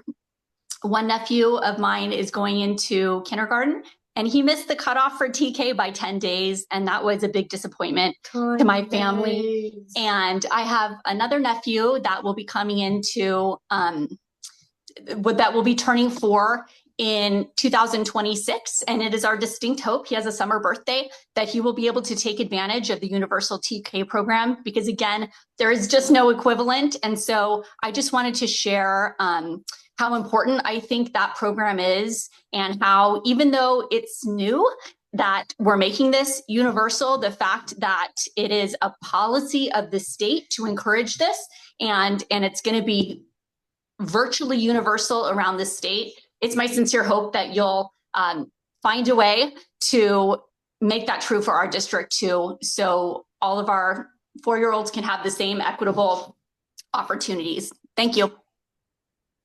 Thank you very much for your comments. Unfortunately, we're at 20 minutes, so we're going to go ahead and move to board discussion on this item. And I will go back in reverse order for fun. So I'll start with myself and just, again, really reiterate the idea or the goal that at some point in a future meeting, we talk about this idea for the budget subcommittee to make sure we are looking for these, you know, help find as many creative solutions as we can. As was said, that it has been or minimized to student facing ones. You brought up the Fund 25, the Superintendent Jordan, about the wanting an amount for that. I would just say, let's please bring that back as a district recommendation. You give it to us. That's the way this usually goes, in a good way. And then we can, as a board, act on that. And then just lastly, again, the same point that was brought up before in terms of Fund 40. I think those are small steps towards where we need to go, but hopefully we can, again, help out in making these very tough choices. So I think with that, I totally messed up my backwards order, because I think, Jen, you actually should have gone first. It's okay. Clerk McNary. Second. Thank you. Thank you. I just want to say thank you for everyone coming out and participating in the conversation. I'm a parent of now 6th and 7th graders, and I started coming to board meetings as a parent of kindergartners because I went to private school and didn't know the system and didn't understand how budgets worked and didn't understand like who was in charge of making what decisions. So I just really love that the dialogue this year, and now here we are, is robust and people are involved, and that, you know, when we do end up in a tough budget situation, like there are so many great resources and great ideas and creative solutions that we can explore to make this district better moving forward. And I know that's what we all want when it comes down to it. I think as a board, you know, it may sound redundant now, but I can tell you as a parent who listened to meetings for a long time, saying we want to reduce the structural deficit and end up budget more neutral, it wasn't the tagline. So I think, we're in a tough spot and we are making hard decisions, but we're willing to do it. We are going to have to say no more often. When we're spending in a deficit, we're still going to get asks and we're going to have to figure out where to say no. So I think these conversations are great. Please keep participating.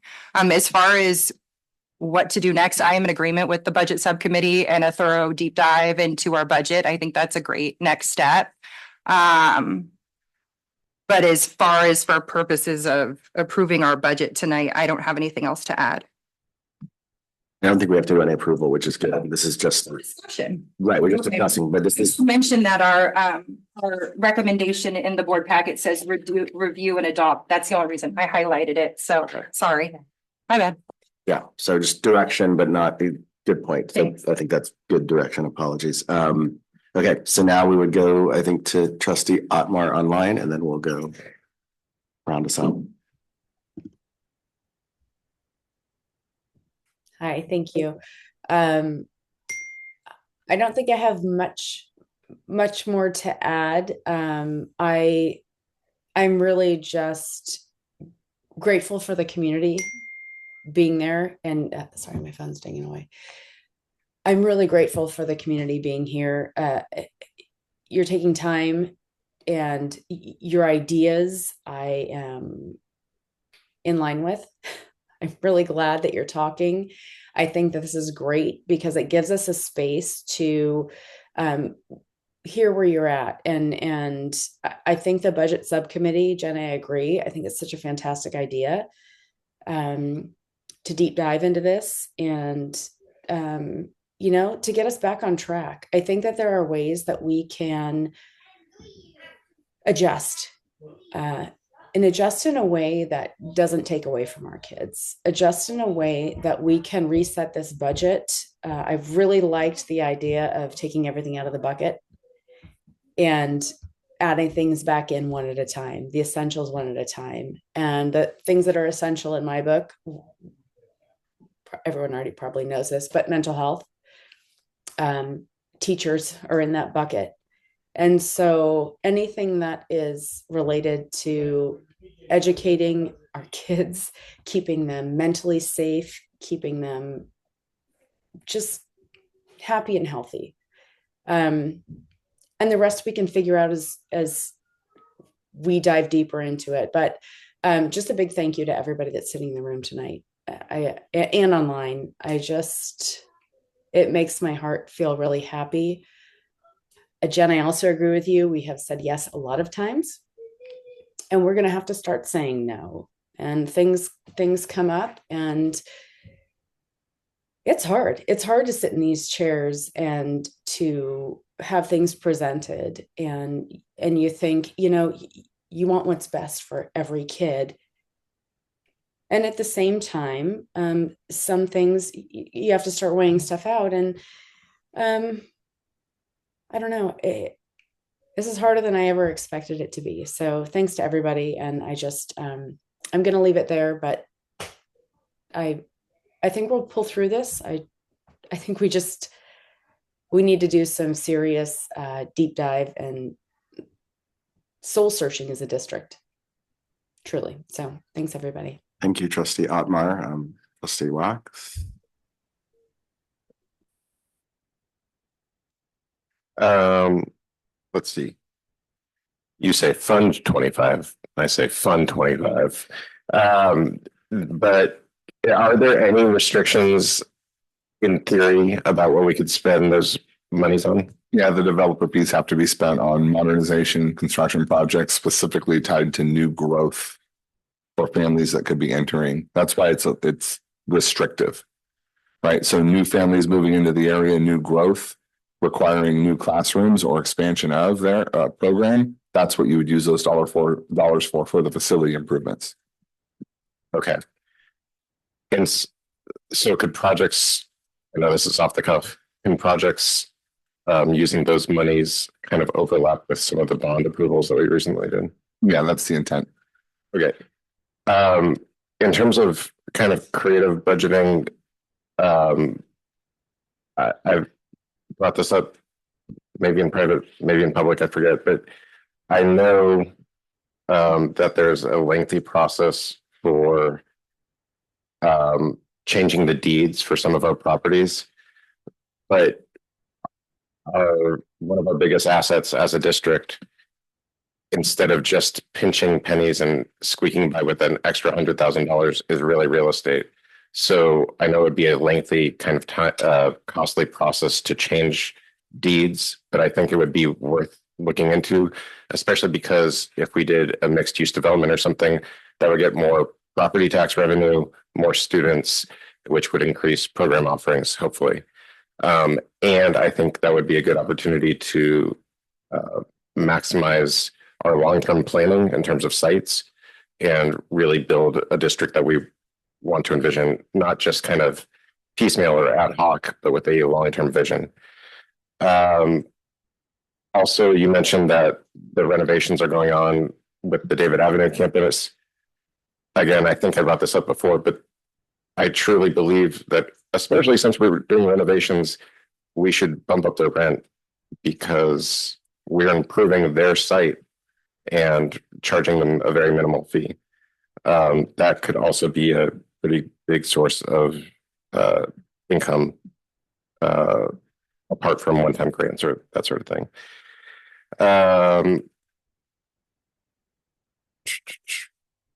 And that is it. Thanks. Thank you, Trustee Shamas.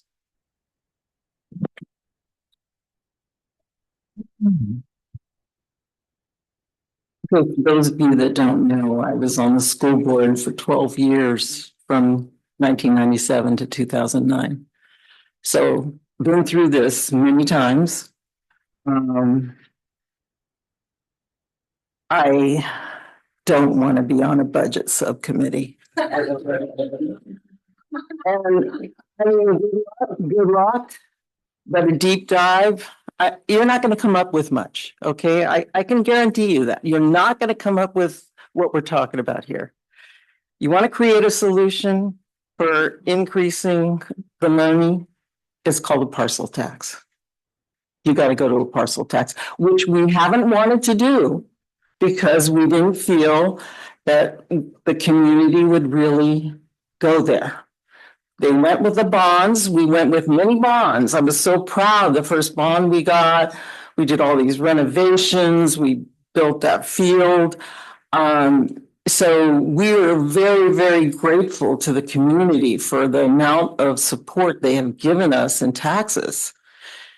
But if you want to be able to sustain the amount of teachers that you're talking about, and that's what we're talking about here, full-time teachers, okay? It's expensive. It's the main budget. It's what it is, okay? And everything that goes with it, the retirements, all of that, healthcare, everything that goes with it.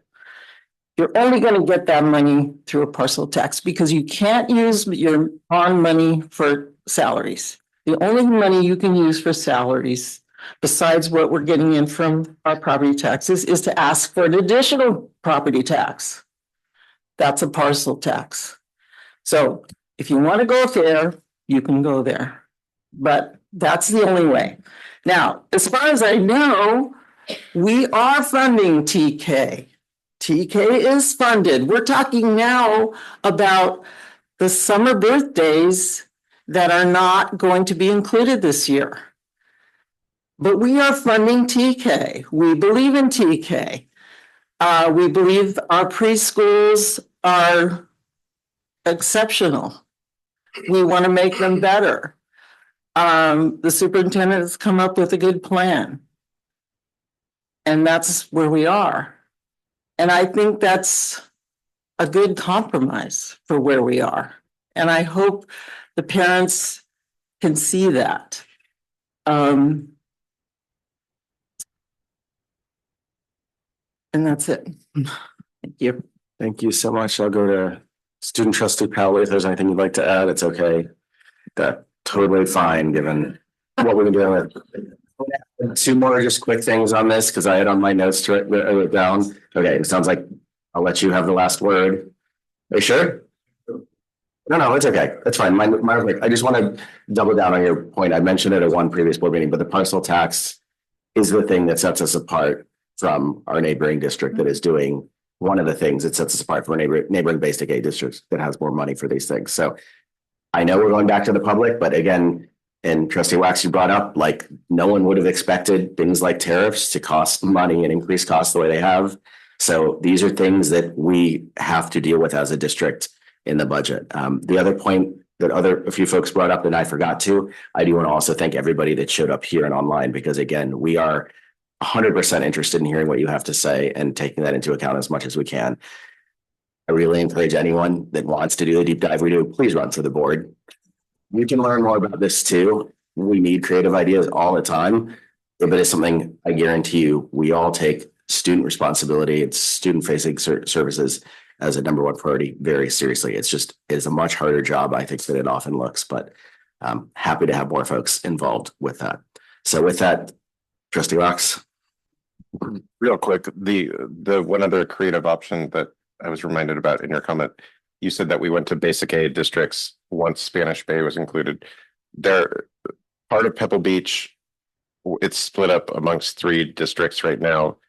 And I know it would be another long political involved process, but if we were able to get more of those properties, that would also increase property tax revenues. And I don't really delve into the UPK program because it's kind of coming up later. So yeah. Thank you with that. And so with that, I will say we're going to make a really quick adjustment for 2 quick resolutions, and then we're going to take a break. So we have folks here. I know. So no, the first resolution we're going to work on is the LGBTQ plus Pride Month. So with that, I will have Dr. Adamson present it, and then we're going to have one of our board members read it. So again, thank you for holding this out. We're incredibly proud and excited to be bringing this resolution forward this evening in honor of Pride Month for the month of June. And so I'm going to go ahead and turn it over to Trustee McNary, Clerk McNary, who's going to read the resolution. And then I also know what we really want to do is have representation here this evening, because when we take the time to, really identify a resolution, particularly when it impacts our students, hearing from some of the very people then that is intended for, is really powerful, because it also helps to serve as a reminder for us and really give us that reinforcement that this is important, that this is a portion of our student population who we know, right, is and there are many of them here tonight, but we want to be sure that they are not only represented, but that they feel a strong sense of pride themselves. And when we talk belonging and that culture of we, right, it impacts all of our students. So this is important. This makes me so happy to see several of our students who are here this evening and our staff who are going to be talking. I'm going to turn it over to Clerk McNary. Go ahead. Okay, and I'll read the resolution and not take any more time because I would much rather hear from all of you, and thank you for being here so long. Okay. And it is a celebration because it's Pride Month. So resolution number 1157, proclaiming June 2025 as lesbian, gay, bisexual, transgender, and queer or questioning Pride Month. Whereas lesbian, gay, bisexual, transgender, and queer Pride Month is celebrated each year in the month of June to honor the 1969 Stonewall riots in Manhattan, considered by many as the tipping point for the gay liberation movement in the United States. And whereas the purpose of Pride Month is to recognize the influence of LGBTQ plus people that have had around the world and raise awareness of current issues facing the LGBTQ plus community. Whereas following the Stonewall riots in 1969, the first Pride Parade, also referred to as Gay Liberation March, occurred on June 28, 1970, and took place in the streets of New York City. And whereas the Fair Education Act, signed into law on July 14, 2011, went into effect on January 1, 2012, and requires the California History and Social Studies curriculum to include fair, accurate, inclusive, and respectful references to contributions by members of the LGBTQ plus community. And whereas individuals who identify as LGBTQ plus face discrimination simply for being who they are. And in particular, LGBTQ plus youth are at risk of increased suicide, homelessness, and becoming victims of bullying and violence. Whereas Pacific Grove Unified School District promotes diversity as one of its basic tenets and fosters diversity of students, staff, and curriculum. And PGUSD policies ensure the protection of LGBTQ plus students and staff against harassment, physical violence, or the threat of such. Whereas PGUSD recognizes the most vulnerable members of the LGBTQ plus community are the youth in TK to 12 schools, and that they need to feel a sense of belonging at every school site. Whereas June provides an opportunity for our schools to reflect on the struggles of the LGBTQ plus community in U.S. history and celebrate the LGBTQ plus community.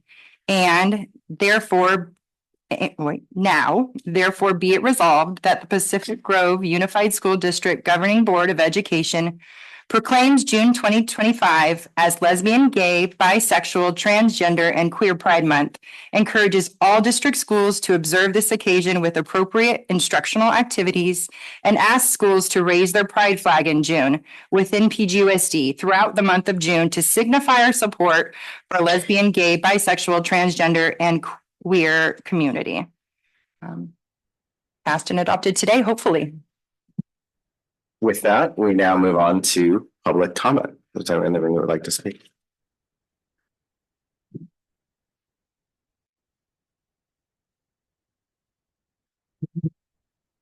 Hello, I am speaking today as the president of the Rainbow Alliance at Pacific Grove High School, an LGBTQIA+ club welcoming students and staff working to improve our community. I founded the club this year with Miss Grogan. Today, we have around 24 student members, some of who are here today, including next year's president and vice president. I would like to thank everyone who attended for being here today. I would also like to thank the board for considering our community. This year, in talks with staff and school leadership about our goals, all of which are proposed and voted on by students, staff has been supportive. This year, we worked with staff to discuss long-term goals for more gender-neutral bathroom equity and proposed a free stopgap solution. I hope in years to come, we can continue working together and moving forward to protect our queer youth and make the community at both Pacific Grove High School and as a whole safer for LGBT students. Thank you again for working with our community.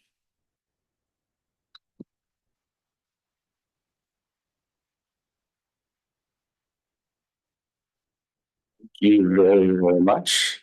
Okay, well, really quick, because I know there's so much, but thank you for sitting through the budget. Now you guys are such experts on the budget. You're gonna tell all your friends.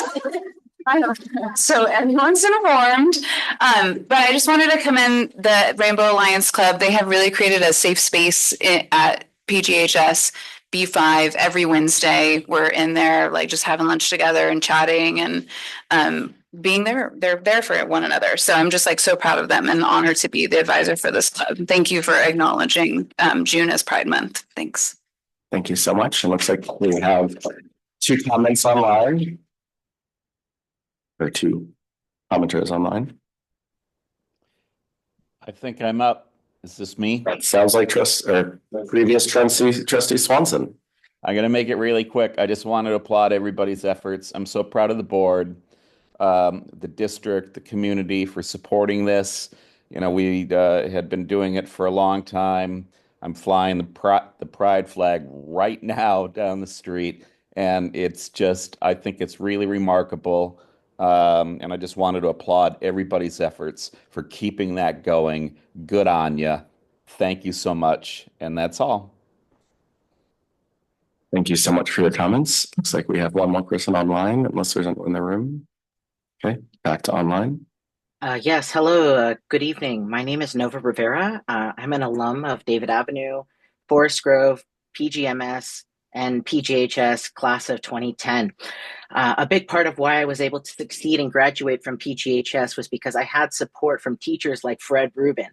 He very kindly agreed to sponsor a little club that I wanted to start back then, and we called it the Gay Straight Alliance for Tolerance. But I got to tell you, I like the name Rainbow Alliance so much better. And I think you all have about 20 more members than we ever did. So thank you so much for continuing and carrying the torch for us. Every week at lunch, I would sit in Mr. Rubin's classroom with my friends, my fellow club members, and of course, Mr. Rubin. It became a space where we could safely be ourselves. We could feel seen and feel accepted. That was our goal, too, to create a safe, welcoming space for all students, regardless of their identity. And this was during the Prop 8 era. If any of you all can remember what that was like, it was not easy. But honestly, I don't envy high school students in the year 2025 because, yes, we've made progress in society, but it can feel even more dangerous now to be LGBTQ plus than ever. The open hostility, the disproportionate violence against trans people of color, denial of human rights like bodily autonomy, and the downright cruel bullying that happens in person and online. Our LGBTQ students are still under attack and they need our support now more than ever. These student groups are more than just clubs. They give students a chance to develop leadership skills, intellectual curiosity, plus critical elements of emotional intelligence like empathy and collective advocacy. Teachers make a difference, schools make a difference, community makes a difference, and I am proof of that. Tonight I started by telling you about my journey through PGUSD, but I'd like to quickly tell you a little bit about what happened after I left PGHS. I earned my AA at MPC, my BA at UC Santa Cruz, and finally both a Master's of Social Work and a Master's of Public Health from the University of Washington. And now I work as a public health social worker at the UW in Seattle, fighting for our LGBTQ community members who have long COVID at the national level. The confidence and curiosity I developed in those classrooms sets the foundation for the work that I do today. I had the opportunity to nurture my love for education, science, research, and psychology because of supportive educators like Mr. Rubin, Mrs. Selfridge, and Dr. Hadquist, who all created learning spaces where I felt respected and encouraged to thrive and I could be myself. To the LGBTQ students at PGUSD, you belong here. I learned that the world is so much bigger than you could have ever imagined when I was a high school student. And whether you stay here or you go somewhere after you graduate, you are valid. I see I'm running out of time, so I'll skip to the end here where I just say, please, to the board, continue to support queer students and their organizations. Support the wonderful mental health professionals, counselors, and social workers who support these students in school through these really hard times, because these services are not only vital for these students, but for the entire community. So proclaiming June 2025 Pride Month is a powerful way to show these students that we have their back, every single student, because they all matter. So thank you so much for the opportunity to speak tonight. Thank you so much for your comments. I really appreciate it. We are now on to the board. I will kind of just look around and could not say anything to top what was just said. Anyone else would like to comment? No, very proud of you forming the club and being your authentic selves, and also props to the district, way back in 2008 or 2010, supporting as much of our youth as possible too. But happy Pride Month, everybody. Next month. Thank you all so much. We'll go on to one more. I'm sorry, Trustee Pelley, would you like to say anything on that? And then we do have a motion to make. I apologize. Okay, so with that, can I get a motion on the adoption of this resolution? Yeah, I'll move on district's recommendation to adopt June 2025 as Pride Month in PGUSD. I will go ahead. Second. Okay, seconded by, motion made by Clerk McNary, seconded by Trustee Otmar. We have to do, I think, a roll call vote with a line member, so. President Hazen. Yes. Clerk McNary. Yes. Trustee Shamas. Yes. Trustee Wax. Yes. Trustee Otmar. Yay, yes. Okay, it passes 5-0. So we have another quick Okay, trustee Powley, student trustee, thank you. Trustee Powley.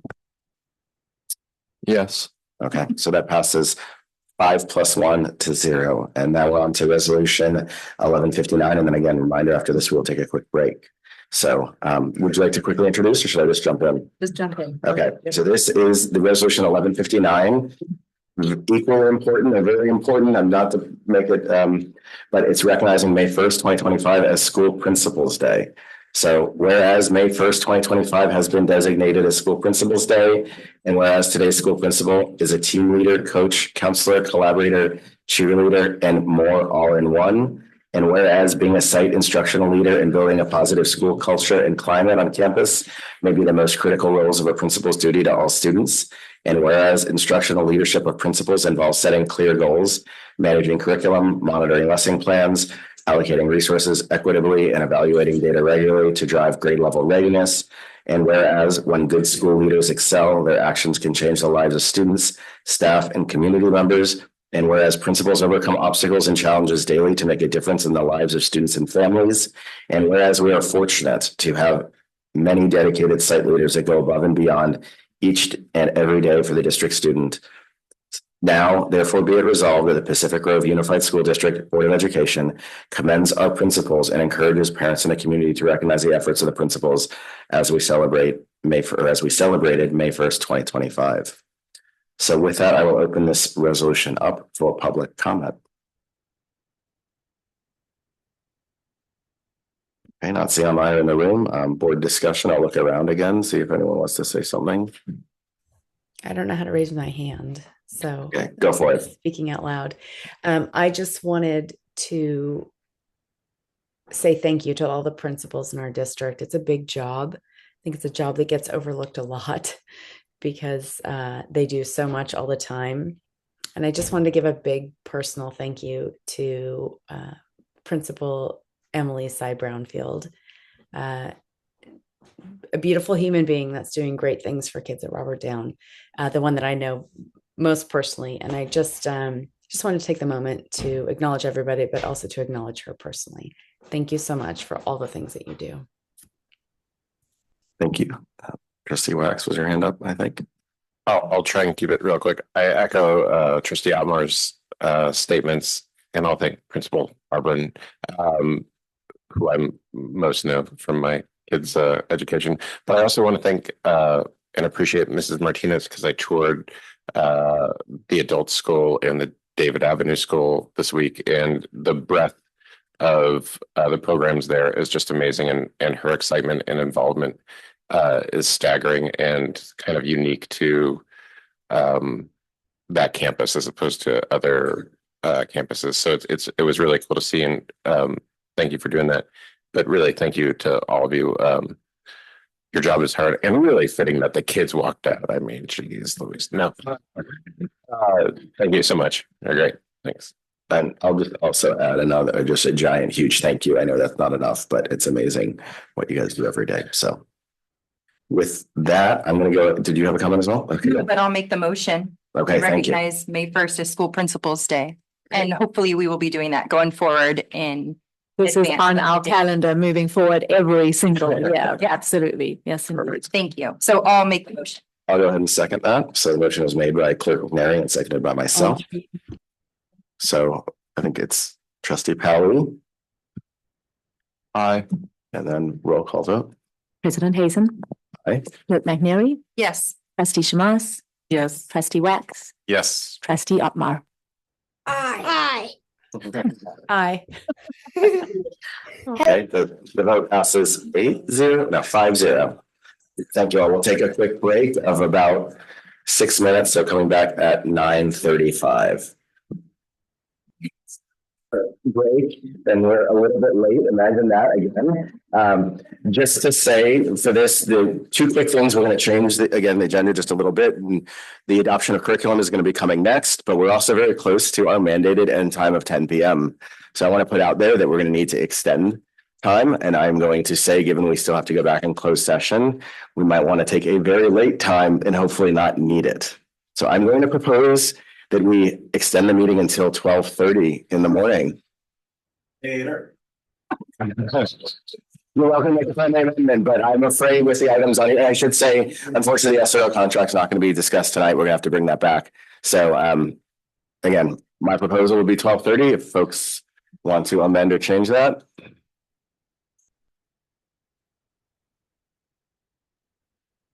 $9:40, yep. Come on, midnight. Okay. And then anything that there's a number of things that we'll have to have a special meeting if we don't get some of the things dealt with tonight. So just want to say, there's a lot on here that we have to address.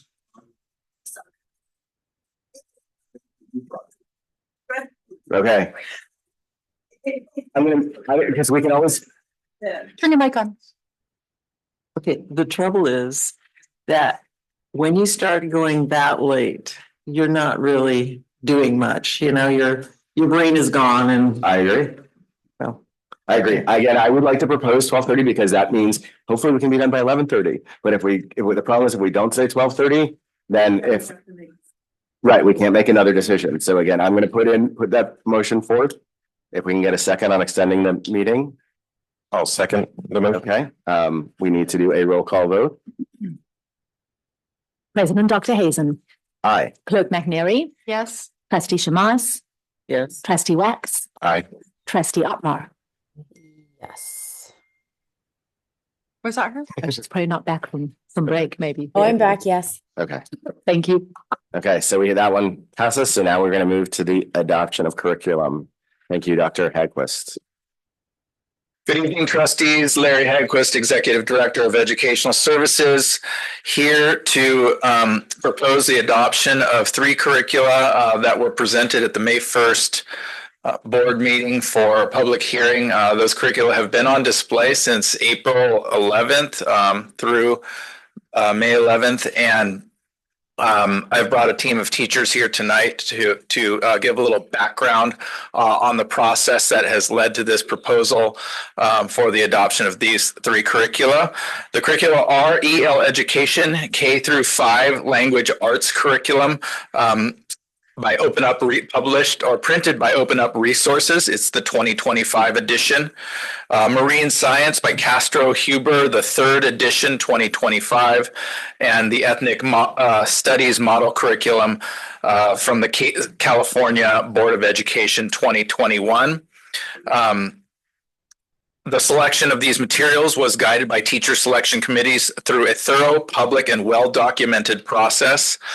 Before I bring the teachers that are here to present tonight up to the mic, I wanted to just give a shout out to the entire adoption team. The EL adoption team, or the adoption team, was comprised of just several teachers from both Forest Grove and Robert Down Elementary, and then all the teachers who've been involved in this process and the ones that are presenting tonight: Brandy Lopez, Anna Darnell, Melissa Anderson, Jennifer Smallwood, who could not be here tonight. She planned on being here tonight, but she's a little bit ill. Maddie Eberly, Amanda Mello, and I think Adrian D'Amico had to leave, but she was also an instrumental part of this process. So we're going to start with the ethnic studies, and Brandy will be presenting the work that we did.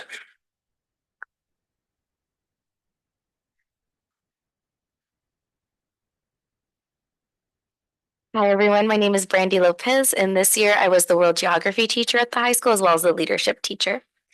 So Larry and I, as well as with a committee, put together this ethnic studies program. I'm going to go over kind of why it's important, and then I'll kind of trick into what we did. So with California's K-12 student population being over 75% students of color as of 2020, ethnic studies ensures that these students see themselves reflected in the curriculum, fostering a sense of belonging and validation. This course aligns with our district core values of belonging, safety, and prosperity by promoting a more inclusive learning environment that prepares students to engage constructively in a diverse society. We will be diving into the beautiful cultures of our peninsula, acknowledging not only the hardships, but the contributions of our underrepresented groups. So Larry and I started meeting with community partners, and these are the dates that are listed. So we started with the department collaboration. We had an MCOE training. We started with a superintendent meeting, and then we started getting into our units. We'll have a Asian American unit, an African American unit, Hispanic and Latinx unit, as well as a Native American unit. So we met with partners in our community that helped us build this curriculum. So we are targeting our community. These are all people that provided us with supplemental readings, videos, and excerpts as well. So what's next is I am extremely excited to teach ethnic studies for the 25-26 school year. We ask that the board adopts this California State Model Curriculum for ethnic studies to use for this exciting new class. Thank you. Thank you so much, Brandy. Just such a pleasure working with Brandy, who was also my student in teacher education program. And it's just amazing to be able to work side by side with her on this. Next up, we have EL education. Melissa and Anna. Hi, everyone. I'm Anna Darnell. I teach second grade at Robert Down. I'm Melissa Anderson. I teach third grade at Forest Grove. And the two of us were on the pilot team that looked at different language arts curriculums for elementary this year. I'm just going to the next one. Did I go the wrong way? Nope. There we are. Okay. Sorry. We use littles. Yes, not great with technology. So a little bit about the background here is that we have had the same language arts curriculum for quite a while, ever since I was hired, which was 9 years ago, and we've had a split adoption. So TK through second has had Super Kids, and 3 through 5th has had Benchmark. So this year we looked at a couple different curriculums to have an adoption that went across the board from TK through 5. And so we began the process of piloting EL education before the school year even began with a training, and we opened up our year teaching EL education. So I wanted to go through a little bit about why this is our preference. So after piloting EL education, one of the aspects of the program that impressed the pilot team the most was the academic rigor. The program is aligned well with the state standards. It sets clear, high expectations. It puts an emphasis on higher level thinking, helping our students to better understand and explain the why in their learning, while embedding scaffolds along the way to make sure that all students are successful. The program teaches standards explicitly and clearly, while also building opportunities to offer remediation and enrichment every day. Another reason why we liked, and I'll speak on behalf of Jennifer Smallwood, who wasn't here, was the EL component and also the student-centered learning. EL, the program, sees multilingualism as an asset, and every lesson has a guide within it for the best tools to assist our EL students. So the student-led learning, that is just a common theme through every lesson. And the class discussions are all designed to include EL strategies. And it also has a separate component and learning guide for the site's EL educator, or our site's EL teacher to use to best assist the multilingual learners. I'm going to speak a little bit about the representation for our students and also our student feedback. So it was important to our pilot team that we chose a curriculum with a strong cultural representation, as we feel this is imperative for creating an inclusive and equitable learning environment that values all of our students. We found that this program truly offered that to our students. This representation helps foster a sense of belonging, promotes academic success, and helps the students to develop a broader understanding of the world and their place in it. In my own experience within my classroom, struggling readers found their voice and their desire to learn and read solely based on being, it makes me emotional, solely based on being able to be seen within the curriculum themselves and within the trade books. One of my students specifically said, if he could learn to read, so could I. And he's now reading. And this was regarding a character within one of the stories that we were reading about. In regards to our student feedback, our students responded really well to the program. They showed great effort and resilience when faced with the challenging material and high academic rigor. The high expectations pushed the students to strive for excellence. My class in particular advocated to return to the EL education program, feeling as though they were not being challenged enough by the other programs that they were exploring. Students demonstrated a strong work ethic and persevered through the challenging assignments as EL education truly promotes student-led learning and higher order thinking skills. So how we arrive at this decision, it's been truly a 2-year pilot process. We had some upper grade teachers pilot EL education before the lower grades did. They also looked at wonders before the younger grades were looped in. And so we began with an EL education pilot training in July before this academic school year began. And so we piloted all the way through until October, where we came back to the district office as a team and we talked about how it went. And then we selected another program to pilot after that, which was CKLA. Yep. And then, thank you. And then after we piloted CKLA, we came back together and we discussed as a team before we selected this as our preference. So in all honesty, I have to let you know that the pilot team was not immediately impressed with EL education. It is hard to implement, and it is a complete shift in pedagogy for most of us teachers, and sometimes change is hard. So after implementation, it became apparent quickly that the higher level of learning that our students were experiencing with EL education was specific to that program, and they were thriving. After the visit to the Rosemary School, which is a full EL school that we were able to go visit as a pilot team, they've been implementing EL education for 7 years. And after witnessing the strong sense of community, the shift in their student buy-in and their motivation, and the incredible academic achievements, also the mindful pedagogy practices as a staff, we were more excited about the program.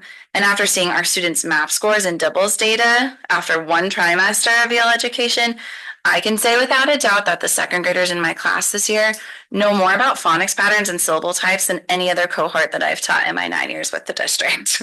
We did our due diligence as a team. We piloted a different program, but ultimately we came to the conclusion that EL education aligns perfectly with our district goals of providing academic rigor, tier 1 and 2 intervention within our classrooms, and differentiation in instruction. So our next steps in the implementation process will be to work with the EL education team to make sure that our staff is trained and well prepared to begin teaching the program come August, if it is adopted. We as a pilot team will be sure to remind our coworkers that this program needs to be rolled out slowly, and it is going to take time to perfect, and we are very aware of that. We'll work together as grade level teams, site teams, as well as elementary teams to ensure that we all have the support that we need. We're excited to see the culture shift that EL education will bring to our sites, and we look forward to the board, the district, and our community witnessing the academic as well as social emotional growth that will no doubt be apparent in our student body in the months to come. Thank you. Thank you.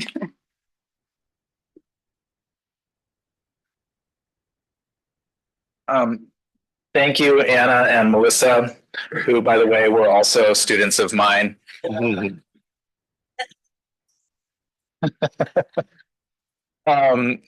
Truly, EL education embodies everything that we stand for as a district, and it became clear as we moved through that process. Next up, we have the marine science team. They were not students of mine, but they are colleagues of mine. Hello, good evening. I'm Amanda Mello. I'm a science teacher at PG High.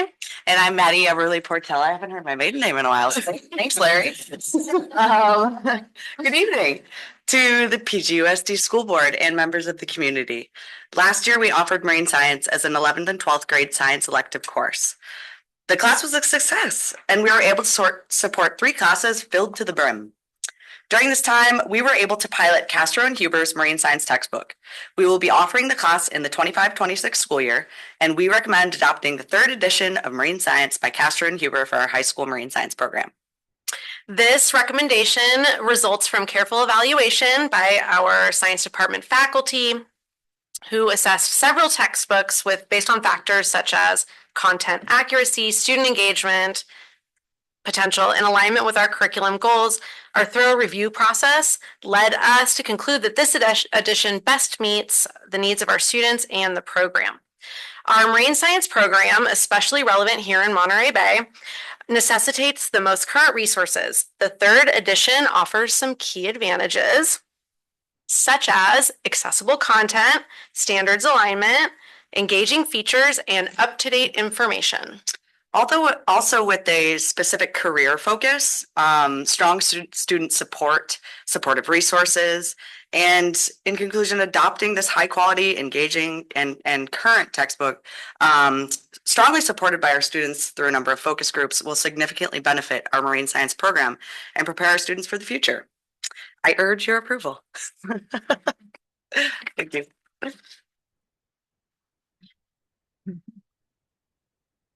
And so with that, we are seeking board approval for these 3 curricula. Thank you so much for all of the presentations. Public comment now as normal. Anyone in the room or online? Got one person online, it looks like. Go ahead, Jessica.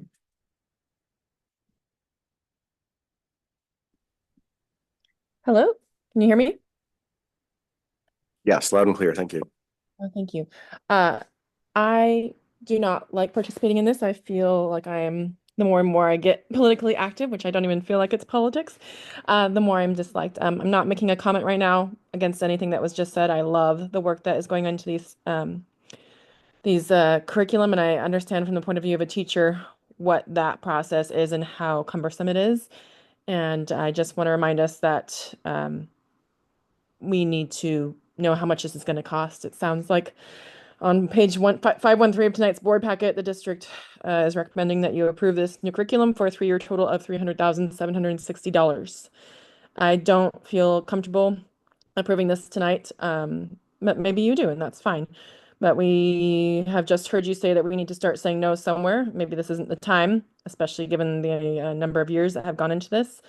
But we do have 2 years left on our current curriculum. I'm not certain about which one of those 3 that's referring to, but if we have time left on our curriculum and we're choosing between our combo classes or not funding the last rollout for the final summer TK children, I just feel like new books are a hard no for me still. Thank you for all the work that you're all doing, and thank you to those teachers for being there. And I see you guys every day. I appreciate your work, and it's really hard for me to say this at this moment.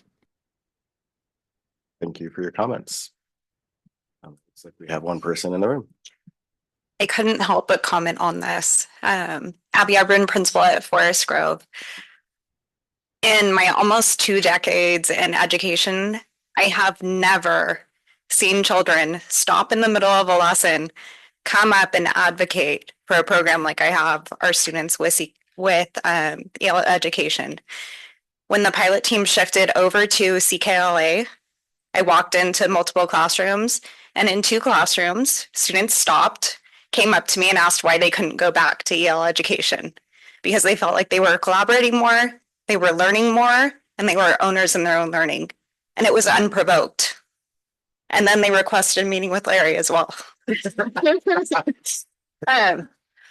I think that that's all that we want, is to make sure that our kids are excited about learning, and they certainly are with EL education. Thanks. Thank you so much for your comments. Anyone else online or in the room? If not, we will move on to board comments, and I want to do a look around again. Trustee Wax, yep, go right ahead. Sorry. For the EL education curriculum, does it involve? I Googled real quick. It's science of reading based, but does it involve other subjects besides reading, or does it incorporate like science, math, that sort of thing too? Yeah, the 2025 edition incorporates social science and science. There's 2 separate modules that we can choose from. Okay. And then for the marine science, what is the smart book adapter thingy technical term? I don't know if I have the answer. Okay, it's really interesting because we were able to pilot this program. We were able to see students using it. So when you're, in a specific content lesson, you can assign students to read a section of the book, and it comes with questions. And based on how they answer, it changes what questions and how many questions they're being asked. Okay, great. And then I think this was maybe said in the presentation about EL, but what was the difference in Dibble scores? Or did you say the difference in Dibble scores between the pilot program and the Would you like to speak to that? So the difference in double scores was significant. I can just say with one student in my class, for example, I teach second grade. So our beginning of the year benchmark is 49 words correct per minute in doubles, and end of the year is 112. So I had a student who was at 54 words correct per minute, and typical growth would be something up to around 70. And after one trimester with EL education, he was already past the 112 end of year benchmark. So I made a spreadsheet that I'd be happy to share with you guys. I shared with Larry just to show, and it's color coded. Dibbles is color coded in terms of like red, a student who needs significant intervention, then it's yellow, and then it's green or blue. And I color coded it just to show the difference of where they started and where they were. And the change in color is just very significant, very high growth in terms of reading fluency. Great, thank you. And thanks to all the teachers and Larry or Dr. Hagquist for doing all this. Awesome. I was going to ask one very specific question, then a quick comment. But I guess this is more for Assistant Superintendent Jorn. I'm 90, maybe 98% sure I know the answer for this, but if we say no to this curriculum, can we use that to pay salary of teachers? No, we purchase curriculum, specifically this curriculum with lottery funds, which is a restricted fund specifically used for curricular and book purchases for the district. So it would not help the unrestricted general fund in any way. Thank you for that clarification again. The other point I just wanted to mention is with the marine science program, maybe some people in the community that are marine science experts, if you guys need someone to guest lecture, just say, I don't know any of them, but just in case. I maybe before once. Okay. Anyone else? Yes, please, Trustee Schmaltz. Just want to thank the teachers for taking that kind of time to, and I can see that it just energizes you. And that's what it's all about. Because it's hard, you know, if you get stale in the classroom and to get excited and to get your colleagues excited and to feel like you're really making that difference. That's what it's all about. Thank you so much. Agreed. Okay. With that, I think we'll go ahead and make a motion. Anyone want to do that online or in the room? Can I make a comment before we? Oh, yes, please. I just wanted to give a big thank you to Larry and to both you guys who have dedicated time to this. 2 years is a long time, and of trial and error, and this is what it's all about. This is truly what we're here for. And I guess that's that. Like, thank you very much.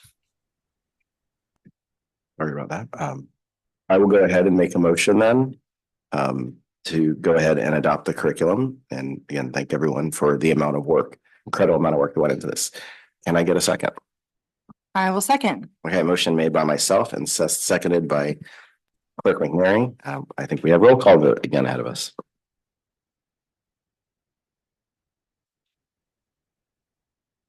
President Dr. Hazen. Yes. Clerk McNary. Yes. Trustee Shamas. Yes. Trustee Wax. Yes. And Trustee Otmar. Yes. Okay, that motion passes 5-0. So we're now going back to another public hearing on the LCAP. So this is item 2 under 7. Thank you so much. I will go ahead and gavel us in at 10:04 p.m. and we can start our public hearing on the LCAP. So Dr. Hagquist, I think you're up again. Don't go too far.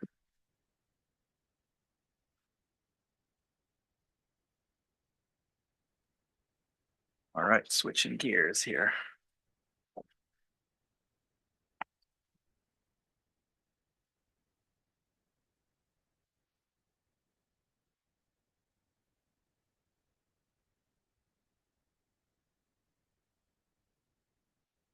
Good evening, trustees. Larry Hagquist, Executive Director of Educational Services, here to present public hearing for the Local Control Accountability Plan, the LCAP, for the 2025-2026 school year in Pacific Grove.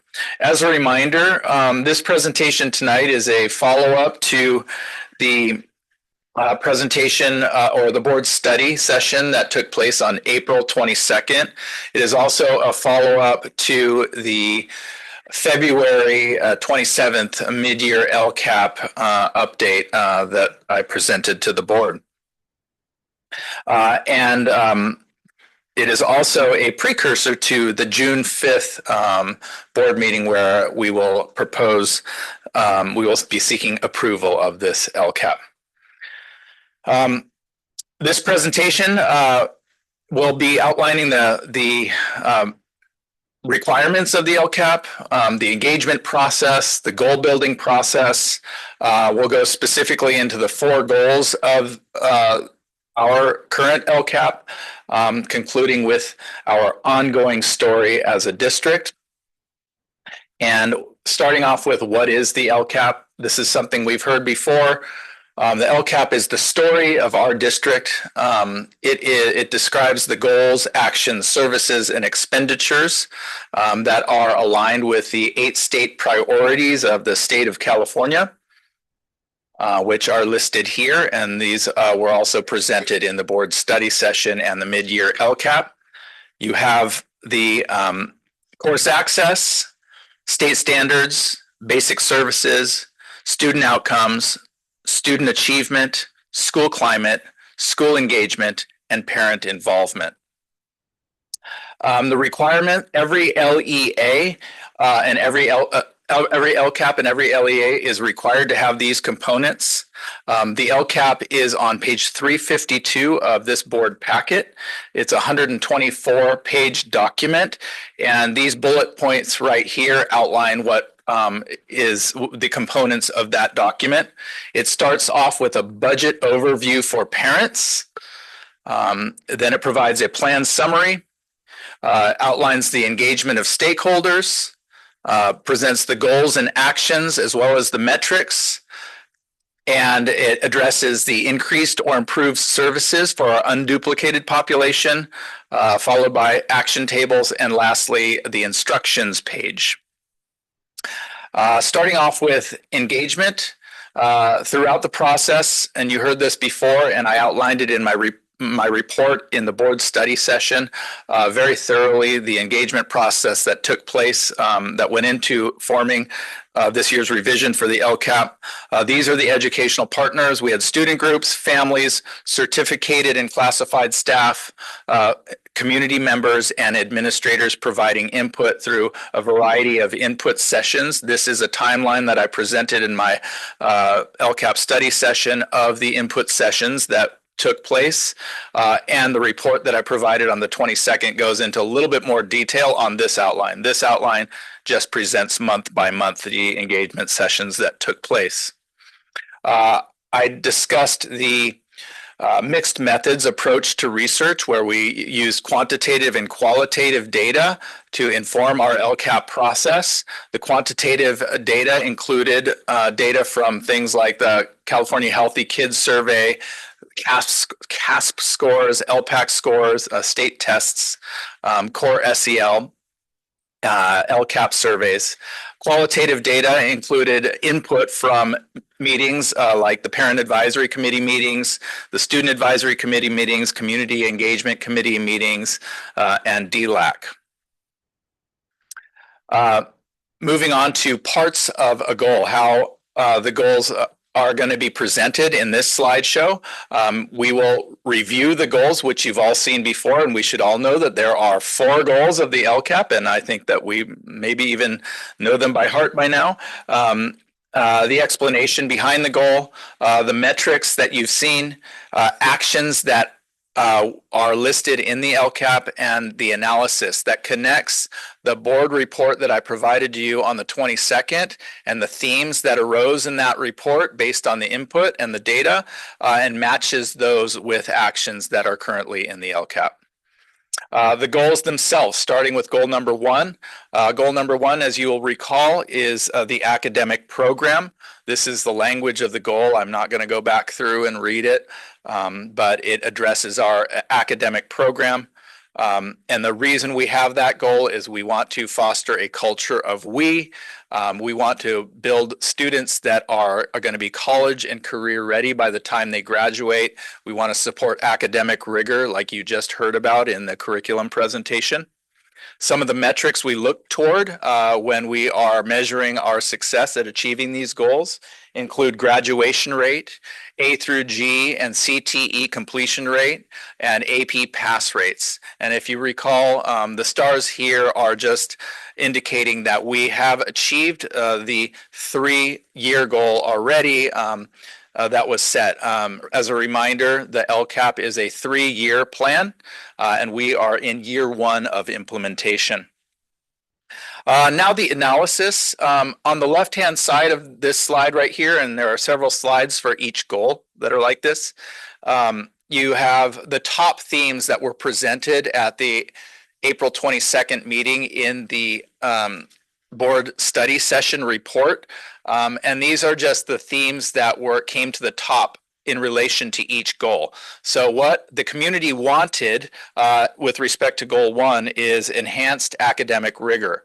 And I've listed things that we have done or things that are in the LCAP that are related. For example, action 1.2, instructional materials support, that is directly related to the presentation you just heard and the adoption that we just approved.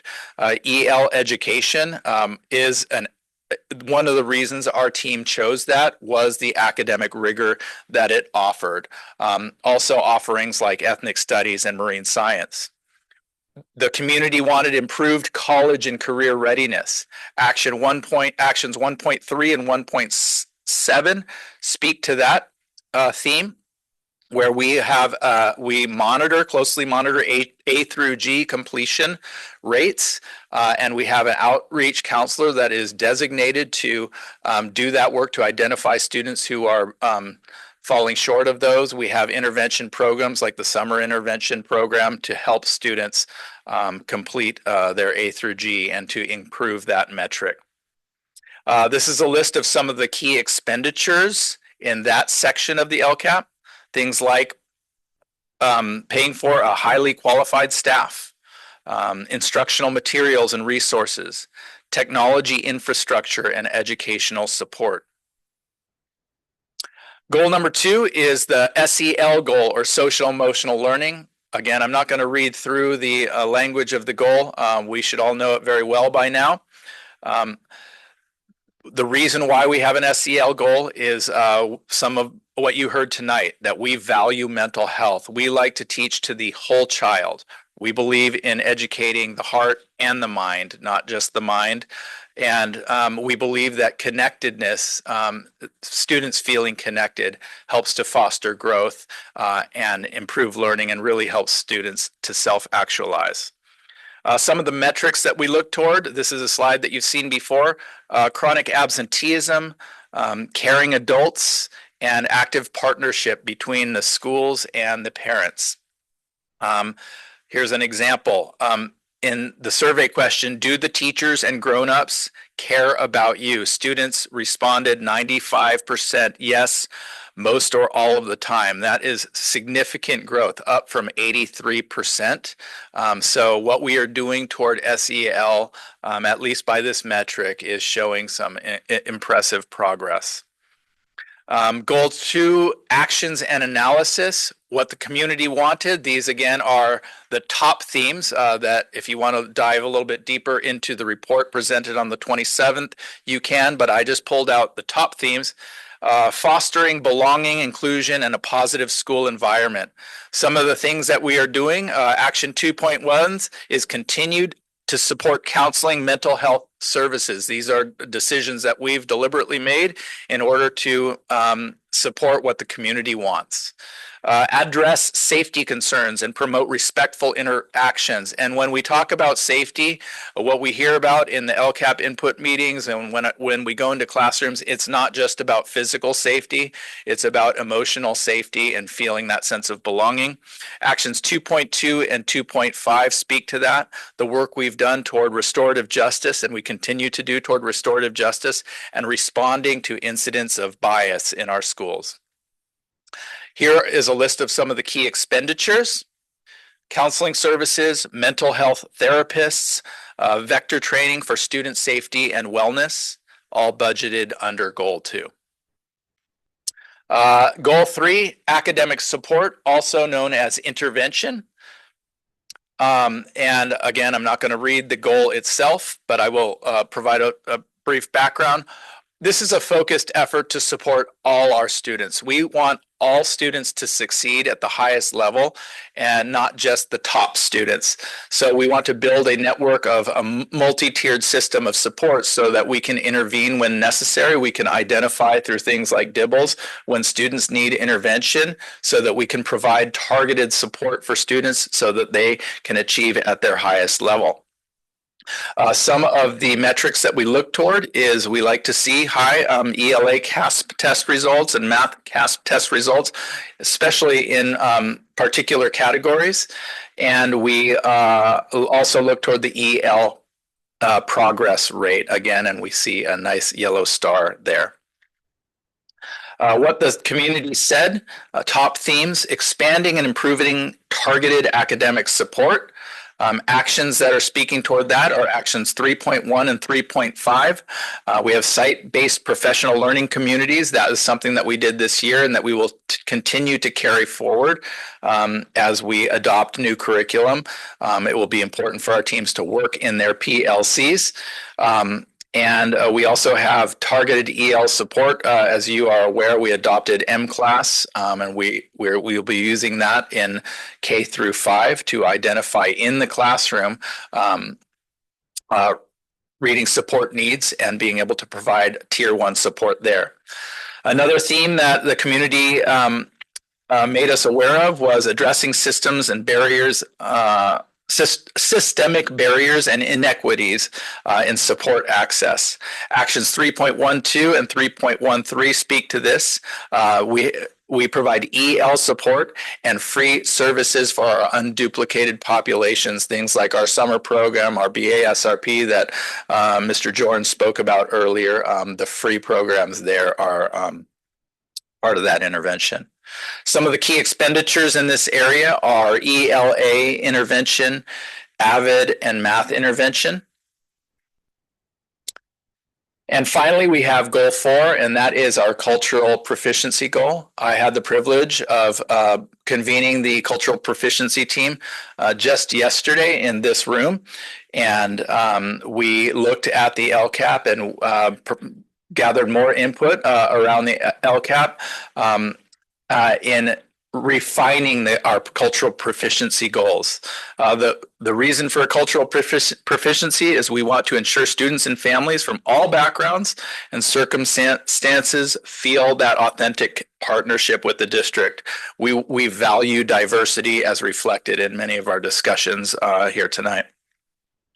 Some of the key metrics that help us see whether we're doing a good job with respect to goal 4 are questions around bullying, questions around diverse curriculum in the classroom, and questions around belonging.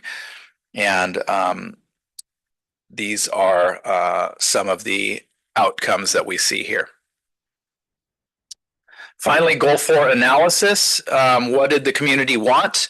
They want to see an enhanced curriculum and instruction for cultural understanding. The picture on this slide is taken from a classroom in our district where a teacher did a Books as Windows project. And it's just an example of how the goals we set direction and they get carried out in the classrooms. So we have teachers that are seeing the need to diversify the curriculum, to carry forward that mission of making books, turning books into mirrors of culture and learning about the self. Action 4.2 speaks to that, continuing to support curricular shifts. Also, another theme that arose in the analysis was promoting equity and addressing disparities in resources and opportunities. Actions 4.3 and 4.4 speak to that. The cultural proficiency team, community outreach, just gathering the team together and having that team help guide our work in collaboration with partners like NCBI is connected with that goal. and CBI is a National Coalition Building Institute. This is a list of some key expenditures under Goal 4, professional development, community partner contracts, and community outreach. Finally, this is a recap of the overall budget that Assistant Superintendent Jorn presented earlier tonight. You'll see the total LCFF funds that was presented earlier tonight. And the amount contained in the LCAP budget is $36,289,303, which is 76% of the LCFF budget. And that is at the very beginning of the LCAP document that outlines the budget. And that is LCAP right there. Thank you so much. I will go ahead and close this public hearing at 10:21 and then open this up for public comment if there's anyone in the room that would like to speak on the LCAP. And thanks again for such a great presentation. Seeing none in person, none on the line, none online, I'll go to the board again. Oh, one online, sorry. Yes, Jessica. Thanks.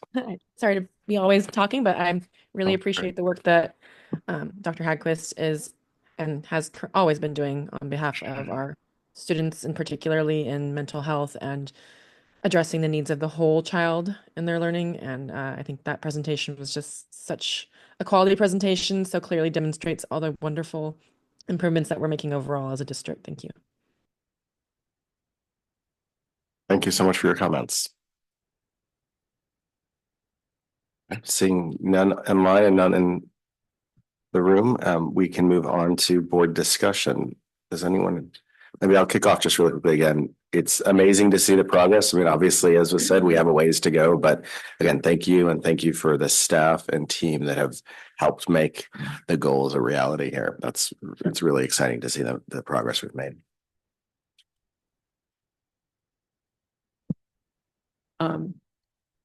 Larry, thank you. It's a huge job.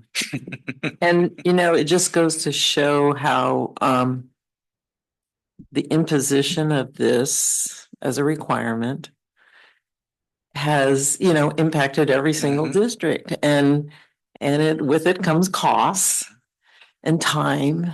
And it's things like this that people don't always understand about the total budget of a district. So it's, you know, it's always evolving, and the state always thinks this is something new for us to do. So, but this is a good thing because it does make everything accountable. And that was the idea, you know, put specific plans in place, tie the action to it and the outcome. And so it does make sense, but it is a lot of work. Thank you. Thank you so much. Clerk McNary. Yeah, I would echo Trustee Schmoss's comments about the size of the job you're doing. And also, this is really exciting. I'm getting excited about the LCAP, like who, okay. Anyways, it's clear and specific and detailed and concrete. And I think it gives us the roadmap, and it also holds us accountable for what we say we're going to do. And at the same time, your presentation was super succinct and digestible. So thank you for all of it as a board member and as a member of the public. The way this was presented was really clear. So thank you. I think it provides a context when we're making difficult decisions like adopting curriculum. It's something that our team went to. It's like, this is what we stand for. These are our goals. This is the direction that we're headed. So it helps to guide some of those decisions. Awesome. Trustee Otmar online.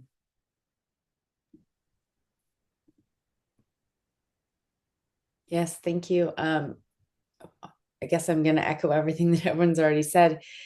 Dr. Hagquist, if it's not inappropriate to profess my love to you right now, this is amazing.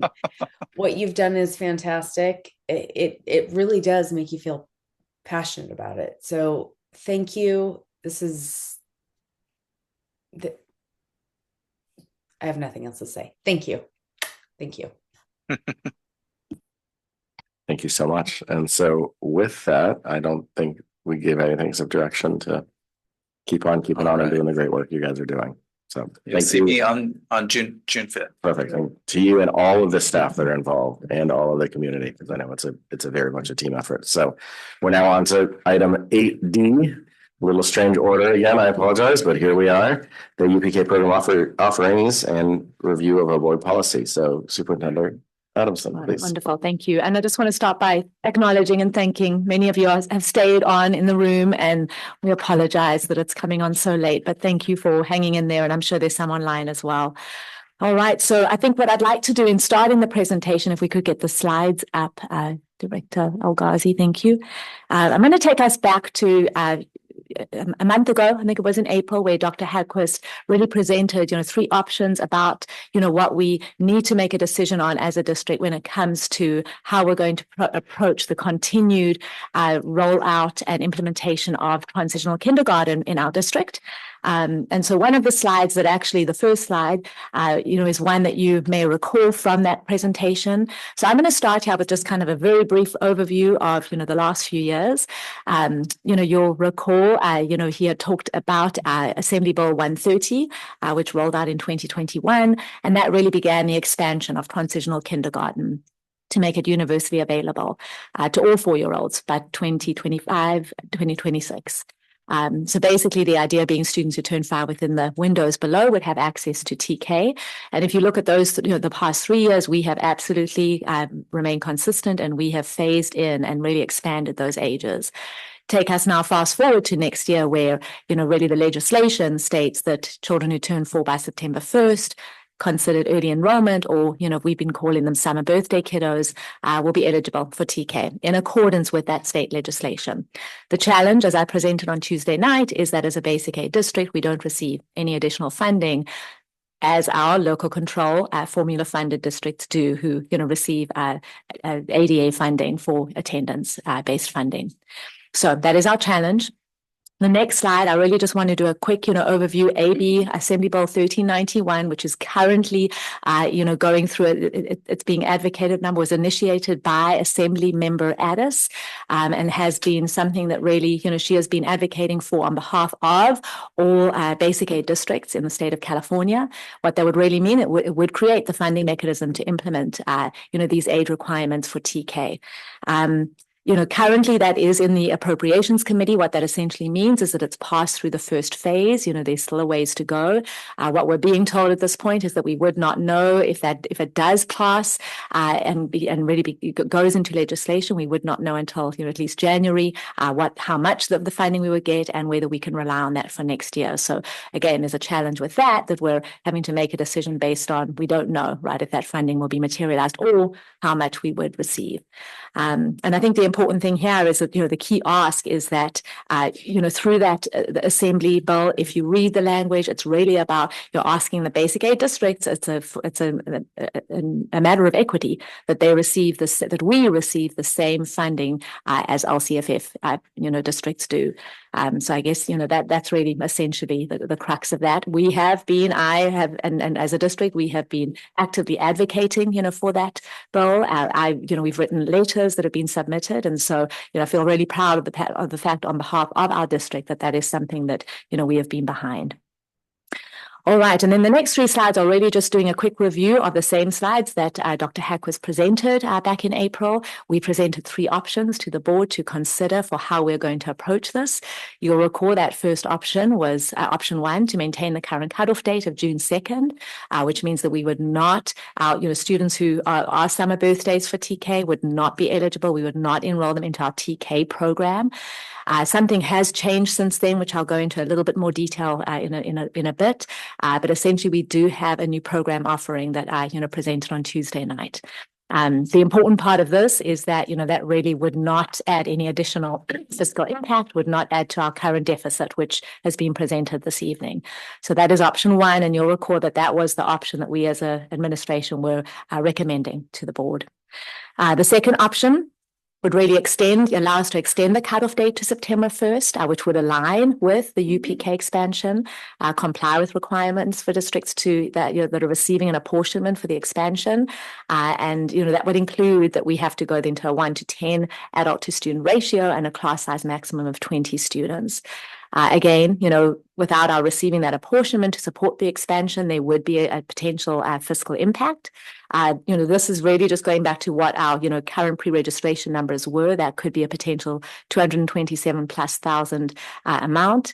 And if we were to exceed 60 students, that would then require the addition of an additional teacher, which would, make that amount, a little over 450,000. So that is option 2. And then option 3 would really, again, considering we're not receiving that apportionment, one other option is that we could extend the cutoff date to September 1st, but, really maintain our current 24 class size and add an additional support staff member to reach a 1-to-10 adult to student ratio. What this would do is add a non-teaching staff member to lower the adult to student ratio. It would increase costs, but not as much as option 2. The fiscal impact would be a little over 150,000. But again, both option 2 and 3 are looking at, the need for us to add an additional cost, and that is going to add to our deficit. This is really something that I presented on Tuesday night, so I'll just go over the next 2 slides briefly. Really what we have, 2 weeks ago, Dr. Hagquist and I had the opportunity to meet with Monterey County Office of Education, their UPK team, who have been working with districts across the state in helping them really look at creative solutions and implement implement programs that really would allow them to offer, UPK mixed delivery programs and systems, to their students. And so really, what that reminded, me of is, what the true intent and purpose of the UPK rollout was. And essentially, when you look at that umbrella, it really is about, expanding early learning access through a combination of mixed delivery systems, which includes TK, pre-K, CSSP, which is the California State preschool program, other preschool partnerships, all with the intent of, offering flexible early learning pathways. The intent is to increase access and choice while maintaining quality, supports flexible pathways, staffing flexibility, local partnerships, and efficient use of facilities. And I think, that last bullet, really in partnership with MCOE and through hearing about some of the creative programs that they, have been able to see and help implement in other districts. And as they were hearing more about what our offerings are, we've really been able to look at, what I'm referring to as a fiscally responsible model that would allow us to offer a program to our summer birthdays for, starting for the next school year. So the next slide goes into a little bit more detail on, what this is. I think number one, keeping in mind, the needs of our families. And we've really heard from so many, of our families, over the last few weeks of, a couple of things that sort of stood out, right? I think the first one being that, when we presented these 3 options back in April, we did not have that program offering. So really, essentially, there wasn't, a program to enroll, an equivalent program to enroll our summer birthdays. So many, indicated the fact that they were enrolled in a private preschool, and those, preschools have now filled up. So there aren't remaining spots if they had been relying, on our program offering. The cost was an issue. And then obviously just having something that was comparable to ensure that students were being, prepared for kindergarten, right? Kindergarten readiness is a huge factor. In partnership with MCOE, as I've shared already, and number 3, in alignment with the rollout of UPK, and really going back to what the true intent is.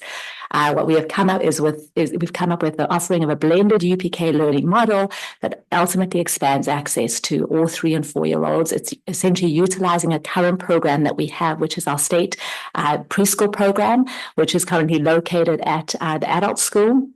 And really the idea would be to expand that program and really add to that more of a pre-kindergarten, curriculum and program that we would be able to ensure meets the needs of our older students who would be ready for kindergarten in the 26-27 year. So the next slide just goes into a little bit more of the details. I think the first one, who is eligible, number one, the important part of this would be a no-cost program because we are utilizing a current program that exists with incredible teachers and instructional aides who would ultimately teach that program. And so, they would, all of our summer birthdays would be eligible to, if they turn 4 between June 3rd and September 1st, would be eligible for the program. And the next 2 slides just really talk a little bit about what they would be. So I think, number one, adapting our, California State preschool program.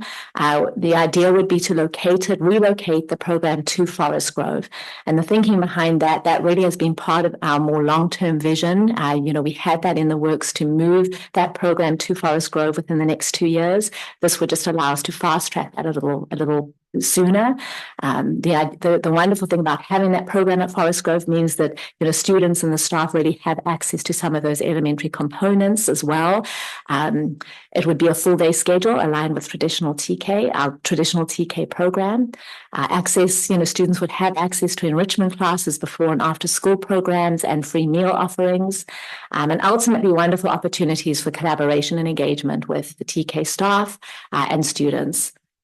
The second slide goes into just a couple more, pieces. When we did the adoption, as you've heard earlier tonight, for English language arts, our TK, teachers were not a part of that because there wasn't a TK, offering as part of that adoption. And so we have heard from our TK teachers that there is definitely an interest in adopting a program. So this really would give us the opportunity to include our UPK teachers and that program to adopt a similar program and pilots, different options for next year. So again, we would have that, more of that alignment with the curriculum, focusing on, what's very developmentally appropriate for students at that age. The key piece here, no additional cost, right? We have 2 excellent teachers who were present on Tuesday night. I would love to be able to introduce them at some point in the next few weeks, but it's Miss Kine Samuels and Erin Hamadi, and they are currently teaching our, state preschool program. And again, we are not to capacity. We have plenty of space, in that program, and that, really would allow for us to, welcome and add our additional summer birthdays for next year and add that, pre-kindergarten component. And really small adult to student ratios because, we have additional instructional aides in the class. So really being able to meet the developmental needs, of all students in that class. Should we reach capacity, there is the option of a second offering, and that would be something through our UPK. We would look at an additional UPK program through our adult school parent education program if we needed, and if that class were to fill up at Forest Grove. So again, I won't go into too much detail with that. That is something that is offered at the adult school and overseen by Principal Barbara Martinez. But the wonderful thing about that, it gives us an additional offering that would not be an additional cost because it is funded through the adult school, funding program. All right. So I think really at this point, what we are recommending is, looking at option 1. What this does, once again, it maintains the current cutoff date of June 2nd for TK for the 25-26 school year. And I really want to emphasize that this is something we're making a decision on for next year. As we plan for the following year after that, we'll have a better idea on whether the funding has come through from AB 1391. We'll have a better idea of how many of our families have been interested in this new UPK program. There is a chance that we may have many of our current students and families who are eligible for TK for next year with our June 2nd cutoff date and may want their students enrolled in this program, given it is it may they may see it as more developmentally appropriate for their individual student. It's about offering choices and options for our families. And so again, we're going to know better of how many of our families are interested in that and what the space and availability is. And that'll give us, more information to make some decisions about the year after that. And again, the rationale, right, just fiscally responsible. This is not adding an additional cost. I do want to be very clear. We're not saying that this is a TK program. TK classes are taught by certificated teachers with a multi-subject credential. Our teachers in the state preschool program have their early childhood education units, and Kine, I believe it is, has her site supervisor permit to license to oversee that facility. She in fact also is almost finished with her teaching credential, which is a P3 credential, which qualifies her to teach preschool through 3rd grade. And Erin Hamadi is in the process of looking at even and enrolling in the P3 credential as well. So again, I mean, we have got incredibly experienced and qualified, teachers who will be taking on and leading that program. But it is different, to the TK program itself. There will be alignment and similarities, but it's going to offer different choices and options for all of our families. So that really is, again, what that recommendation is. I think what I would do with our next step is really for, as a board, we've brought forward the board policy language 6170.1, which really speaks to, our process and approach to how we are going to be moving forward, for the next school year. And so really this would be an opportunity, for you as a board to look at that language to determine, number one, making a decision on, how we're going to proceed. And then from there, it would be making a few revisions, to that language. If you look at the board policy itself, it's very clearly, it still states 24-25. So regardless, we were going to have to bring this and update the language. I did notice that the language currently states for the 24-25 school year, children whose 5th birthday is between September 2nd and June 2nd, right? Talking about the TCO. So that was a mistake. Clearly that, the error has been, that language has been there. We have to change that to whose 4th birthday. We're talking about TK. So immediately that would be, one change we'd want to make. And then again, depending on, the way that the board, wants to move. But once again, our recommendation at this time, because we now have this additional offering, is that we maintain that June 2nd cutoff date. Thank you very much for the presentation. I'm going to now, again, as we have been doing all night, open this up for public comment. I will just make a comment. If you have something new to add, please come up and tell us. We want to hear from the public on this, but if you're going to be restating comment that was made earlier, just in the interest of time and openness, it would be appreciated to hold that. So thank you very much again. We have public comment, please. Again, I'm Vanessa Anaya. I'm a parent of an incoming kindergartner, but she's also a summer birthday kid. And I want to reiterate that that is a kid who will always be one of the youngest in her class every year. So I think it's kind of a euphemism to say like summer birthday kid. Like we think about, ooh, summer birthday, fun. Always the youngest. So I just really want to make sure that everybody keeps that in mind while we're talking about this. I want to really think about the big picture. So I really appreciate that we started to get to see some budgetary facts today, but the big picture is that we are basic aid because we are lucky enough to receive as much revenue as we do. We have double the per student funding, or ADA, as Monterey, and one of the highest in the county. But tonight it appears that only one person really knows the budget intimately. And now that we have plans to deep dive, but with that being said, because we haven't had a deep dive, I feel like we really should not be talking about firing teachers, larger class sizes, or combo grade level classes.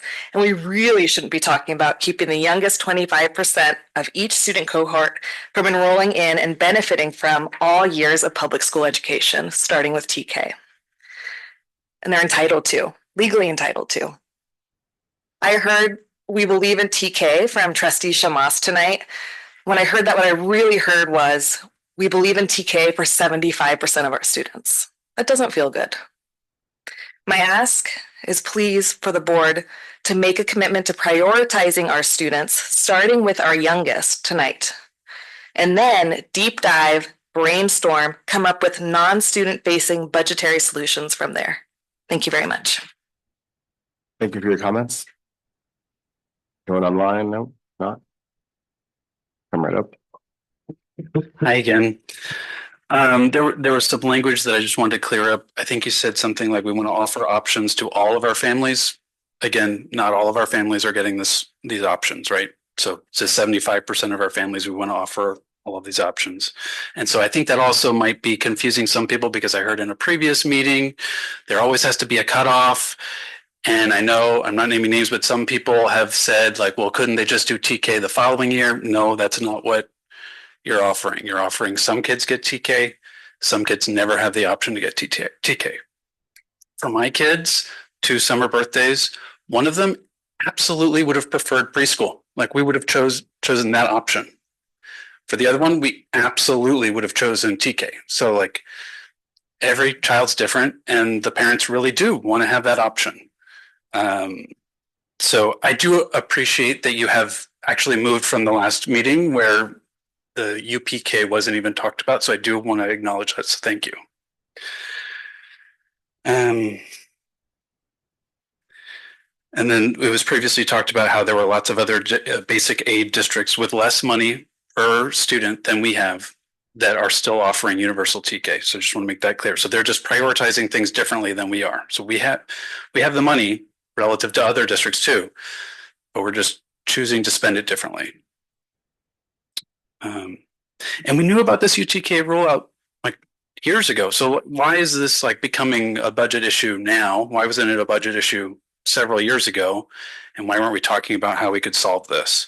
Like the BASRP, that's like a teacher's out. That was like 150K. So like we could have been solving this a while ago. So we really should be kind of trying to course correct on that.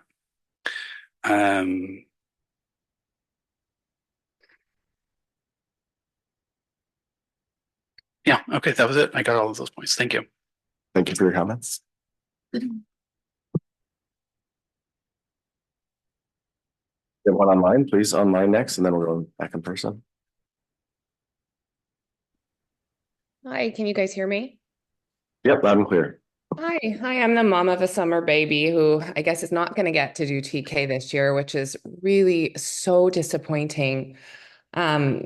We have all acknowledged that preschool and TK are not equivalent for a variety of reasons you guys have already heard about. So my request, since I feel like the decision's been made already, that at the very least, please give a strong consideration that the summer babies who are denied TK this year are given the option to do it next year. I think denying them that opportunity is a real detriment, and maybe that helps some of it. Thanks. Thank you so much for your comments. Next in person. Good evening. I would just like to elaborate on some of my previous comments, which emphasize the risk that the Pacific Grove Unified School District is taking on by excluding summer birthdays from the TK per the legislation in California. Something that hasn't been discussed is within the culture of we, which emphasizes equitable solutions for all students. One point that has not been brought up is when you have a TK student who may be a summer birthday who needs additional support, it really opens the risk for potential equity issues, equal opportunity issues that would open scrutiny from the state of California and provide opportunities for community advocates to really open the risk and aperture of the district selectively choosing which legislature to follow and which legislature to say that we are a basic aid district, therefore we do not have to follow the law. Please, I would urge all of you to consider the ramifications and the legal ramifications specifically that may force your hand to make tough decisions down the road in a fiscally constrained environment. To defer a decision this evening, gather some more information instead of comparing falsely equivocal options, such as the mental health professional option, vice opening opportunities for summer TKs. That doesn't seem to be a solvable solution this evening. So I strongly recommend you to delay a decision until some more budgetary options are examined, perhaps prior to that June decision timeline. Thank you. Thank you. One more person in the room. Go ahead.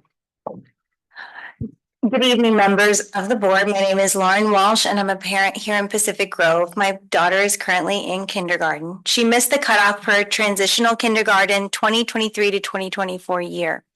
Her birthday is April 22nd, and she back then the deadline was April 1st. So she didn't go to TK, and everyone said, no big deal. It's just kindergarten. You're just going to kindergarten. You don't need to know anything to go to kindergarten. We know that that's not true, right? So unfortunately, that wasn't the case. And from the very first day, it was clear that she was behind. By the end of the first trimester, it was painfully obvious that she was too behind to catch up. She wasn't able to go back to TK. You can't change, the grade that your child is in. So she spent the entire year behind. And actually her class had TK. She's one of 3 that didn't have TK. And every single person knew what was going on. That's how these summer babies are going to feel if they are moved into kinder, but they didn't have the same prep that the other kids had. If they're in this small minority, the teacher can't teach to just 3 kids. I mean, they definitely supported her. We had an amazing kindergarten teacher and tons of parent support in the classroom as well to try to help her. But really, a play-based curriculum is not enough. I have to say she has experienced. This really hurts her self-esteem. She doesn't want to go to school. I strongly urge you to ensure or find a way for as many children get the support that they need with transitional kindergarten, whatever the budgetary, things look like with that. I think having more interns would be helpful. Perhaps some mental health interns could replace positions. We could actually have multiple mental health interns. We could have multiple teaching interns for master's programs to come help support. I also have to say that I strongly urge you to ensure that kindergarten this year is not overfull, that we're not combining classrooms. And again, at the detriment to these children, they're not going to get proper attention. Their scores suffer. The teacher can only, they can only do so much. So don't stretch these youngest students' classrooms. Thank you. Thank you very much for your comments, online or in the room. Okay, if not, I'm going to go to board comments, and I will start with Trustee Otmar online and then just go down this way from ending with Trustee Walks. So Trustee Otmar, you're up. Okay, thank you. Am I on? We got you loud and clear. Can you hear me? Okay, perfect. So I'll start with saying that I do appreciate the options that are presented. One of the questions I have is that, so May 5th was the beginning of registration. Do we have a better idea of what registration looks like now for numbers?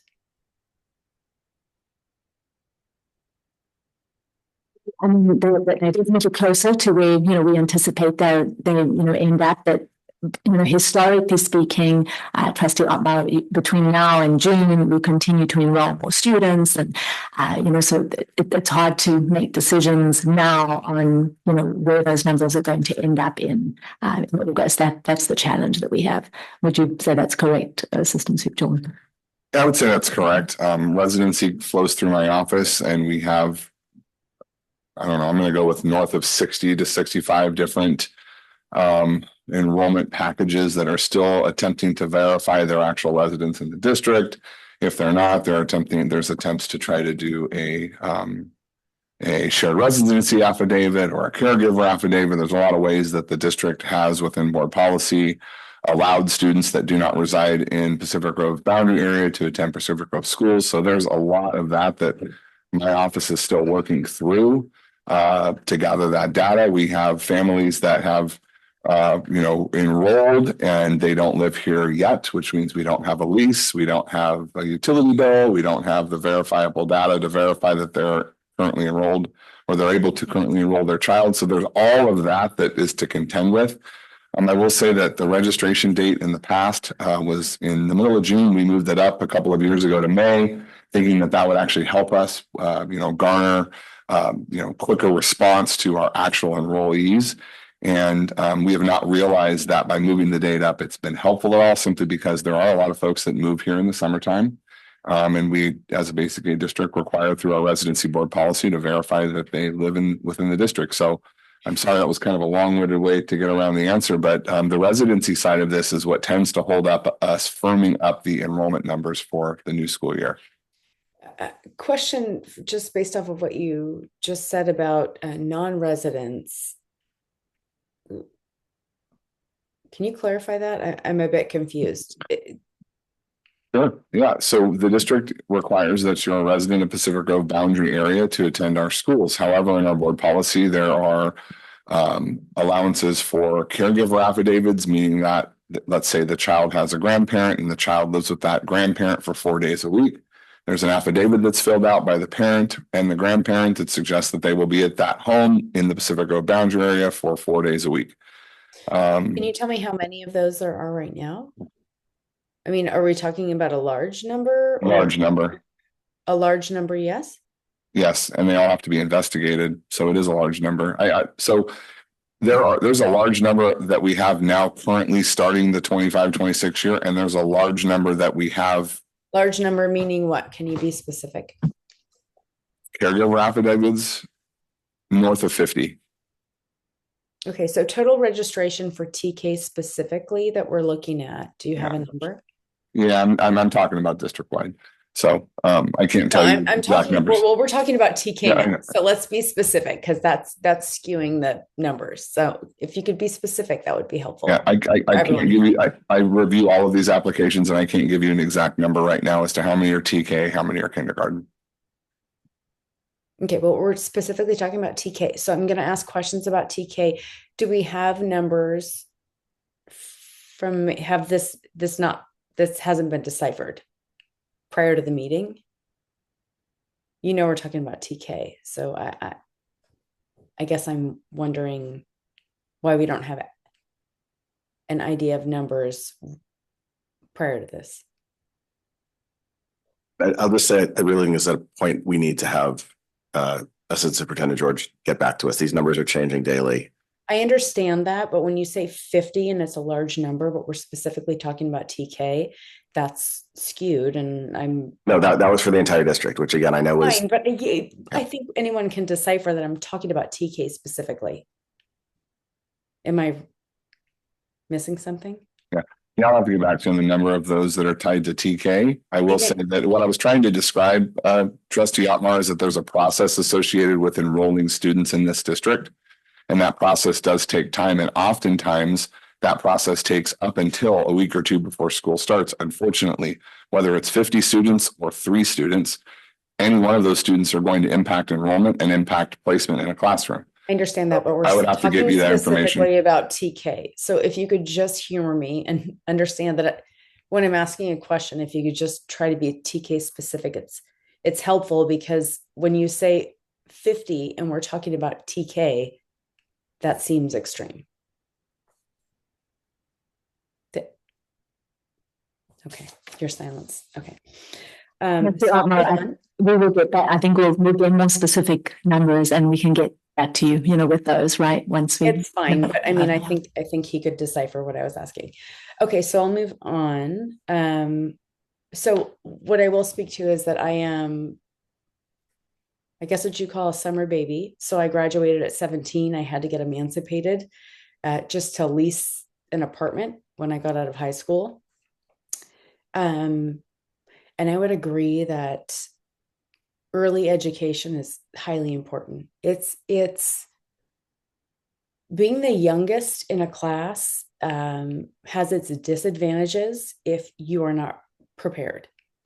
If you are prepared, it's one of the best things that you can possibly have happen to you educationally. So I am absolutely an advocate for summer babies getting into TK. I appreciate that there's options and I appreciate UPK, but I don't think that there is a replacement for TK for these. We keep saying summer babies and it sounds too cute. And I get that, but it's important. And I can't get behind not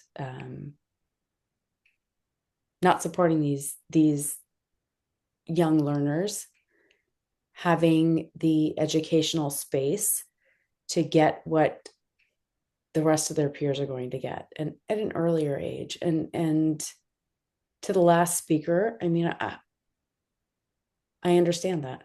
I understand where she's coming from. I think it's very important. And I don't think my stance will change on that. But thank you. And I look forward to hearing more, Mr. Jordan, about the numbers for TK registration. Thank you. Thank you, Trustee Otmar. I'm next. I was going to go next. Then go down. Sorry, it's getting late. I wanted to, I try not, again, as a board meeting, we're not supposed to be responding to public comment unless there's something, but I'm going to do a little bit of that. Just to clarify one thing, the point being brought up about the deep dive to the budget is because we're facing new budgetary challenges almost every day. It's not because we don't understand the budget. I guarantee you, Josh Jordan is not the only person sitting at this dais that understands the budget. And I encourage anyone that wants to sit down with Josh. We'll go over this. If this was an easy decision, it would be made. I promise you that. The UPK program that we've been hearing about and the option, I still like the 1A that it came up with. I think it addresses approximately 3/4 of the concerns we've heard from families regarding TK, with being at a full day, being at a school site. But I also realize it does not meet all of them and may not meet some of the most important ones. I appreciated also the many options that we've heard about from the community via email, in person. One of these that came up actually about the idea of giving some choice. So should space be available in the TK programs based on enrollment? And maybe there might be some TK eligible children that would want UPK for their kids, or families that would want UPK for their kids. I would like us to be able to consider to offer these summer-born children and their families more options. Both of my kids would have qualified for TK. My daughter is a summer baby. I understand the difficulties here. We did not have that as an option, and I understand why folks want it today. But the other problem, again, is when it is really difficult. The reason for the deep dive, I'll just remind, is to develop strategies to avoid and be prepared for some of these difficult decisions better when funding that we had been promised dries up. I don't know how you plan for money to go away if it's been already promised. That is a very difficult problem to have. So just to reiterate that again. I also, another point, if we do go this route of approving option 1, I want to, as strongly as I can, encourage the district to maximize the alignment between UPK and the TK program. The decision honestly does not sit well with me. I don't like making this decision, but I realize that there's been a lot of history before us on the board, with us on the board, that gets us to where we are today. And these difficult decisions still are the things that we as a board have to be made. 2 quick points also on the policy, because we're also talking about that. For the 5th birthday to be changed to 4th, I will make that as well. The other point I just wanted to add to that point is that on a case-by-case basis, right, a child who has a 4th birthday may be admitted based on the request. And I just want to say also based on availability. And this is the point, that if there is availability, I want our district to be able to do what we can to offer TK to as many kids as we can. And so that's something I hope we can have in our policy moving forward, so that hopefully, if some of these enrollment investigations go the right way, every family that wants TK that qualifies for it based on the state choice that was not funded for us, that would be my ideal. But again, we don't have the final enrollment numbers, and it's really hard for me to, it's impossible for us as a district to promise that. So, okay. Respond to that quickly. Please, yes. Phone is not on. I think that's the beauty about that language, where we have the may and the case by case, that would allow us to, once we can see how things progress. So that would absolutely be something that stays in the policy. And can you talk a little bit about the alignment as well? Is it possible to get these? How close can we get to TK for this UPK class in terms of the think that's curriculum? The beauty about how this is going to roll out, with our ability to pilot, new curricular options for next year. And I think, we have the ability to really design and, determine how that program is going to look. And I think the reason we want it on an elementary campus is to allow for more of that alignment and collaboration between the UPK, teacher team and TK teacher at that site as well. So we really have that ability to design and determine how that's going to look. Okay, so that makes me feel a little better about the decision. Should we accept the UPK as our option 1A? That if they're getting the same curriculum and teaching as TK. And just to add as well, I mean, we have teachers who are going to be teaching that program who are so excited, and our Forest Grove teachers have indicated just, such they are beyond, thrilled the fact that that's going to be there and the ability they're going to have to collaborate together as a team, really. Okay, thank you very much. Again, going down the dais. Sure. I think I do appreciate all of the conversation and all of the input, and thank you all for staying so late. I remember those days. I think for me, what this comes down to is fiscal responsibility. As a parent, childcare. I mean, if you don't have your kid in daycare or another program, they need to go somewhere. And something that's developmentally appropriate. And like we've heard, that varies from one kiddo with a birthday that puts them at an older age in the class, or me as well. I have a summer baby, a boy who's born in June. And he's also going to be the youngest in his class for the foreseeable future. No, I'll skip that. I think the question I have and what I've heard from the public, so I'll just ask it, is that a lot of the maybe where we're missing each other is we're hearing from the public say that this is policy and that it's mandated, and then that we have to offer UTK, and then we're offering something different. So can you enlighten us a little bit more? It'll put me at ease or reassure me that we're headed down a direction, if we were to choose option 1, that, I mean, I don't want more fiscal problems in the future. So I guess I don't want to open us up to that if that's where we're heading with that option. So I don't know if you can provide that kind of reassurance, but I think that would be something that would just help me a little bit about where we're at. And I know these things will probably be litigated in the courts or the system for some time, but just kind of where we're at as far as our district, and are we in line with the law and what's being required for us? So our legal counsel's stance on that has been basically looking at the language specifically, and the fact that it has that contingency funding component, that because we are not receiving that funding, the only follow up from that and sort of accountability piece that would come back would be that we would lose funding, right, that we're receiving if we're not offering TK specifically to those to our summer birthdays. The fact that we aren't receiving any funding, there really would be no repercussion beyond that. Again, their stance there too is the fact that any time the state is mandating a program, unless there is funding that's associated with that the state really is unable to mandate that program. So I think that's where there has been some conversations about, and I think that's where this new assembly bill comes in, and so that that really we have had those multiple conversations that had that direct counsel from our legal counsel on that exact topic. Thank you. That was my question on the issue. Option 1 is the fiscally most responsible model.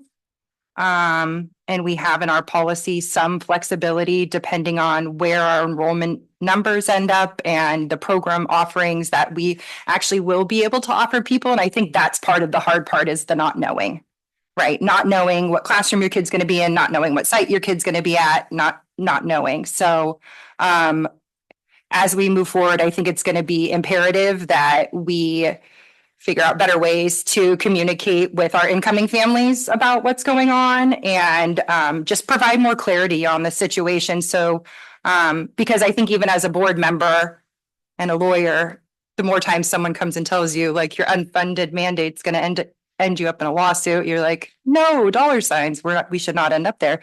But I think for me, staying within what we're required to do makes me feel more comfortable with the decision. I don't feel great about the whole situation, but I know we didn't get here overnight. I keep saying that because I feel like it's the safest thing to say. So I'm okay with option one for tonight. And we've got a lot of work to do, just moving forward. Trustee Schmass. You know, I think that the fact that the state exempted us means to me that they feel that it's okay to do a phase in. I mean, all of transitional kindergarten has been a phase in, if you look at it over the past few years. And we've been doing that, and other districts have been doing that too.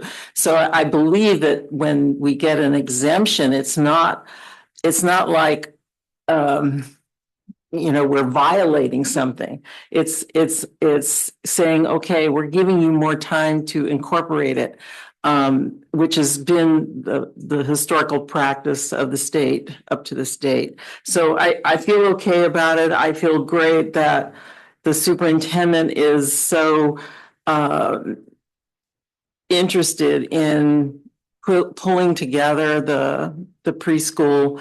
And just by the fact of moving it over to an elementary site does a lot. And you have kindergarten and TK teachers at Forest Grove that are excited about this. So that means they're going to give input. And I really believe that you're not going to see a disadvantage in those kids that are in the summer birthdays. So I'm okay with option one. I have a follow-up on that, but I'll hold it till it comes back around. So Trustee Wax. The way that this is presented in the packet, I'm sort of confused about what we're actually voting on, because it's a policy change, but then there are going to be changes, and then we're supposed to, because of the typos, but then we're also supposed to make a decision about three options that aren't in the packet, like even on the vote, it says a move second vote, but we're voting on basically an option that isn't presented in the text of the packet. Well, really what I'm asking from all of you, Trustee Wax, is to pick one of the three options that you're selecting. And then from that, based on what we decide, then we have to change the language in the board policy, right, to align with, how we're going to proceed. And that's a 1 year only board policy change? The language in here would be, we're going to make it for 1 year, to say 25, 26, again, allowing us to come back, at the end of next year to determine how we, if we're making adjustments to that at that time. Okay. Is first grade required for kids 6 years old and older? Correct. Is kindergarten required for? Kindergarten and TK are not required grades. Okay.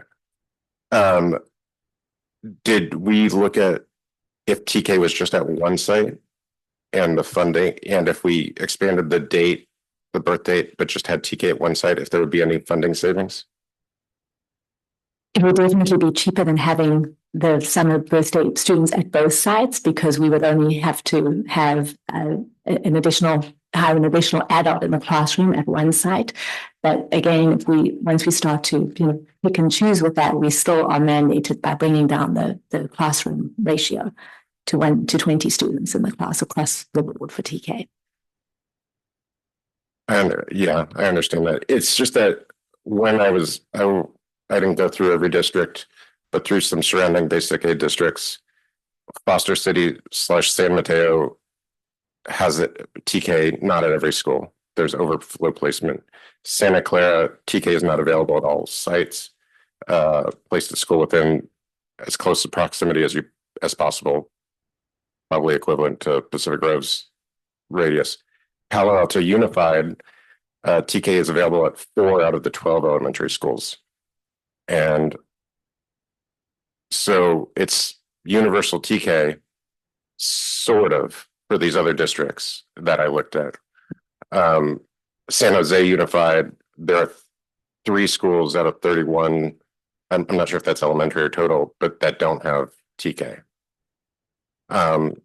So I just think if we want to kind of honor the spirit of this new phase in, I would appreciate an option with looking at opening up or bringing down the birthday date. That's hard to say. But having TK at one campus, which is how it was prior in our district. And that's what I wanted to say. I also understand that it's a transitional year and things are changing. I hope the assembly bill is adopted, and that basic aid districts can get funding for this TK. Also, I'm gonna mess up his name, but Mr. Moulton referenced a member. If a family member decides that their 4-year-old who missed TK because of summer should go into TK the following year, are they able to do that? We allow that on a case-by-case basis. It would be considered part of our retention policy, but we do allow that for any, grade level. So, I mean, that would be determined, through a conversation with the family and the staff and the teacher and the administrator at the site. Mm-hmm. Okay. And then to address another concern, I'm also a summer baby, although now I feel like old because I was May, but the person said that the youngest babies will always be the youngest, which is true, and which is maybe a reason to go into the next school year or to basically do the TK the next year. So, because especially at that early age, there are these milestones and developments happening at particular months. So everyone catches up eventually, but at 4, if you're a summer baby, you might be a bit behind developmentally, not intellectually. Very hard to phrase at this 11:16 p.m. time. That's all for now. I mean, I personally, I would like just to take a look at the expanded date because for the birthday, because it just makes logical sense since we're using September 1st in every other grade. So to bring it as that date for universal TK or TK would make sense to me. And I'd just like to have that as an option. Sorry for fragmented. Just to be sure, are you saying? Yes, you're wanting to go. I mean, essentially, either option 2 or 3 that we're moving the date to September 1st. But at one site, birthdays, just at one site. I'd like to know what the cost would be at one site with the June 1st date. I think that it would be. I mean, it would be essentially then one more. We'd have to look at the numbers, I think, and the enrollment to see, how that would be. And I don't know if we are able to do that this time. Josh, can you run that? No. No, I don't need it right now, or it's too late in the decision process. Tonight, right? I think that's the challenge with it, right? Yeah, but I do believe it would entail the hiring of then, another teacher, and then most likely another adult in the classroom. Right. That's just, we're moving, that number of students to one school site, essentially. Yep. Yeah. And Right. I think it's the ratio that, we're taking now essentially, 8, if we've got 2 classes, 8 spots away, right? Because we're going from 24 to 20 students in a classroom now. Okay. I think, yep. Trustee Otmar, back to you online.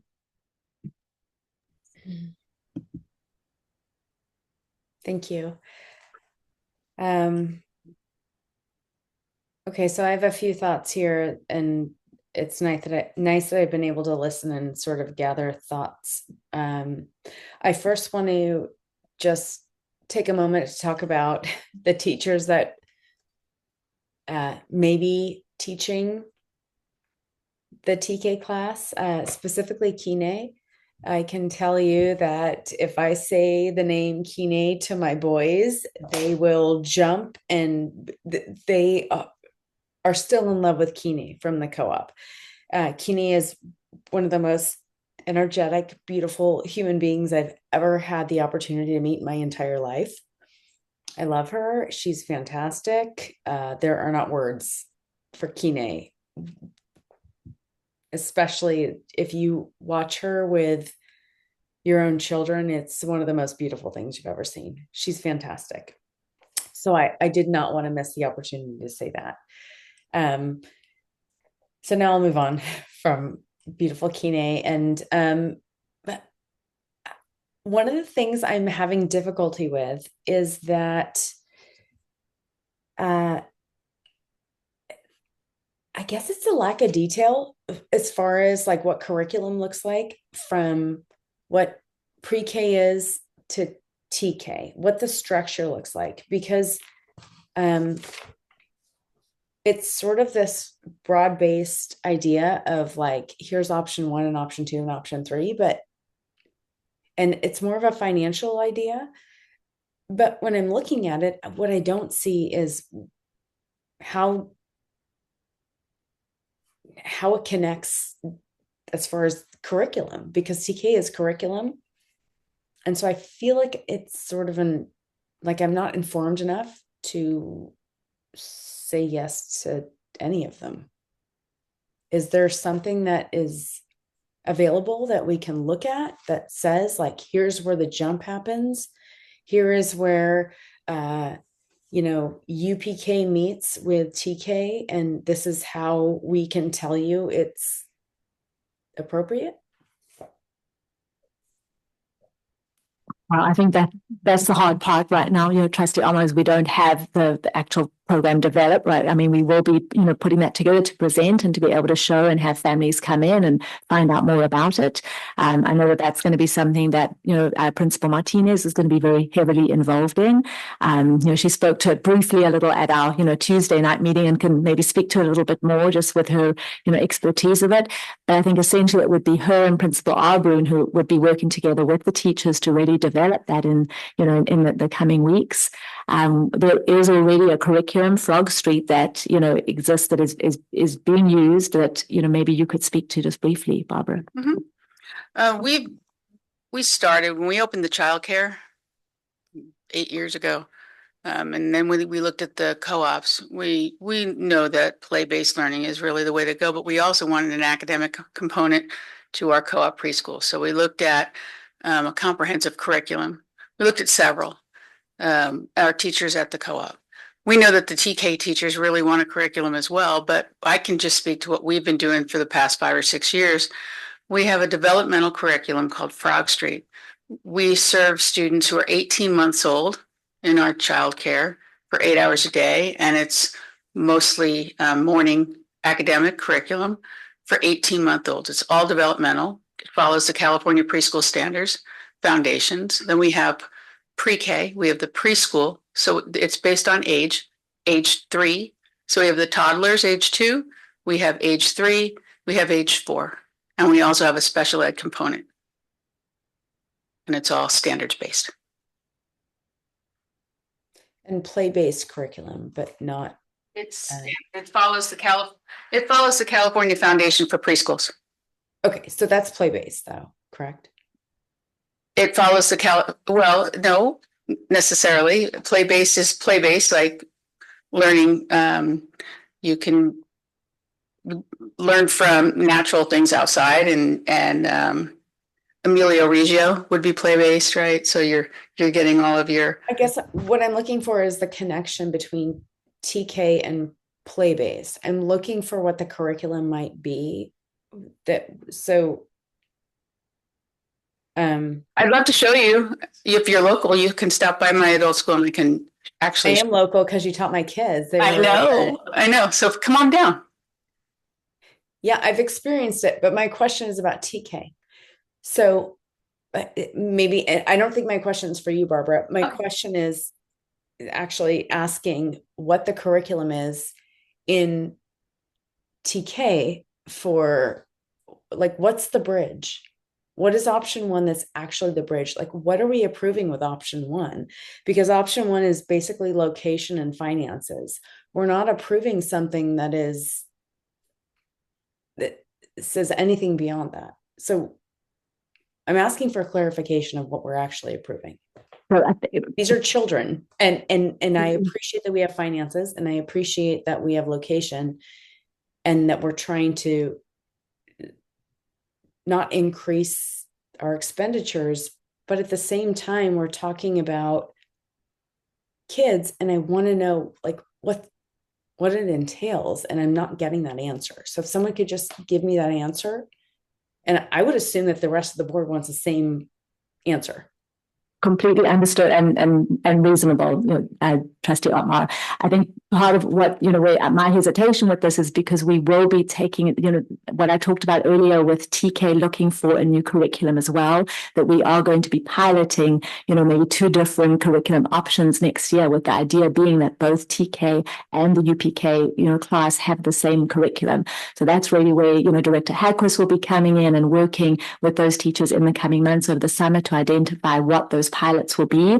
I mean, just like our teachers did this year, where they, selected 2 different options and 2 different curricula, they will be doing that next year to identify which one they prefer. So again, those any programs that we identify for piloting will be directly related to the California, the standards. And so, it's the teacher's, responsibility with that, and our responsibility to ensure that those standards are being covered, no matter what the program is that we select. So that's really where the alignment is. The alignment would be very specific to pre-kindergarten standards, all entailed and all determined to ensure kindergarten readiness. So both TK, pre-K, really is about ensuring that when they finish that year, they are ready to meet all of the preparation that's needed to begin kindergarten. I guess I would just like that in front of me before I say yes to something. Yeah, the one thing I just wanted to add to this is, I agree with you on that alignment, and I feel like I made that in my comment too, that I am asking the district to make sure there's alignment between UPK and TK, and as much as we can. The problem also, remember, is that option 1A came about like 2 weeks ago. We're trying to respond very quickly to these community comments and come up with options and meet as many needs as possible. But I realize we don't have as much information as we would like to make a decision here. And I can't make a decision on that, because then I would hope that the board would feel the same way. Like, we're talking about kids in a classroom. I just, if we were talking about something budget based, if I can just say, if we were talking about something budget based, and somebody said, we're going to spend a whole bunch of money, but you know what? We don't have all the information right now, but if you could just say it's fine, and we'll show it to you later. Our kids are not even just, our kids are more valuable than money. I cannot say yes to something unless there's a clear plan in front of me. This doesn't feel like this is like well sorted or well planned. It's being presented, and I can't just be pushed to say yes, and I have to voice my opinion, because it's like, I'm not discounting the preschool. I absolutely love that preschool, and I love the people in that preschool, and I love everything that it's given to my kids. But I can't say that that's TK, because there's not curriculum in front of me to say like, oh yeah, this will be great. It's not here. And you want me to vote on something that you're telling me is going to show up? I can't do that.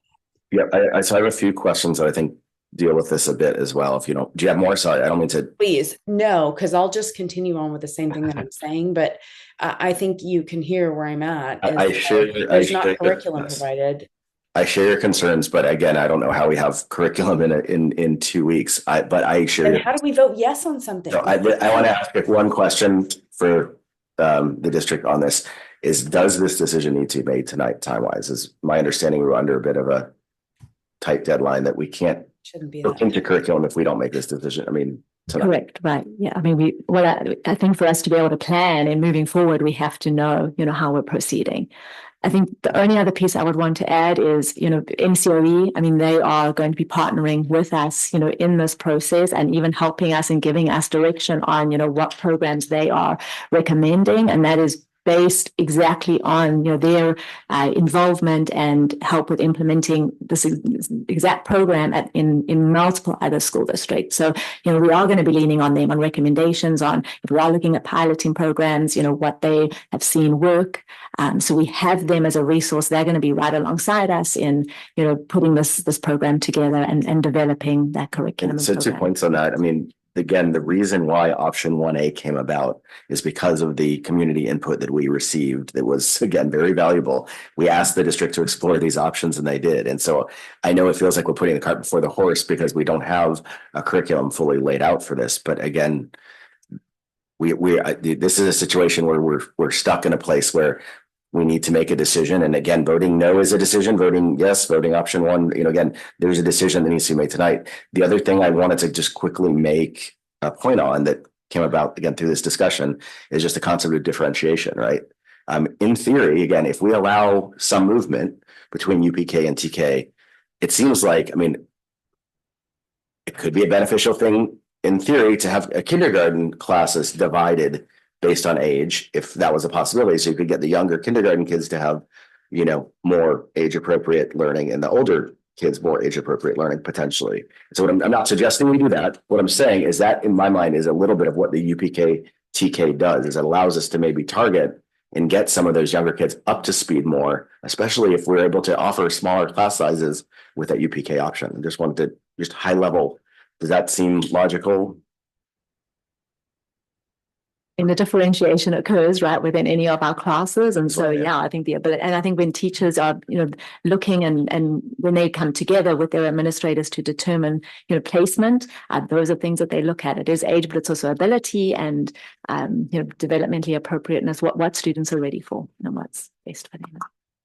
So I'm going to let everyone do it one more time, and then maybe I'm going to make a motion if we don't have it by then, because I know Trustee Alvar and I have gone twice too, but that's okay. I think it's important. This is an important object.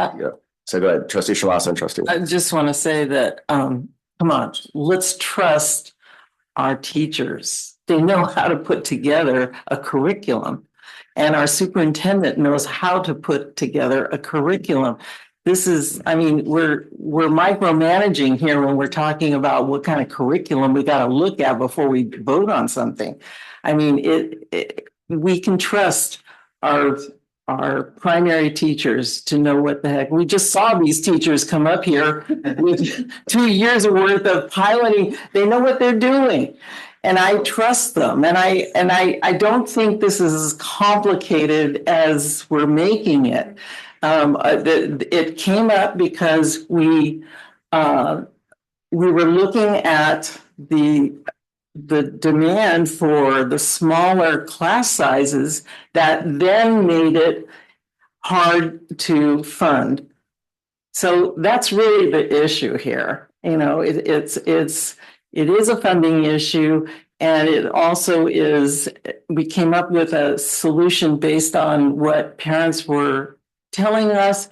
And I think it's a good compromise, and I really trust that the teachers know what they're doing and they'll figure it out. Really quick response, I think, to that question. Well, I just wanted to give a little bit of input on some of the discussion that's happening based on my experience working with the TK teachers in implementing the new curriculum.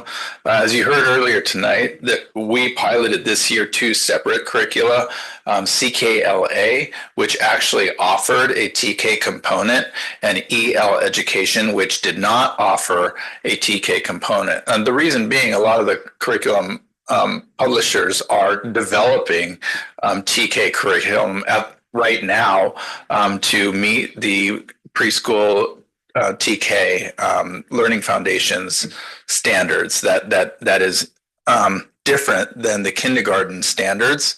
As we've been implementing TK is really defined as the first year of a 2-year kindergarten program. So the reason why you didn't have EL Education didn't have curriculum for the TK is because they basically said, use the kindergarten curriculum. So it actually became a challenge. It was one of the struggles that we went through as a pilot team. The TK teachers needed to take the kindergarten curriculum and kind of pick and choose and decide what worked with their students. Then they were actually the TK teachers were quite excited about CKLA before we piloted it. When we brought CKLA on board, they had a TK component, and I thought, great, now the TK teachers will be happy. But what ended up happening is they realized that that curriculum was not rigorous enough, and that their students were so far beyond what that had to offer as far as just the academic rigor, that most of those kids were seeking a little bit more there. So there's a clear difference between what the kindergarten standards are and what will be the TK standards as we develop them. Thank you for that bit. Okay, Trustee Wax. Oh, and I wanted to add one thing, is that the teachers were very excited, as Dr. Adamson will tell you, about going through that process of developing that curriculum. That's something that they've asked for.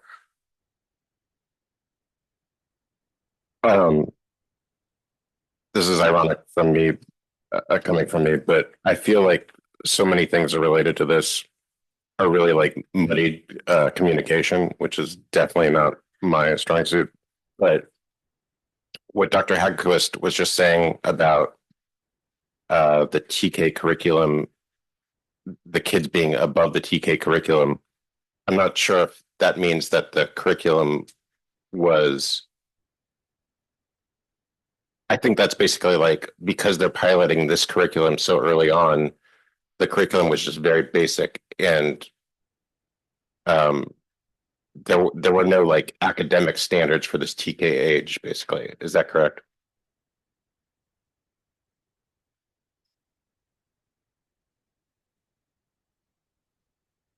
It was sort of a combination of things. We piloted CKLA during the second semester, so they had already had one semester of the kindergarten curriculum from EL education, and so when they started doing the CKLA work, there was a lot of redundancy, and it was just falling short as far as what the skills were that had already been developed in the students, and so it wasn't as engaging and interesting to them. It wasn't rigorous enough, and that was the feedback that I got from the team.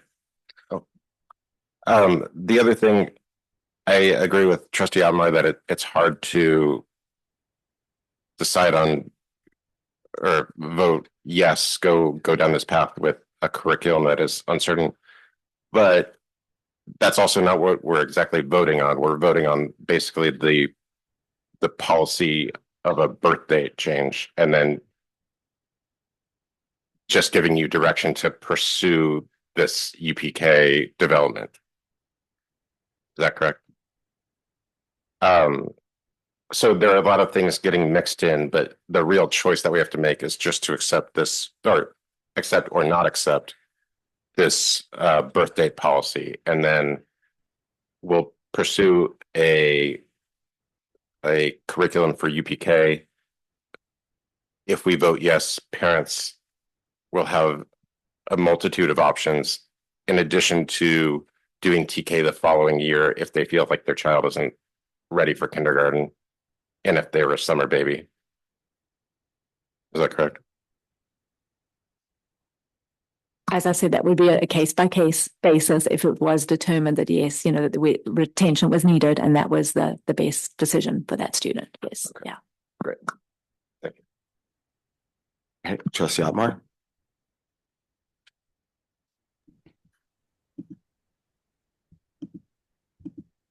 Nope, thank you. Can you put option 1 back up? Because I just want to have it in front of us so that we're all on the same page.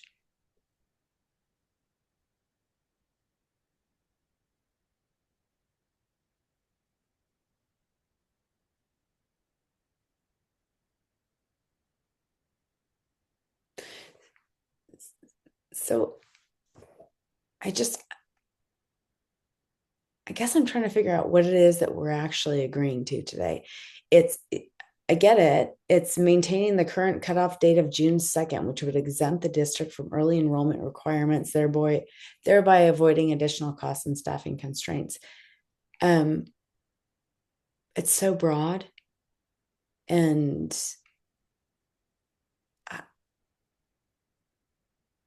I can't say yes to something that's so broad. If this was a financial piece, there's nothing that we would ever agree to that was that broad. So this is the part I'm really having an issue with. I'm happy to say we could go back to option one that was original and do nothing and just allow the preschool to be the other option. I mean, that was the option we were presented until 1A came on the table. And I'm not on board. Okay, so I've got more questions. So I actually had a question for Dr. Hagquist, if he's available for a question. So I just want to make sure that everyone's aware of option one, which is just a cutoff date. It's not like there's a curriculum. We've been discussing curriculum. We've been discussing location. We've been discussing many things, which apparently option one entails. Am I missing? So what can you repeat the question? Okay, wait, I'm sorry. So Dr. Hagquist, give me just one quick second because I had a question that came up before that. I'm so sorry. Okay. So I'm looking at option one. And so option one is maintain the current cutoff date. But along with the current cutoff date, we're talking about location. We're talking about curriculum. We're talking about so many other things. So yeah, so this I'm having difficulty understanding what it is that we are actually approving tonight. I'm wondering if I would be good because I'm just really concerned also with the rest of the agenda that we have to get through. I get it, but we might have to abandon and figure it out at a different time because we were told by the district that we needed a vote tonight. So I think I'm going to have to bring this to a vote. And again, I understand if people feel they cannot vote yes for it on option one, but I really hope the rest of the board is actually questioning this at this moment and we do not pass this, because if you've got one member of the board that has massive questions about it, I would hope that you would take a second and step back and go, hey, you know what, let's get these questions answered, because this is so general. Okay, so my question to Dr. Hadquist is this. I'm sorry, you can I guess ignore the rest of it. But so I had a conversation with, there's been a lot of talk about curriculum and all of this. So my understanding was that the EL curriculum was preschool, not TK. So that what was presented as far as the EL education curriculum was kindergarten curriculum. But there was also a pre-K curriculum that was presented to TK students that they had outpaced. That came with a CKLA, the Amplify curriculum. Okay. So I just want to be clear about what we're talking about. So not to challenge at all, but I just want to make sure that when we're talking about what the TK students had surpassed, it was, in my understanding, it was preschool curriculum. It was aligned with the preschool transitional kindergarten learning foundations. But that's preschool. So not transitional kindergarten. But that's also that's younger age based. Yeah, 3 to 5.5. 3 to 5.5. So I just want to make sure that the information we're getting is super on point, because 3 to 5.5 is preschool to TK, but that's also, it's still preschool. So well, transitional kindergarten. Okay, because you had said kinder, so I'm not trying to Yeah, so transitional kindergarten, the approach from EL education was use the kindergarten curriculum, because the transitional kindergarten is the first year of a 2-year kindergarten program. Okay, I'm sorry. Okay, because what I had written down was that the TK kids had surpassed the kinder EL curriculum. But am I? It was the TK one. The TK one with the alternate of the KLCA was the one they had surpassed. So that's Yeah, why they were above the TK kids by the time they piloted CKLA, the CKLA TK curriculum was not rigorous enough. That was the feedback from the teachers. Okay. Okay, Awesome. so Thank you for that. we unfortunately lost one person due to I think I hear them come back. I'm going to go ahead and push us towards a vote on this and make the point that has come up. I'm delaying just a little bit more. The Can I point ask one more question? I know at this point, I'm sorry, we need to go ahead with a vote. No, I'd like to ask a question. I understand that, but as president, we need to go ahead with a vote. I'm making a motion. We need to go ahead with that. If you want to make an amendment to it, we can get to that if it doesn't get seconded, but I need to go ahead with a vote. So I want to remind everyone that option 1A, well, I already said this again. What we're approving or voting on for option 1A, I would be willing to, I'm making a motion to support that with the language for the case by case basis for availability and with the language that we are going to do everything we can as a district to align the UPK and TK curriculum. So that's the motion I'm making. Please let me know if anyone can second.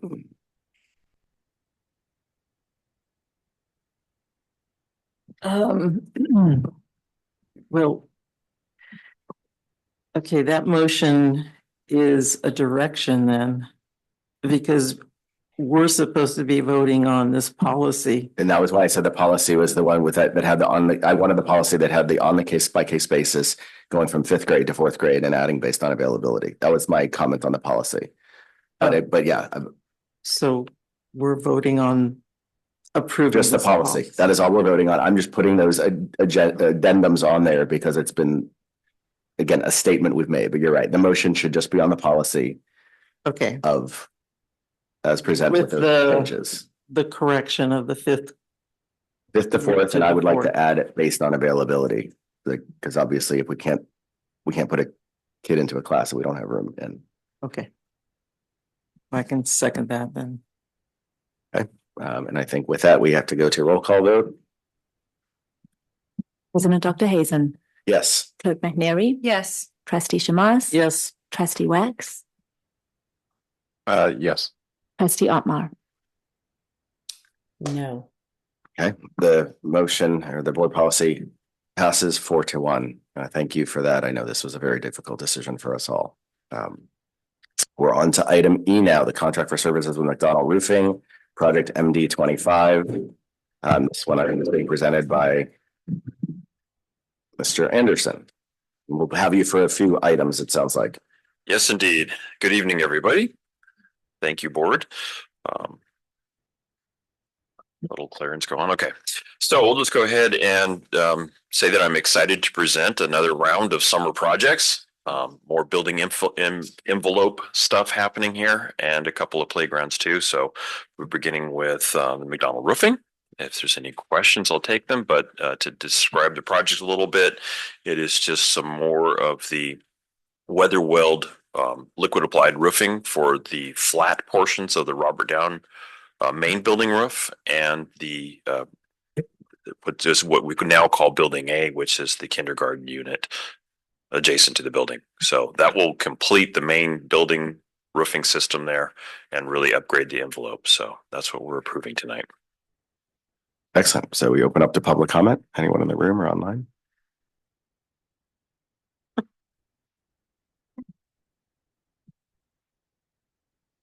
Hello.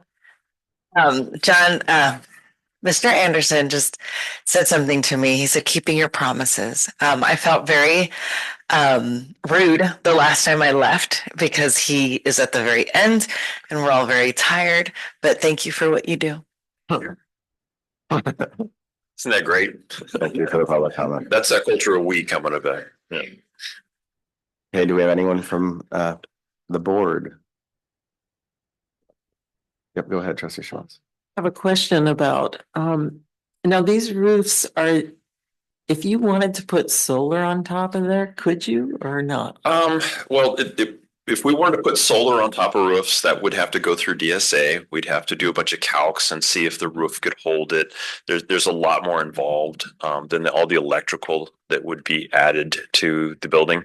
I do have dreams about solar, but for me, it's like something again that isn't out there yet, and that would be our picnic area to actually put a solar roof over the picnic area, because then we wouldn't have to worry about the load calcs in the building, etc. But again, that one doesn't exist right now that's pre-approved, so that would be costly to have that drawn up. So, yeah. Okay, so these roofs are the same that you put on the high school? Exactly. Okay, and I was just wondering if they would be conducive to any kind of solar, or maybe rule out solar.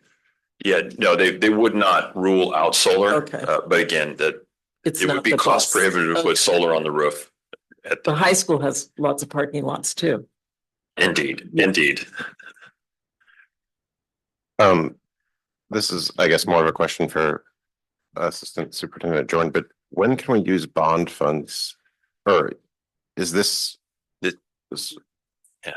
this will be bond funds? Yes. Yeah, this is tied to Measure D still, so we haven't released any of the Measure B funds yet. So this is we had one series released this year to Measure D. We'll release the final series in the spring. Okay, I'm sorry, in the fall.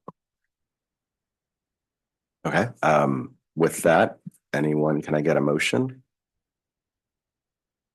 Oh, I'll move. Okay.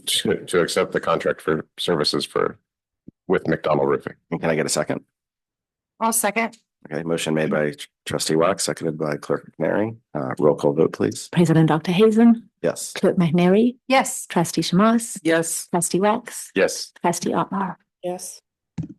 It passes 5-0. Just a reminder, we're supposed to go back in closed session at the end of this too, and we have to be done by 12:30. So we have pretty serious time constraints. Item F, back to you. Okay, Gorley Construction. This is for a playground and swing set at Robert Down. This replaces the what we call the kinder playground area and the swing set adjacent to that. I think we've got a pretty good contract going on here, and the children were very involved in selecting the playground. It went out for a proposals rather than a call for bids, and we actually had the proposal. People who turned in a proposal did a storyboard, and we had the kids vote on the storyboard. So this is getting our kids involved in choosing what they'll play on next year. Awesome. I love that. And I really appreciated the packet on this as well. So we go to public comment in the room or online. Seeing none, I'll go back to the board. I think just a quick appreciation for consideration of adaptive features moving forward when we're designing things, and that was included in this process, and I see in the Forest Grove one coming forward. So thank you. Absolutely. Very cool. Would anyone like to make a motion? I'll make a motion to accept the contract or to accept the contract for services with Gorley Construction. Can I get a second? I'll second. Okay, motion made by trustee Wax, seconded by trustee Shamas. Roll call vote, please. President Dr. Hazen, Yes. Clerk McNary, Yes. Trustee Shamas, Yes. Trustee Wax, Yes. Trustee Otmar. Yes. It passes 5-0. On to item G, Miracle Play Systems. Okay, so this is if I do something at Robert Down, I always try to do it at Forest Grove too. And so we're replacing the playground there that has a couple of components that are starting to age out, and we're also upgrading the swing set. And again, the kids got to vote on this one and includes adaptive features as well. And this one came in under budget. Cool. Great news. We go out to public comment. Anyone in the room or online? Anyone hanging on still? It looks like we said no comment. Board, any comment on this? For clarification, is this the kindergarten area? It is. Okay. And also includes age appropriate additions to the swing set there for pre-K TK. So Okay, the swings are huge for the kid. I mean, I've heard that since we got there. My kids got too old or got older, then they weren't allowed to use them. That the swings are like such a highlight. So yes, please keep them. If no more comments, anyone like to make a motion? I'll make a motion to approve the contract as presented. I'll second. Motion was made by Clerk McNary and seconded by Trustee Shamas. It's getting late. Roll call vote, please. President Dr. Hazen. Yes. Clerk McNary. Yes. Trustee Shamas. Yes. Trustee Wax. Yes. Trustee Otmar. Yes. Okay, thank you. On to item H. You're up. Sonio, contract with Sonio for the roofing and building improvements at building A and B of the PG Middle School. This includes upgrading the gutter system that is failed on the building. And this completes the building envelope improvements for buildings A and B, the main building at PG Middle School. And good note here, working with the Sonio, this project came in quite a bit over budget, and since they were the only bidder on this one, we were able to negotiate with them, and they brought the price down for us to a little bit more reasonable rate. So pleasure to work with the Sonio Construction again. Yeah. Yeah, thank you for negotiating. Public comment. Anyone in the room or online, please. We still welcome comments. Seeing any to the board. Again, thank you again. I will start off with. Not seeing any others. Would someone like to make a motion? I'll so move. Could I get a second on item H? I'll second. So motion made by myself and seconded by Clerk McNary. Roll call, please. President Dr. Hazen. Yes. Clerk McNary. Yes. Trustee Shamas. Yes. Trustee Wax. Yep. Trustee Otmar. I actually had a question and couldn't raise my hand in time. Oh, Is that appropriate that I can ask a question at this point? I think I apologize. That's my fault, but with a motion on the floor, I think you have to vote. And it's already passing, so unfortunately, no. So you can vote yes or no. That's unfortunate. No vote. Okay, so the motion passes 4-0, and I apologize for the quickness I'm going through this. I know it's late, but there's still attention to detail, please. Thank you. We're on to item, yes, heard, I guess, item I, EPA, Assistant Superintendent Drawing. Yes, so tonight I'm bringing the resolution forward to approve the Proposition 55 district apportionment of EPA funds. That's the Educational Protection Account. You can see in the packet that the district has anticipated $324,448 in revenue through EPA, and as per the law requires, and you can look on page 582 of your packet. I believe it's 582. You'll see that all the revenue is being used as prescribed for the 1000s in our that's for teacher salaries. It's for instruction as prescribed by the Proposition 55 mandate. So I'll bring this forward every year for approval, and then when I get through unaudited actuals, I will bring the actuals back to the board in December. Excellent. Back to the public. Anyone in the room or online that would like to comment on this? And again, I do apologize. I'm going quickly. Board is coming next. Anyone have a comment in the room or online from the board? No. With that, I'll ask if anyone would like to make a motion. I'll move that we adopt resolution number 1158, the Education Protection Account. I'll second. Motion was made by Trustee Shamas, seconded by Clerk McNary. Roll call vote, please. President Dr. Hazen. Yes. Clerk McNary. Yes. Trustee Shamas. Yes. Trustee Wax. Yes. Trustee Otmar. Yes. Vote passes 5-0. So we're I'm on signing off if you wouldn't mind noting that. noting that. Trustee Otmar signing off at 11. Good night. Good night. Feel better. Yep. Thank you for joining remotely. I know it was difficult. Proposed board calendar, Jay. Again, this is you. There are no changes on the proposed calendar. Excellent. Then we don't have to comment or vote on it as well, right? Okay, let's move over that. And we're on now to 9B, the CSBA board policy updates. And this was a lot of work has been put in by the board policy committee on this. So this is our chance to approve that. Or It's in. I'm sorry. Thank you. First read of what the work they have done. It will come back later. Any comments on this item from the public? Anyone in the room or online, please? Okay, if not, we'll go back to the board. Any comments on the board policy? Yes. Okay, please, trustee Shima. Just that I highlighted the alcohol and other drugs, mental health and suicide prevention. Just to think about looking at those policies later on when we're talking about our counseling program. Just bringing them back, so that we can look at them again and see that that's what they're really saying. And because it's interesting, and you may not have read all this, but like some of them have, like, every 5 years you have to update these.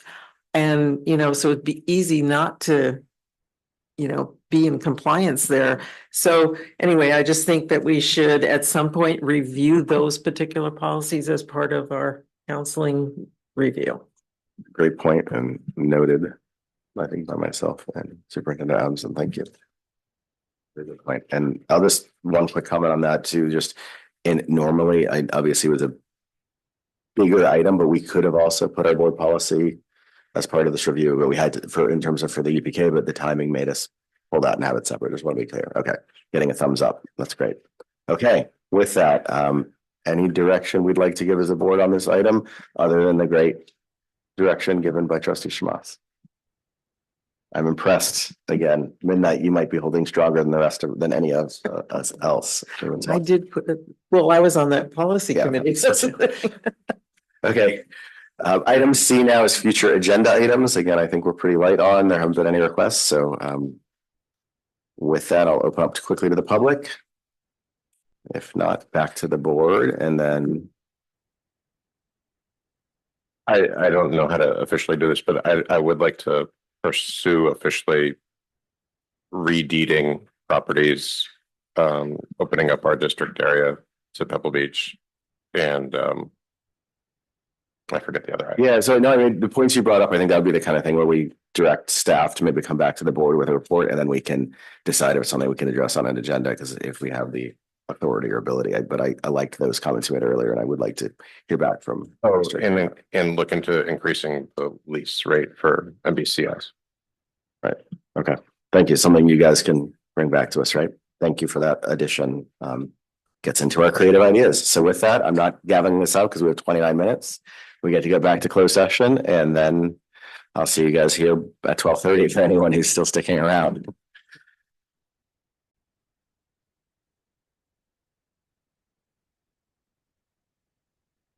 Thank you. I'm reporting out on the rest of our closed session items. Specifically, I want to forget the numbers on item 1. I think it was the superintendent. No, we already did that one. The information. Oh my gosh, hold on just a quick second. Look at me. I'm not even on it. I need to make sure I'm saying it about the right things. So on item 1 and 2, there was no updates. On item 3, we received information on 2 items, and then on one item, information was received, and the board voted 5-0 to approve a resignation agreement for 1 classified employee. So with that, I'm gaveling us that out at 12:25. Thank you, everyone.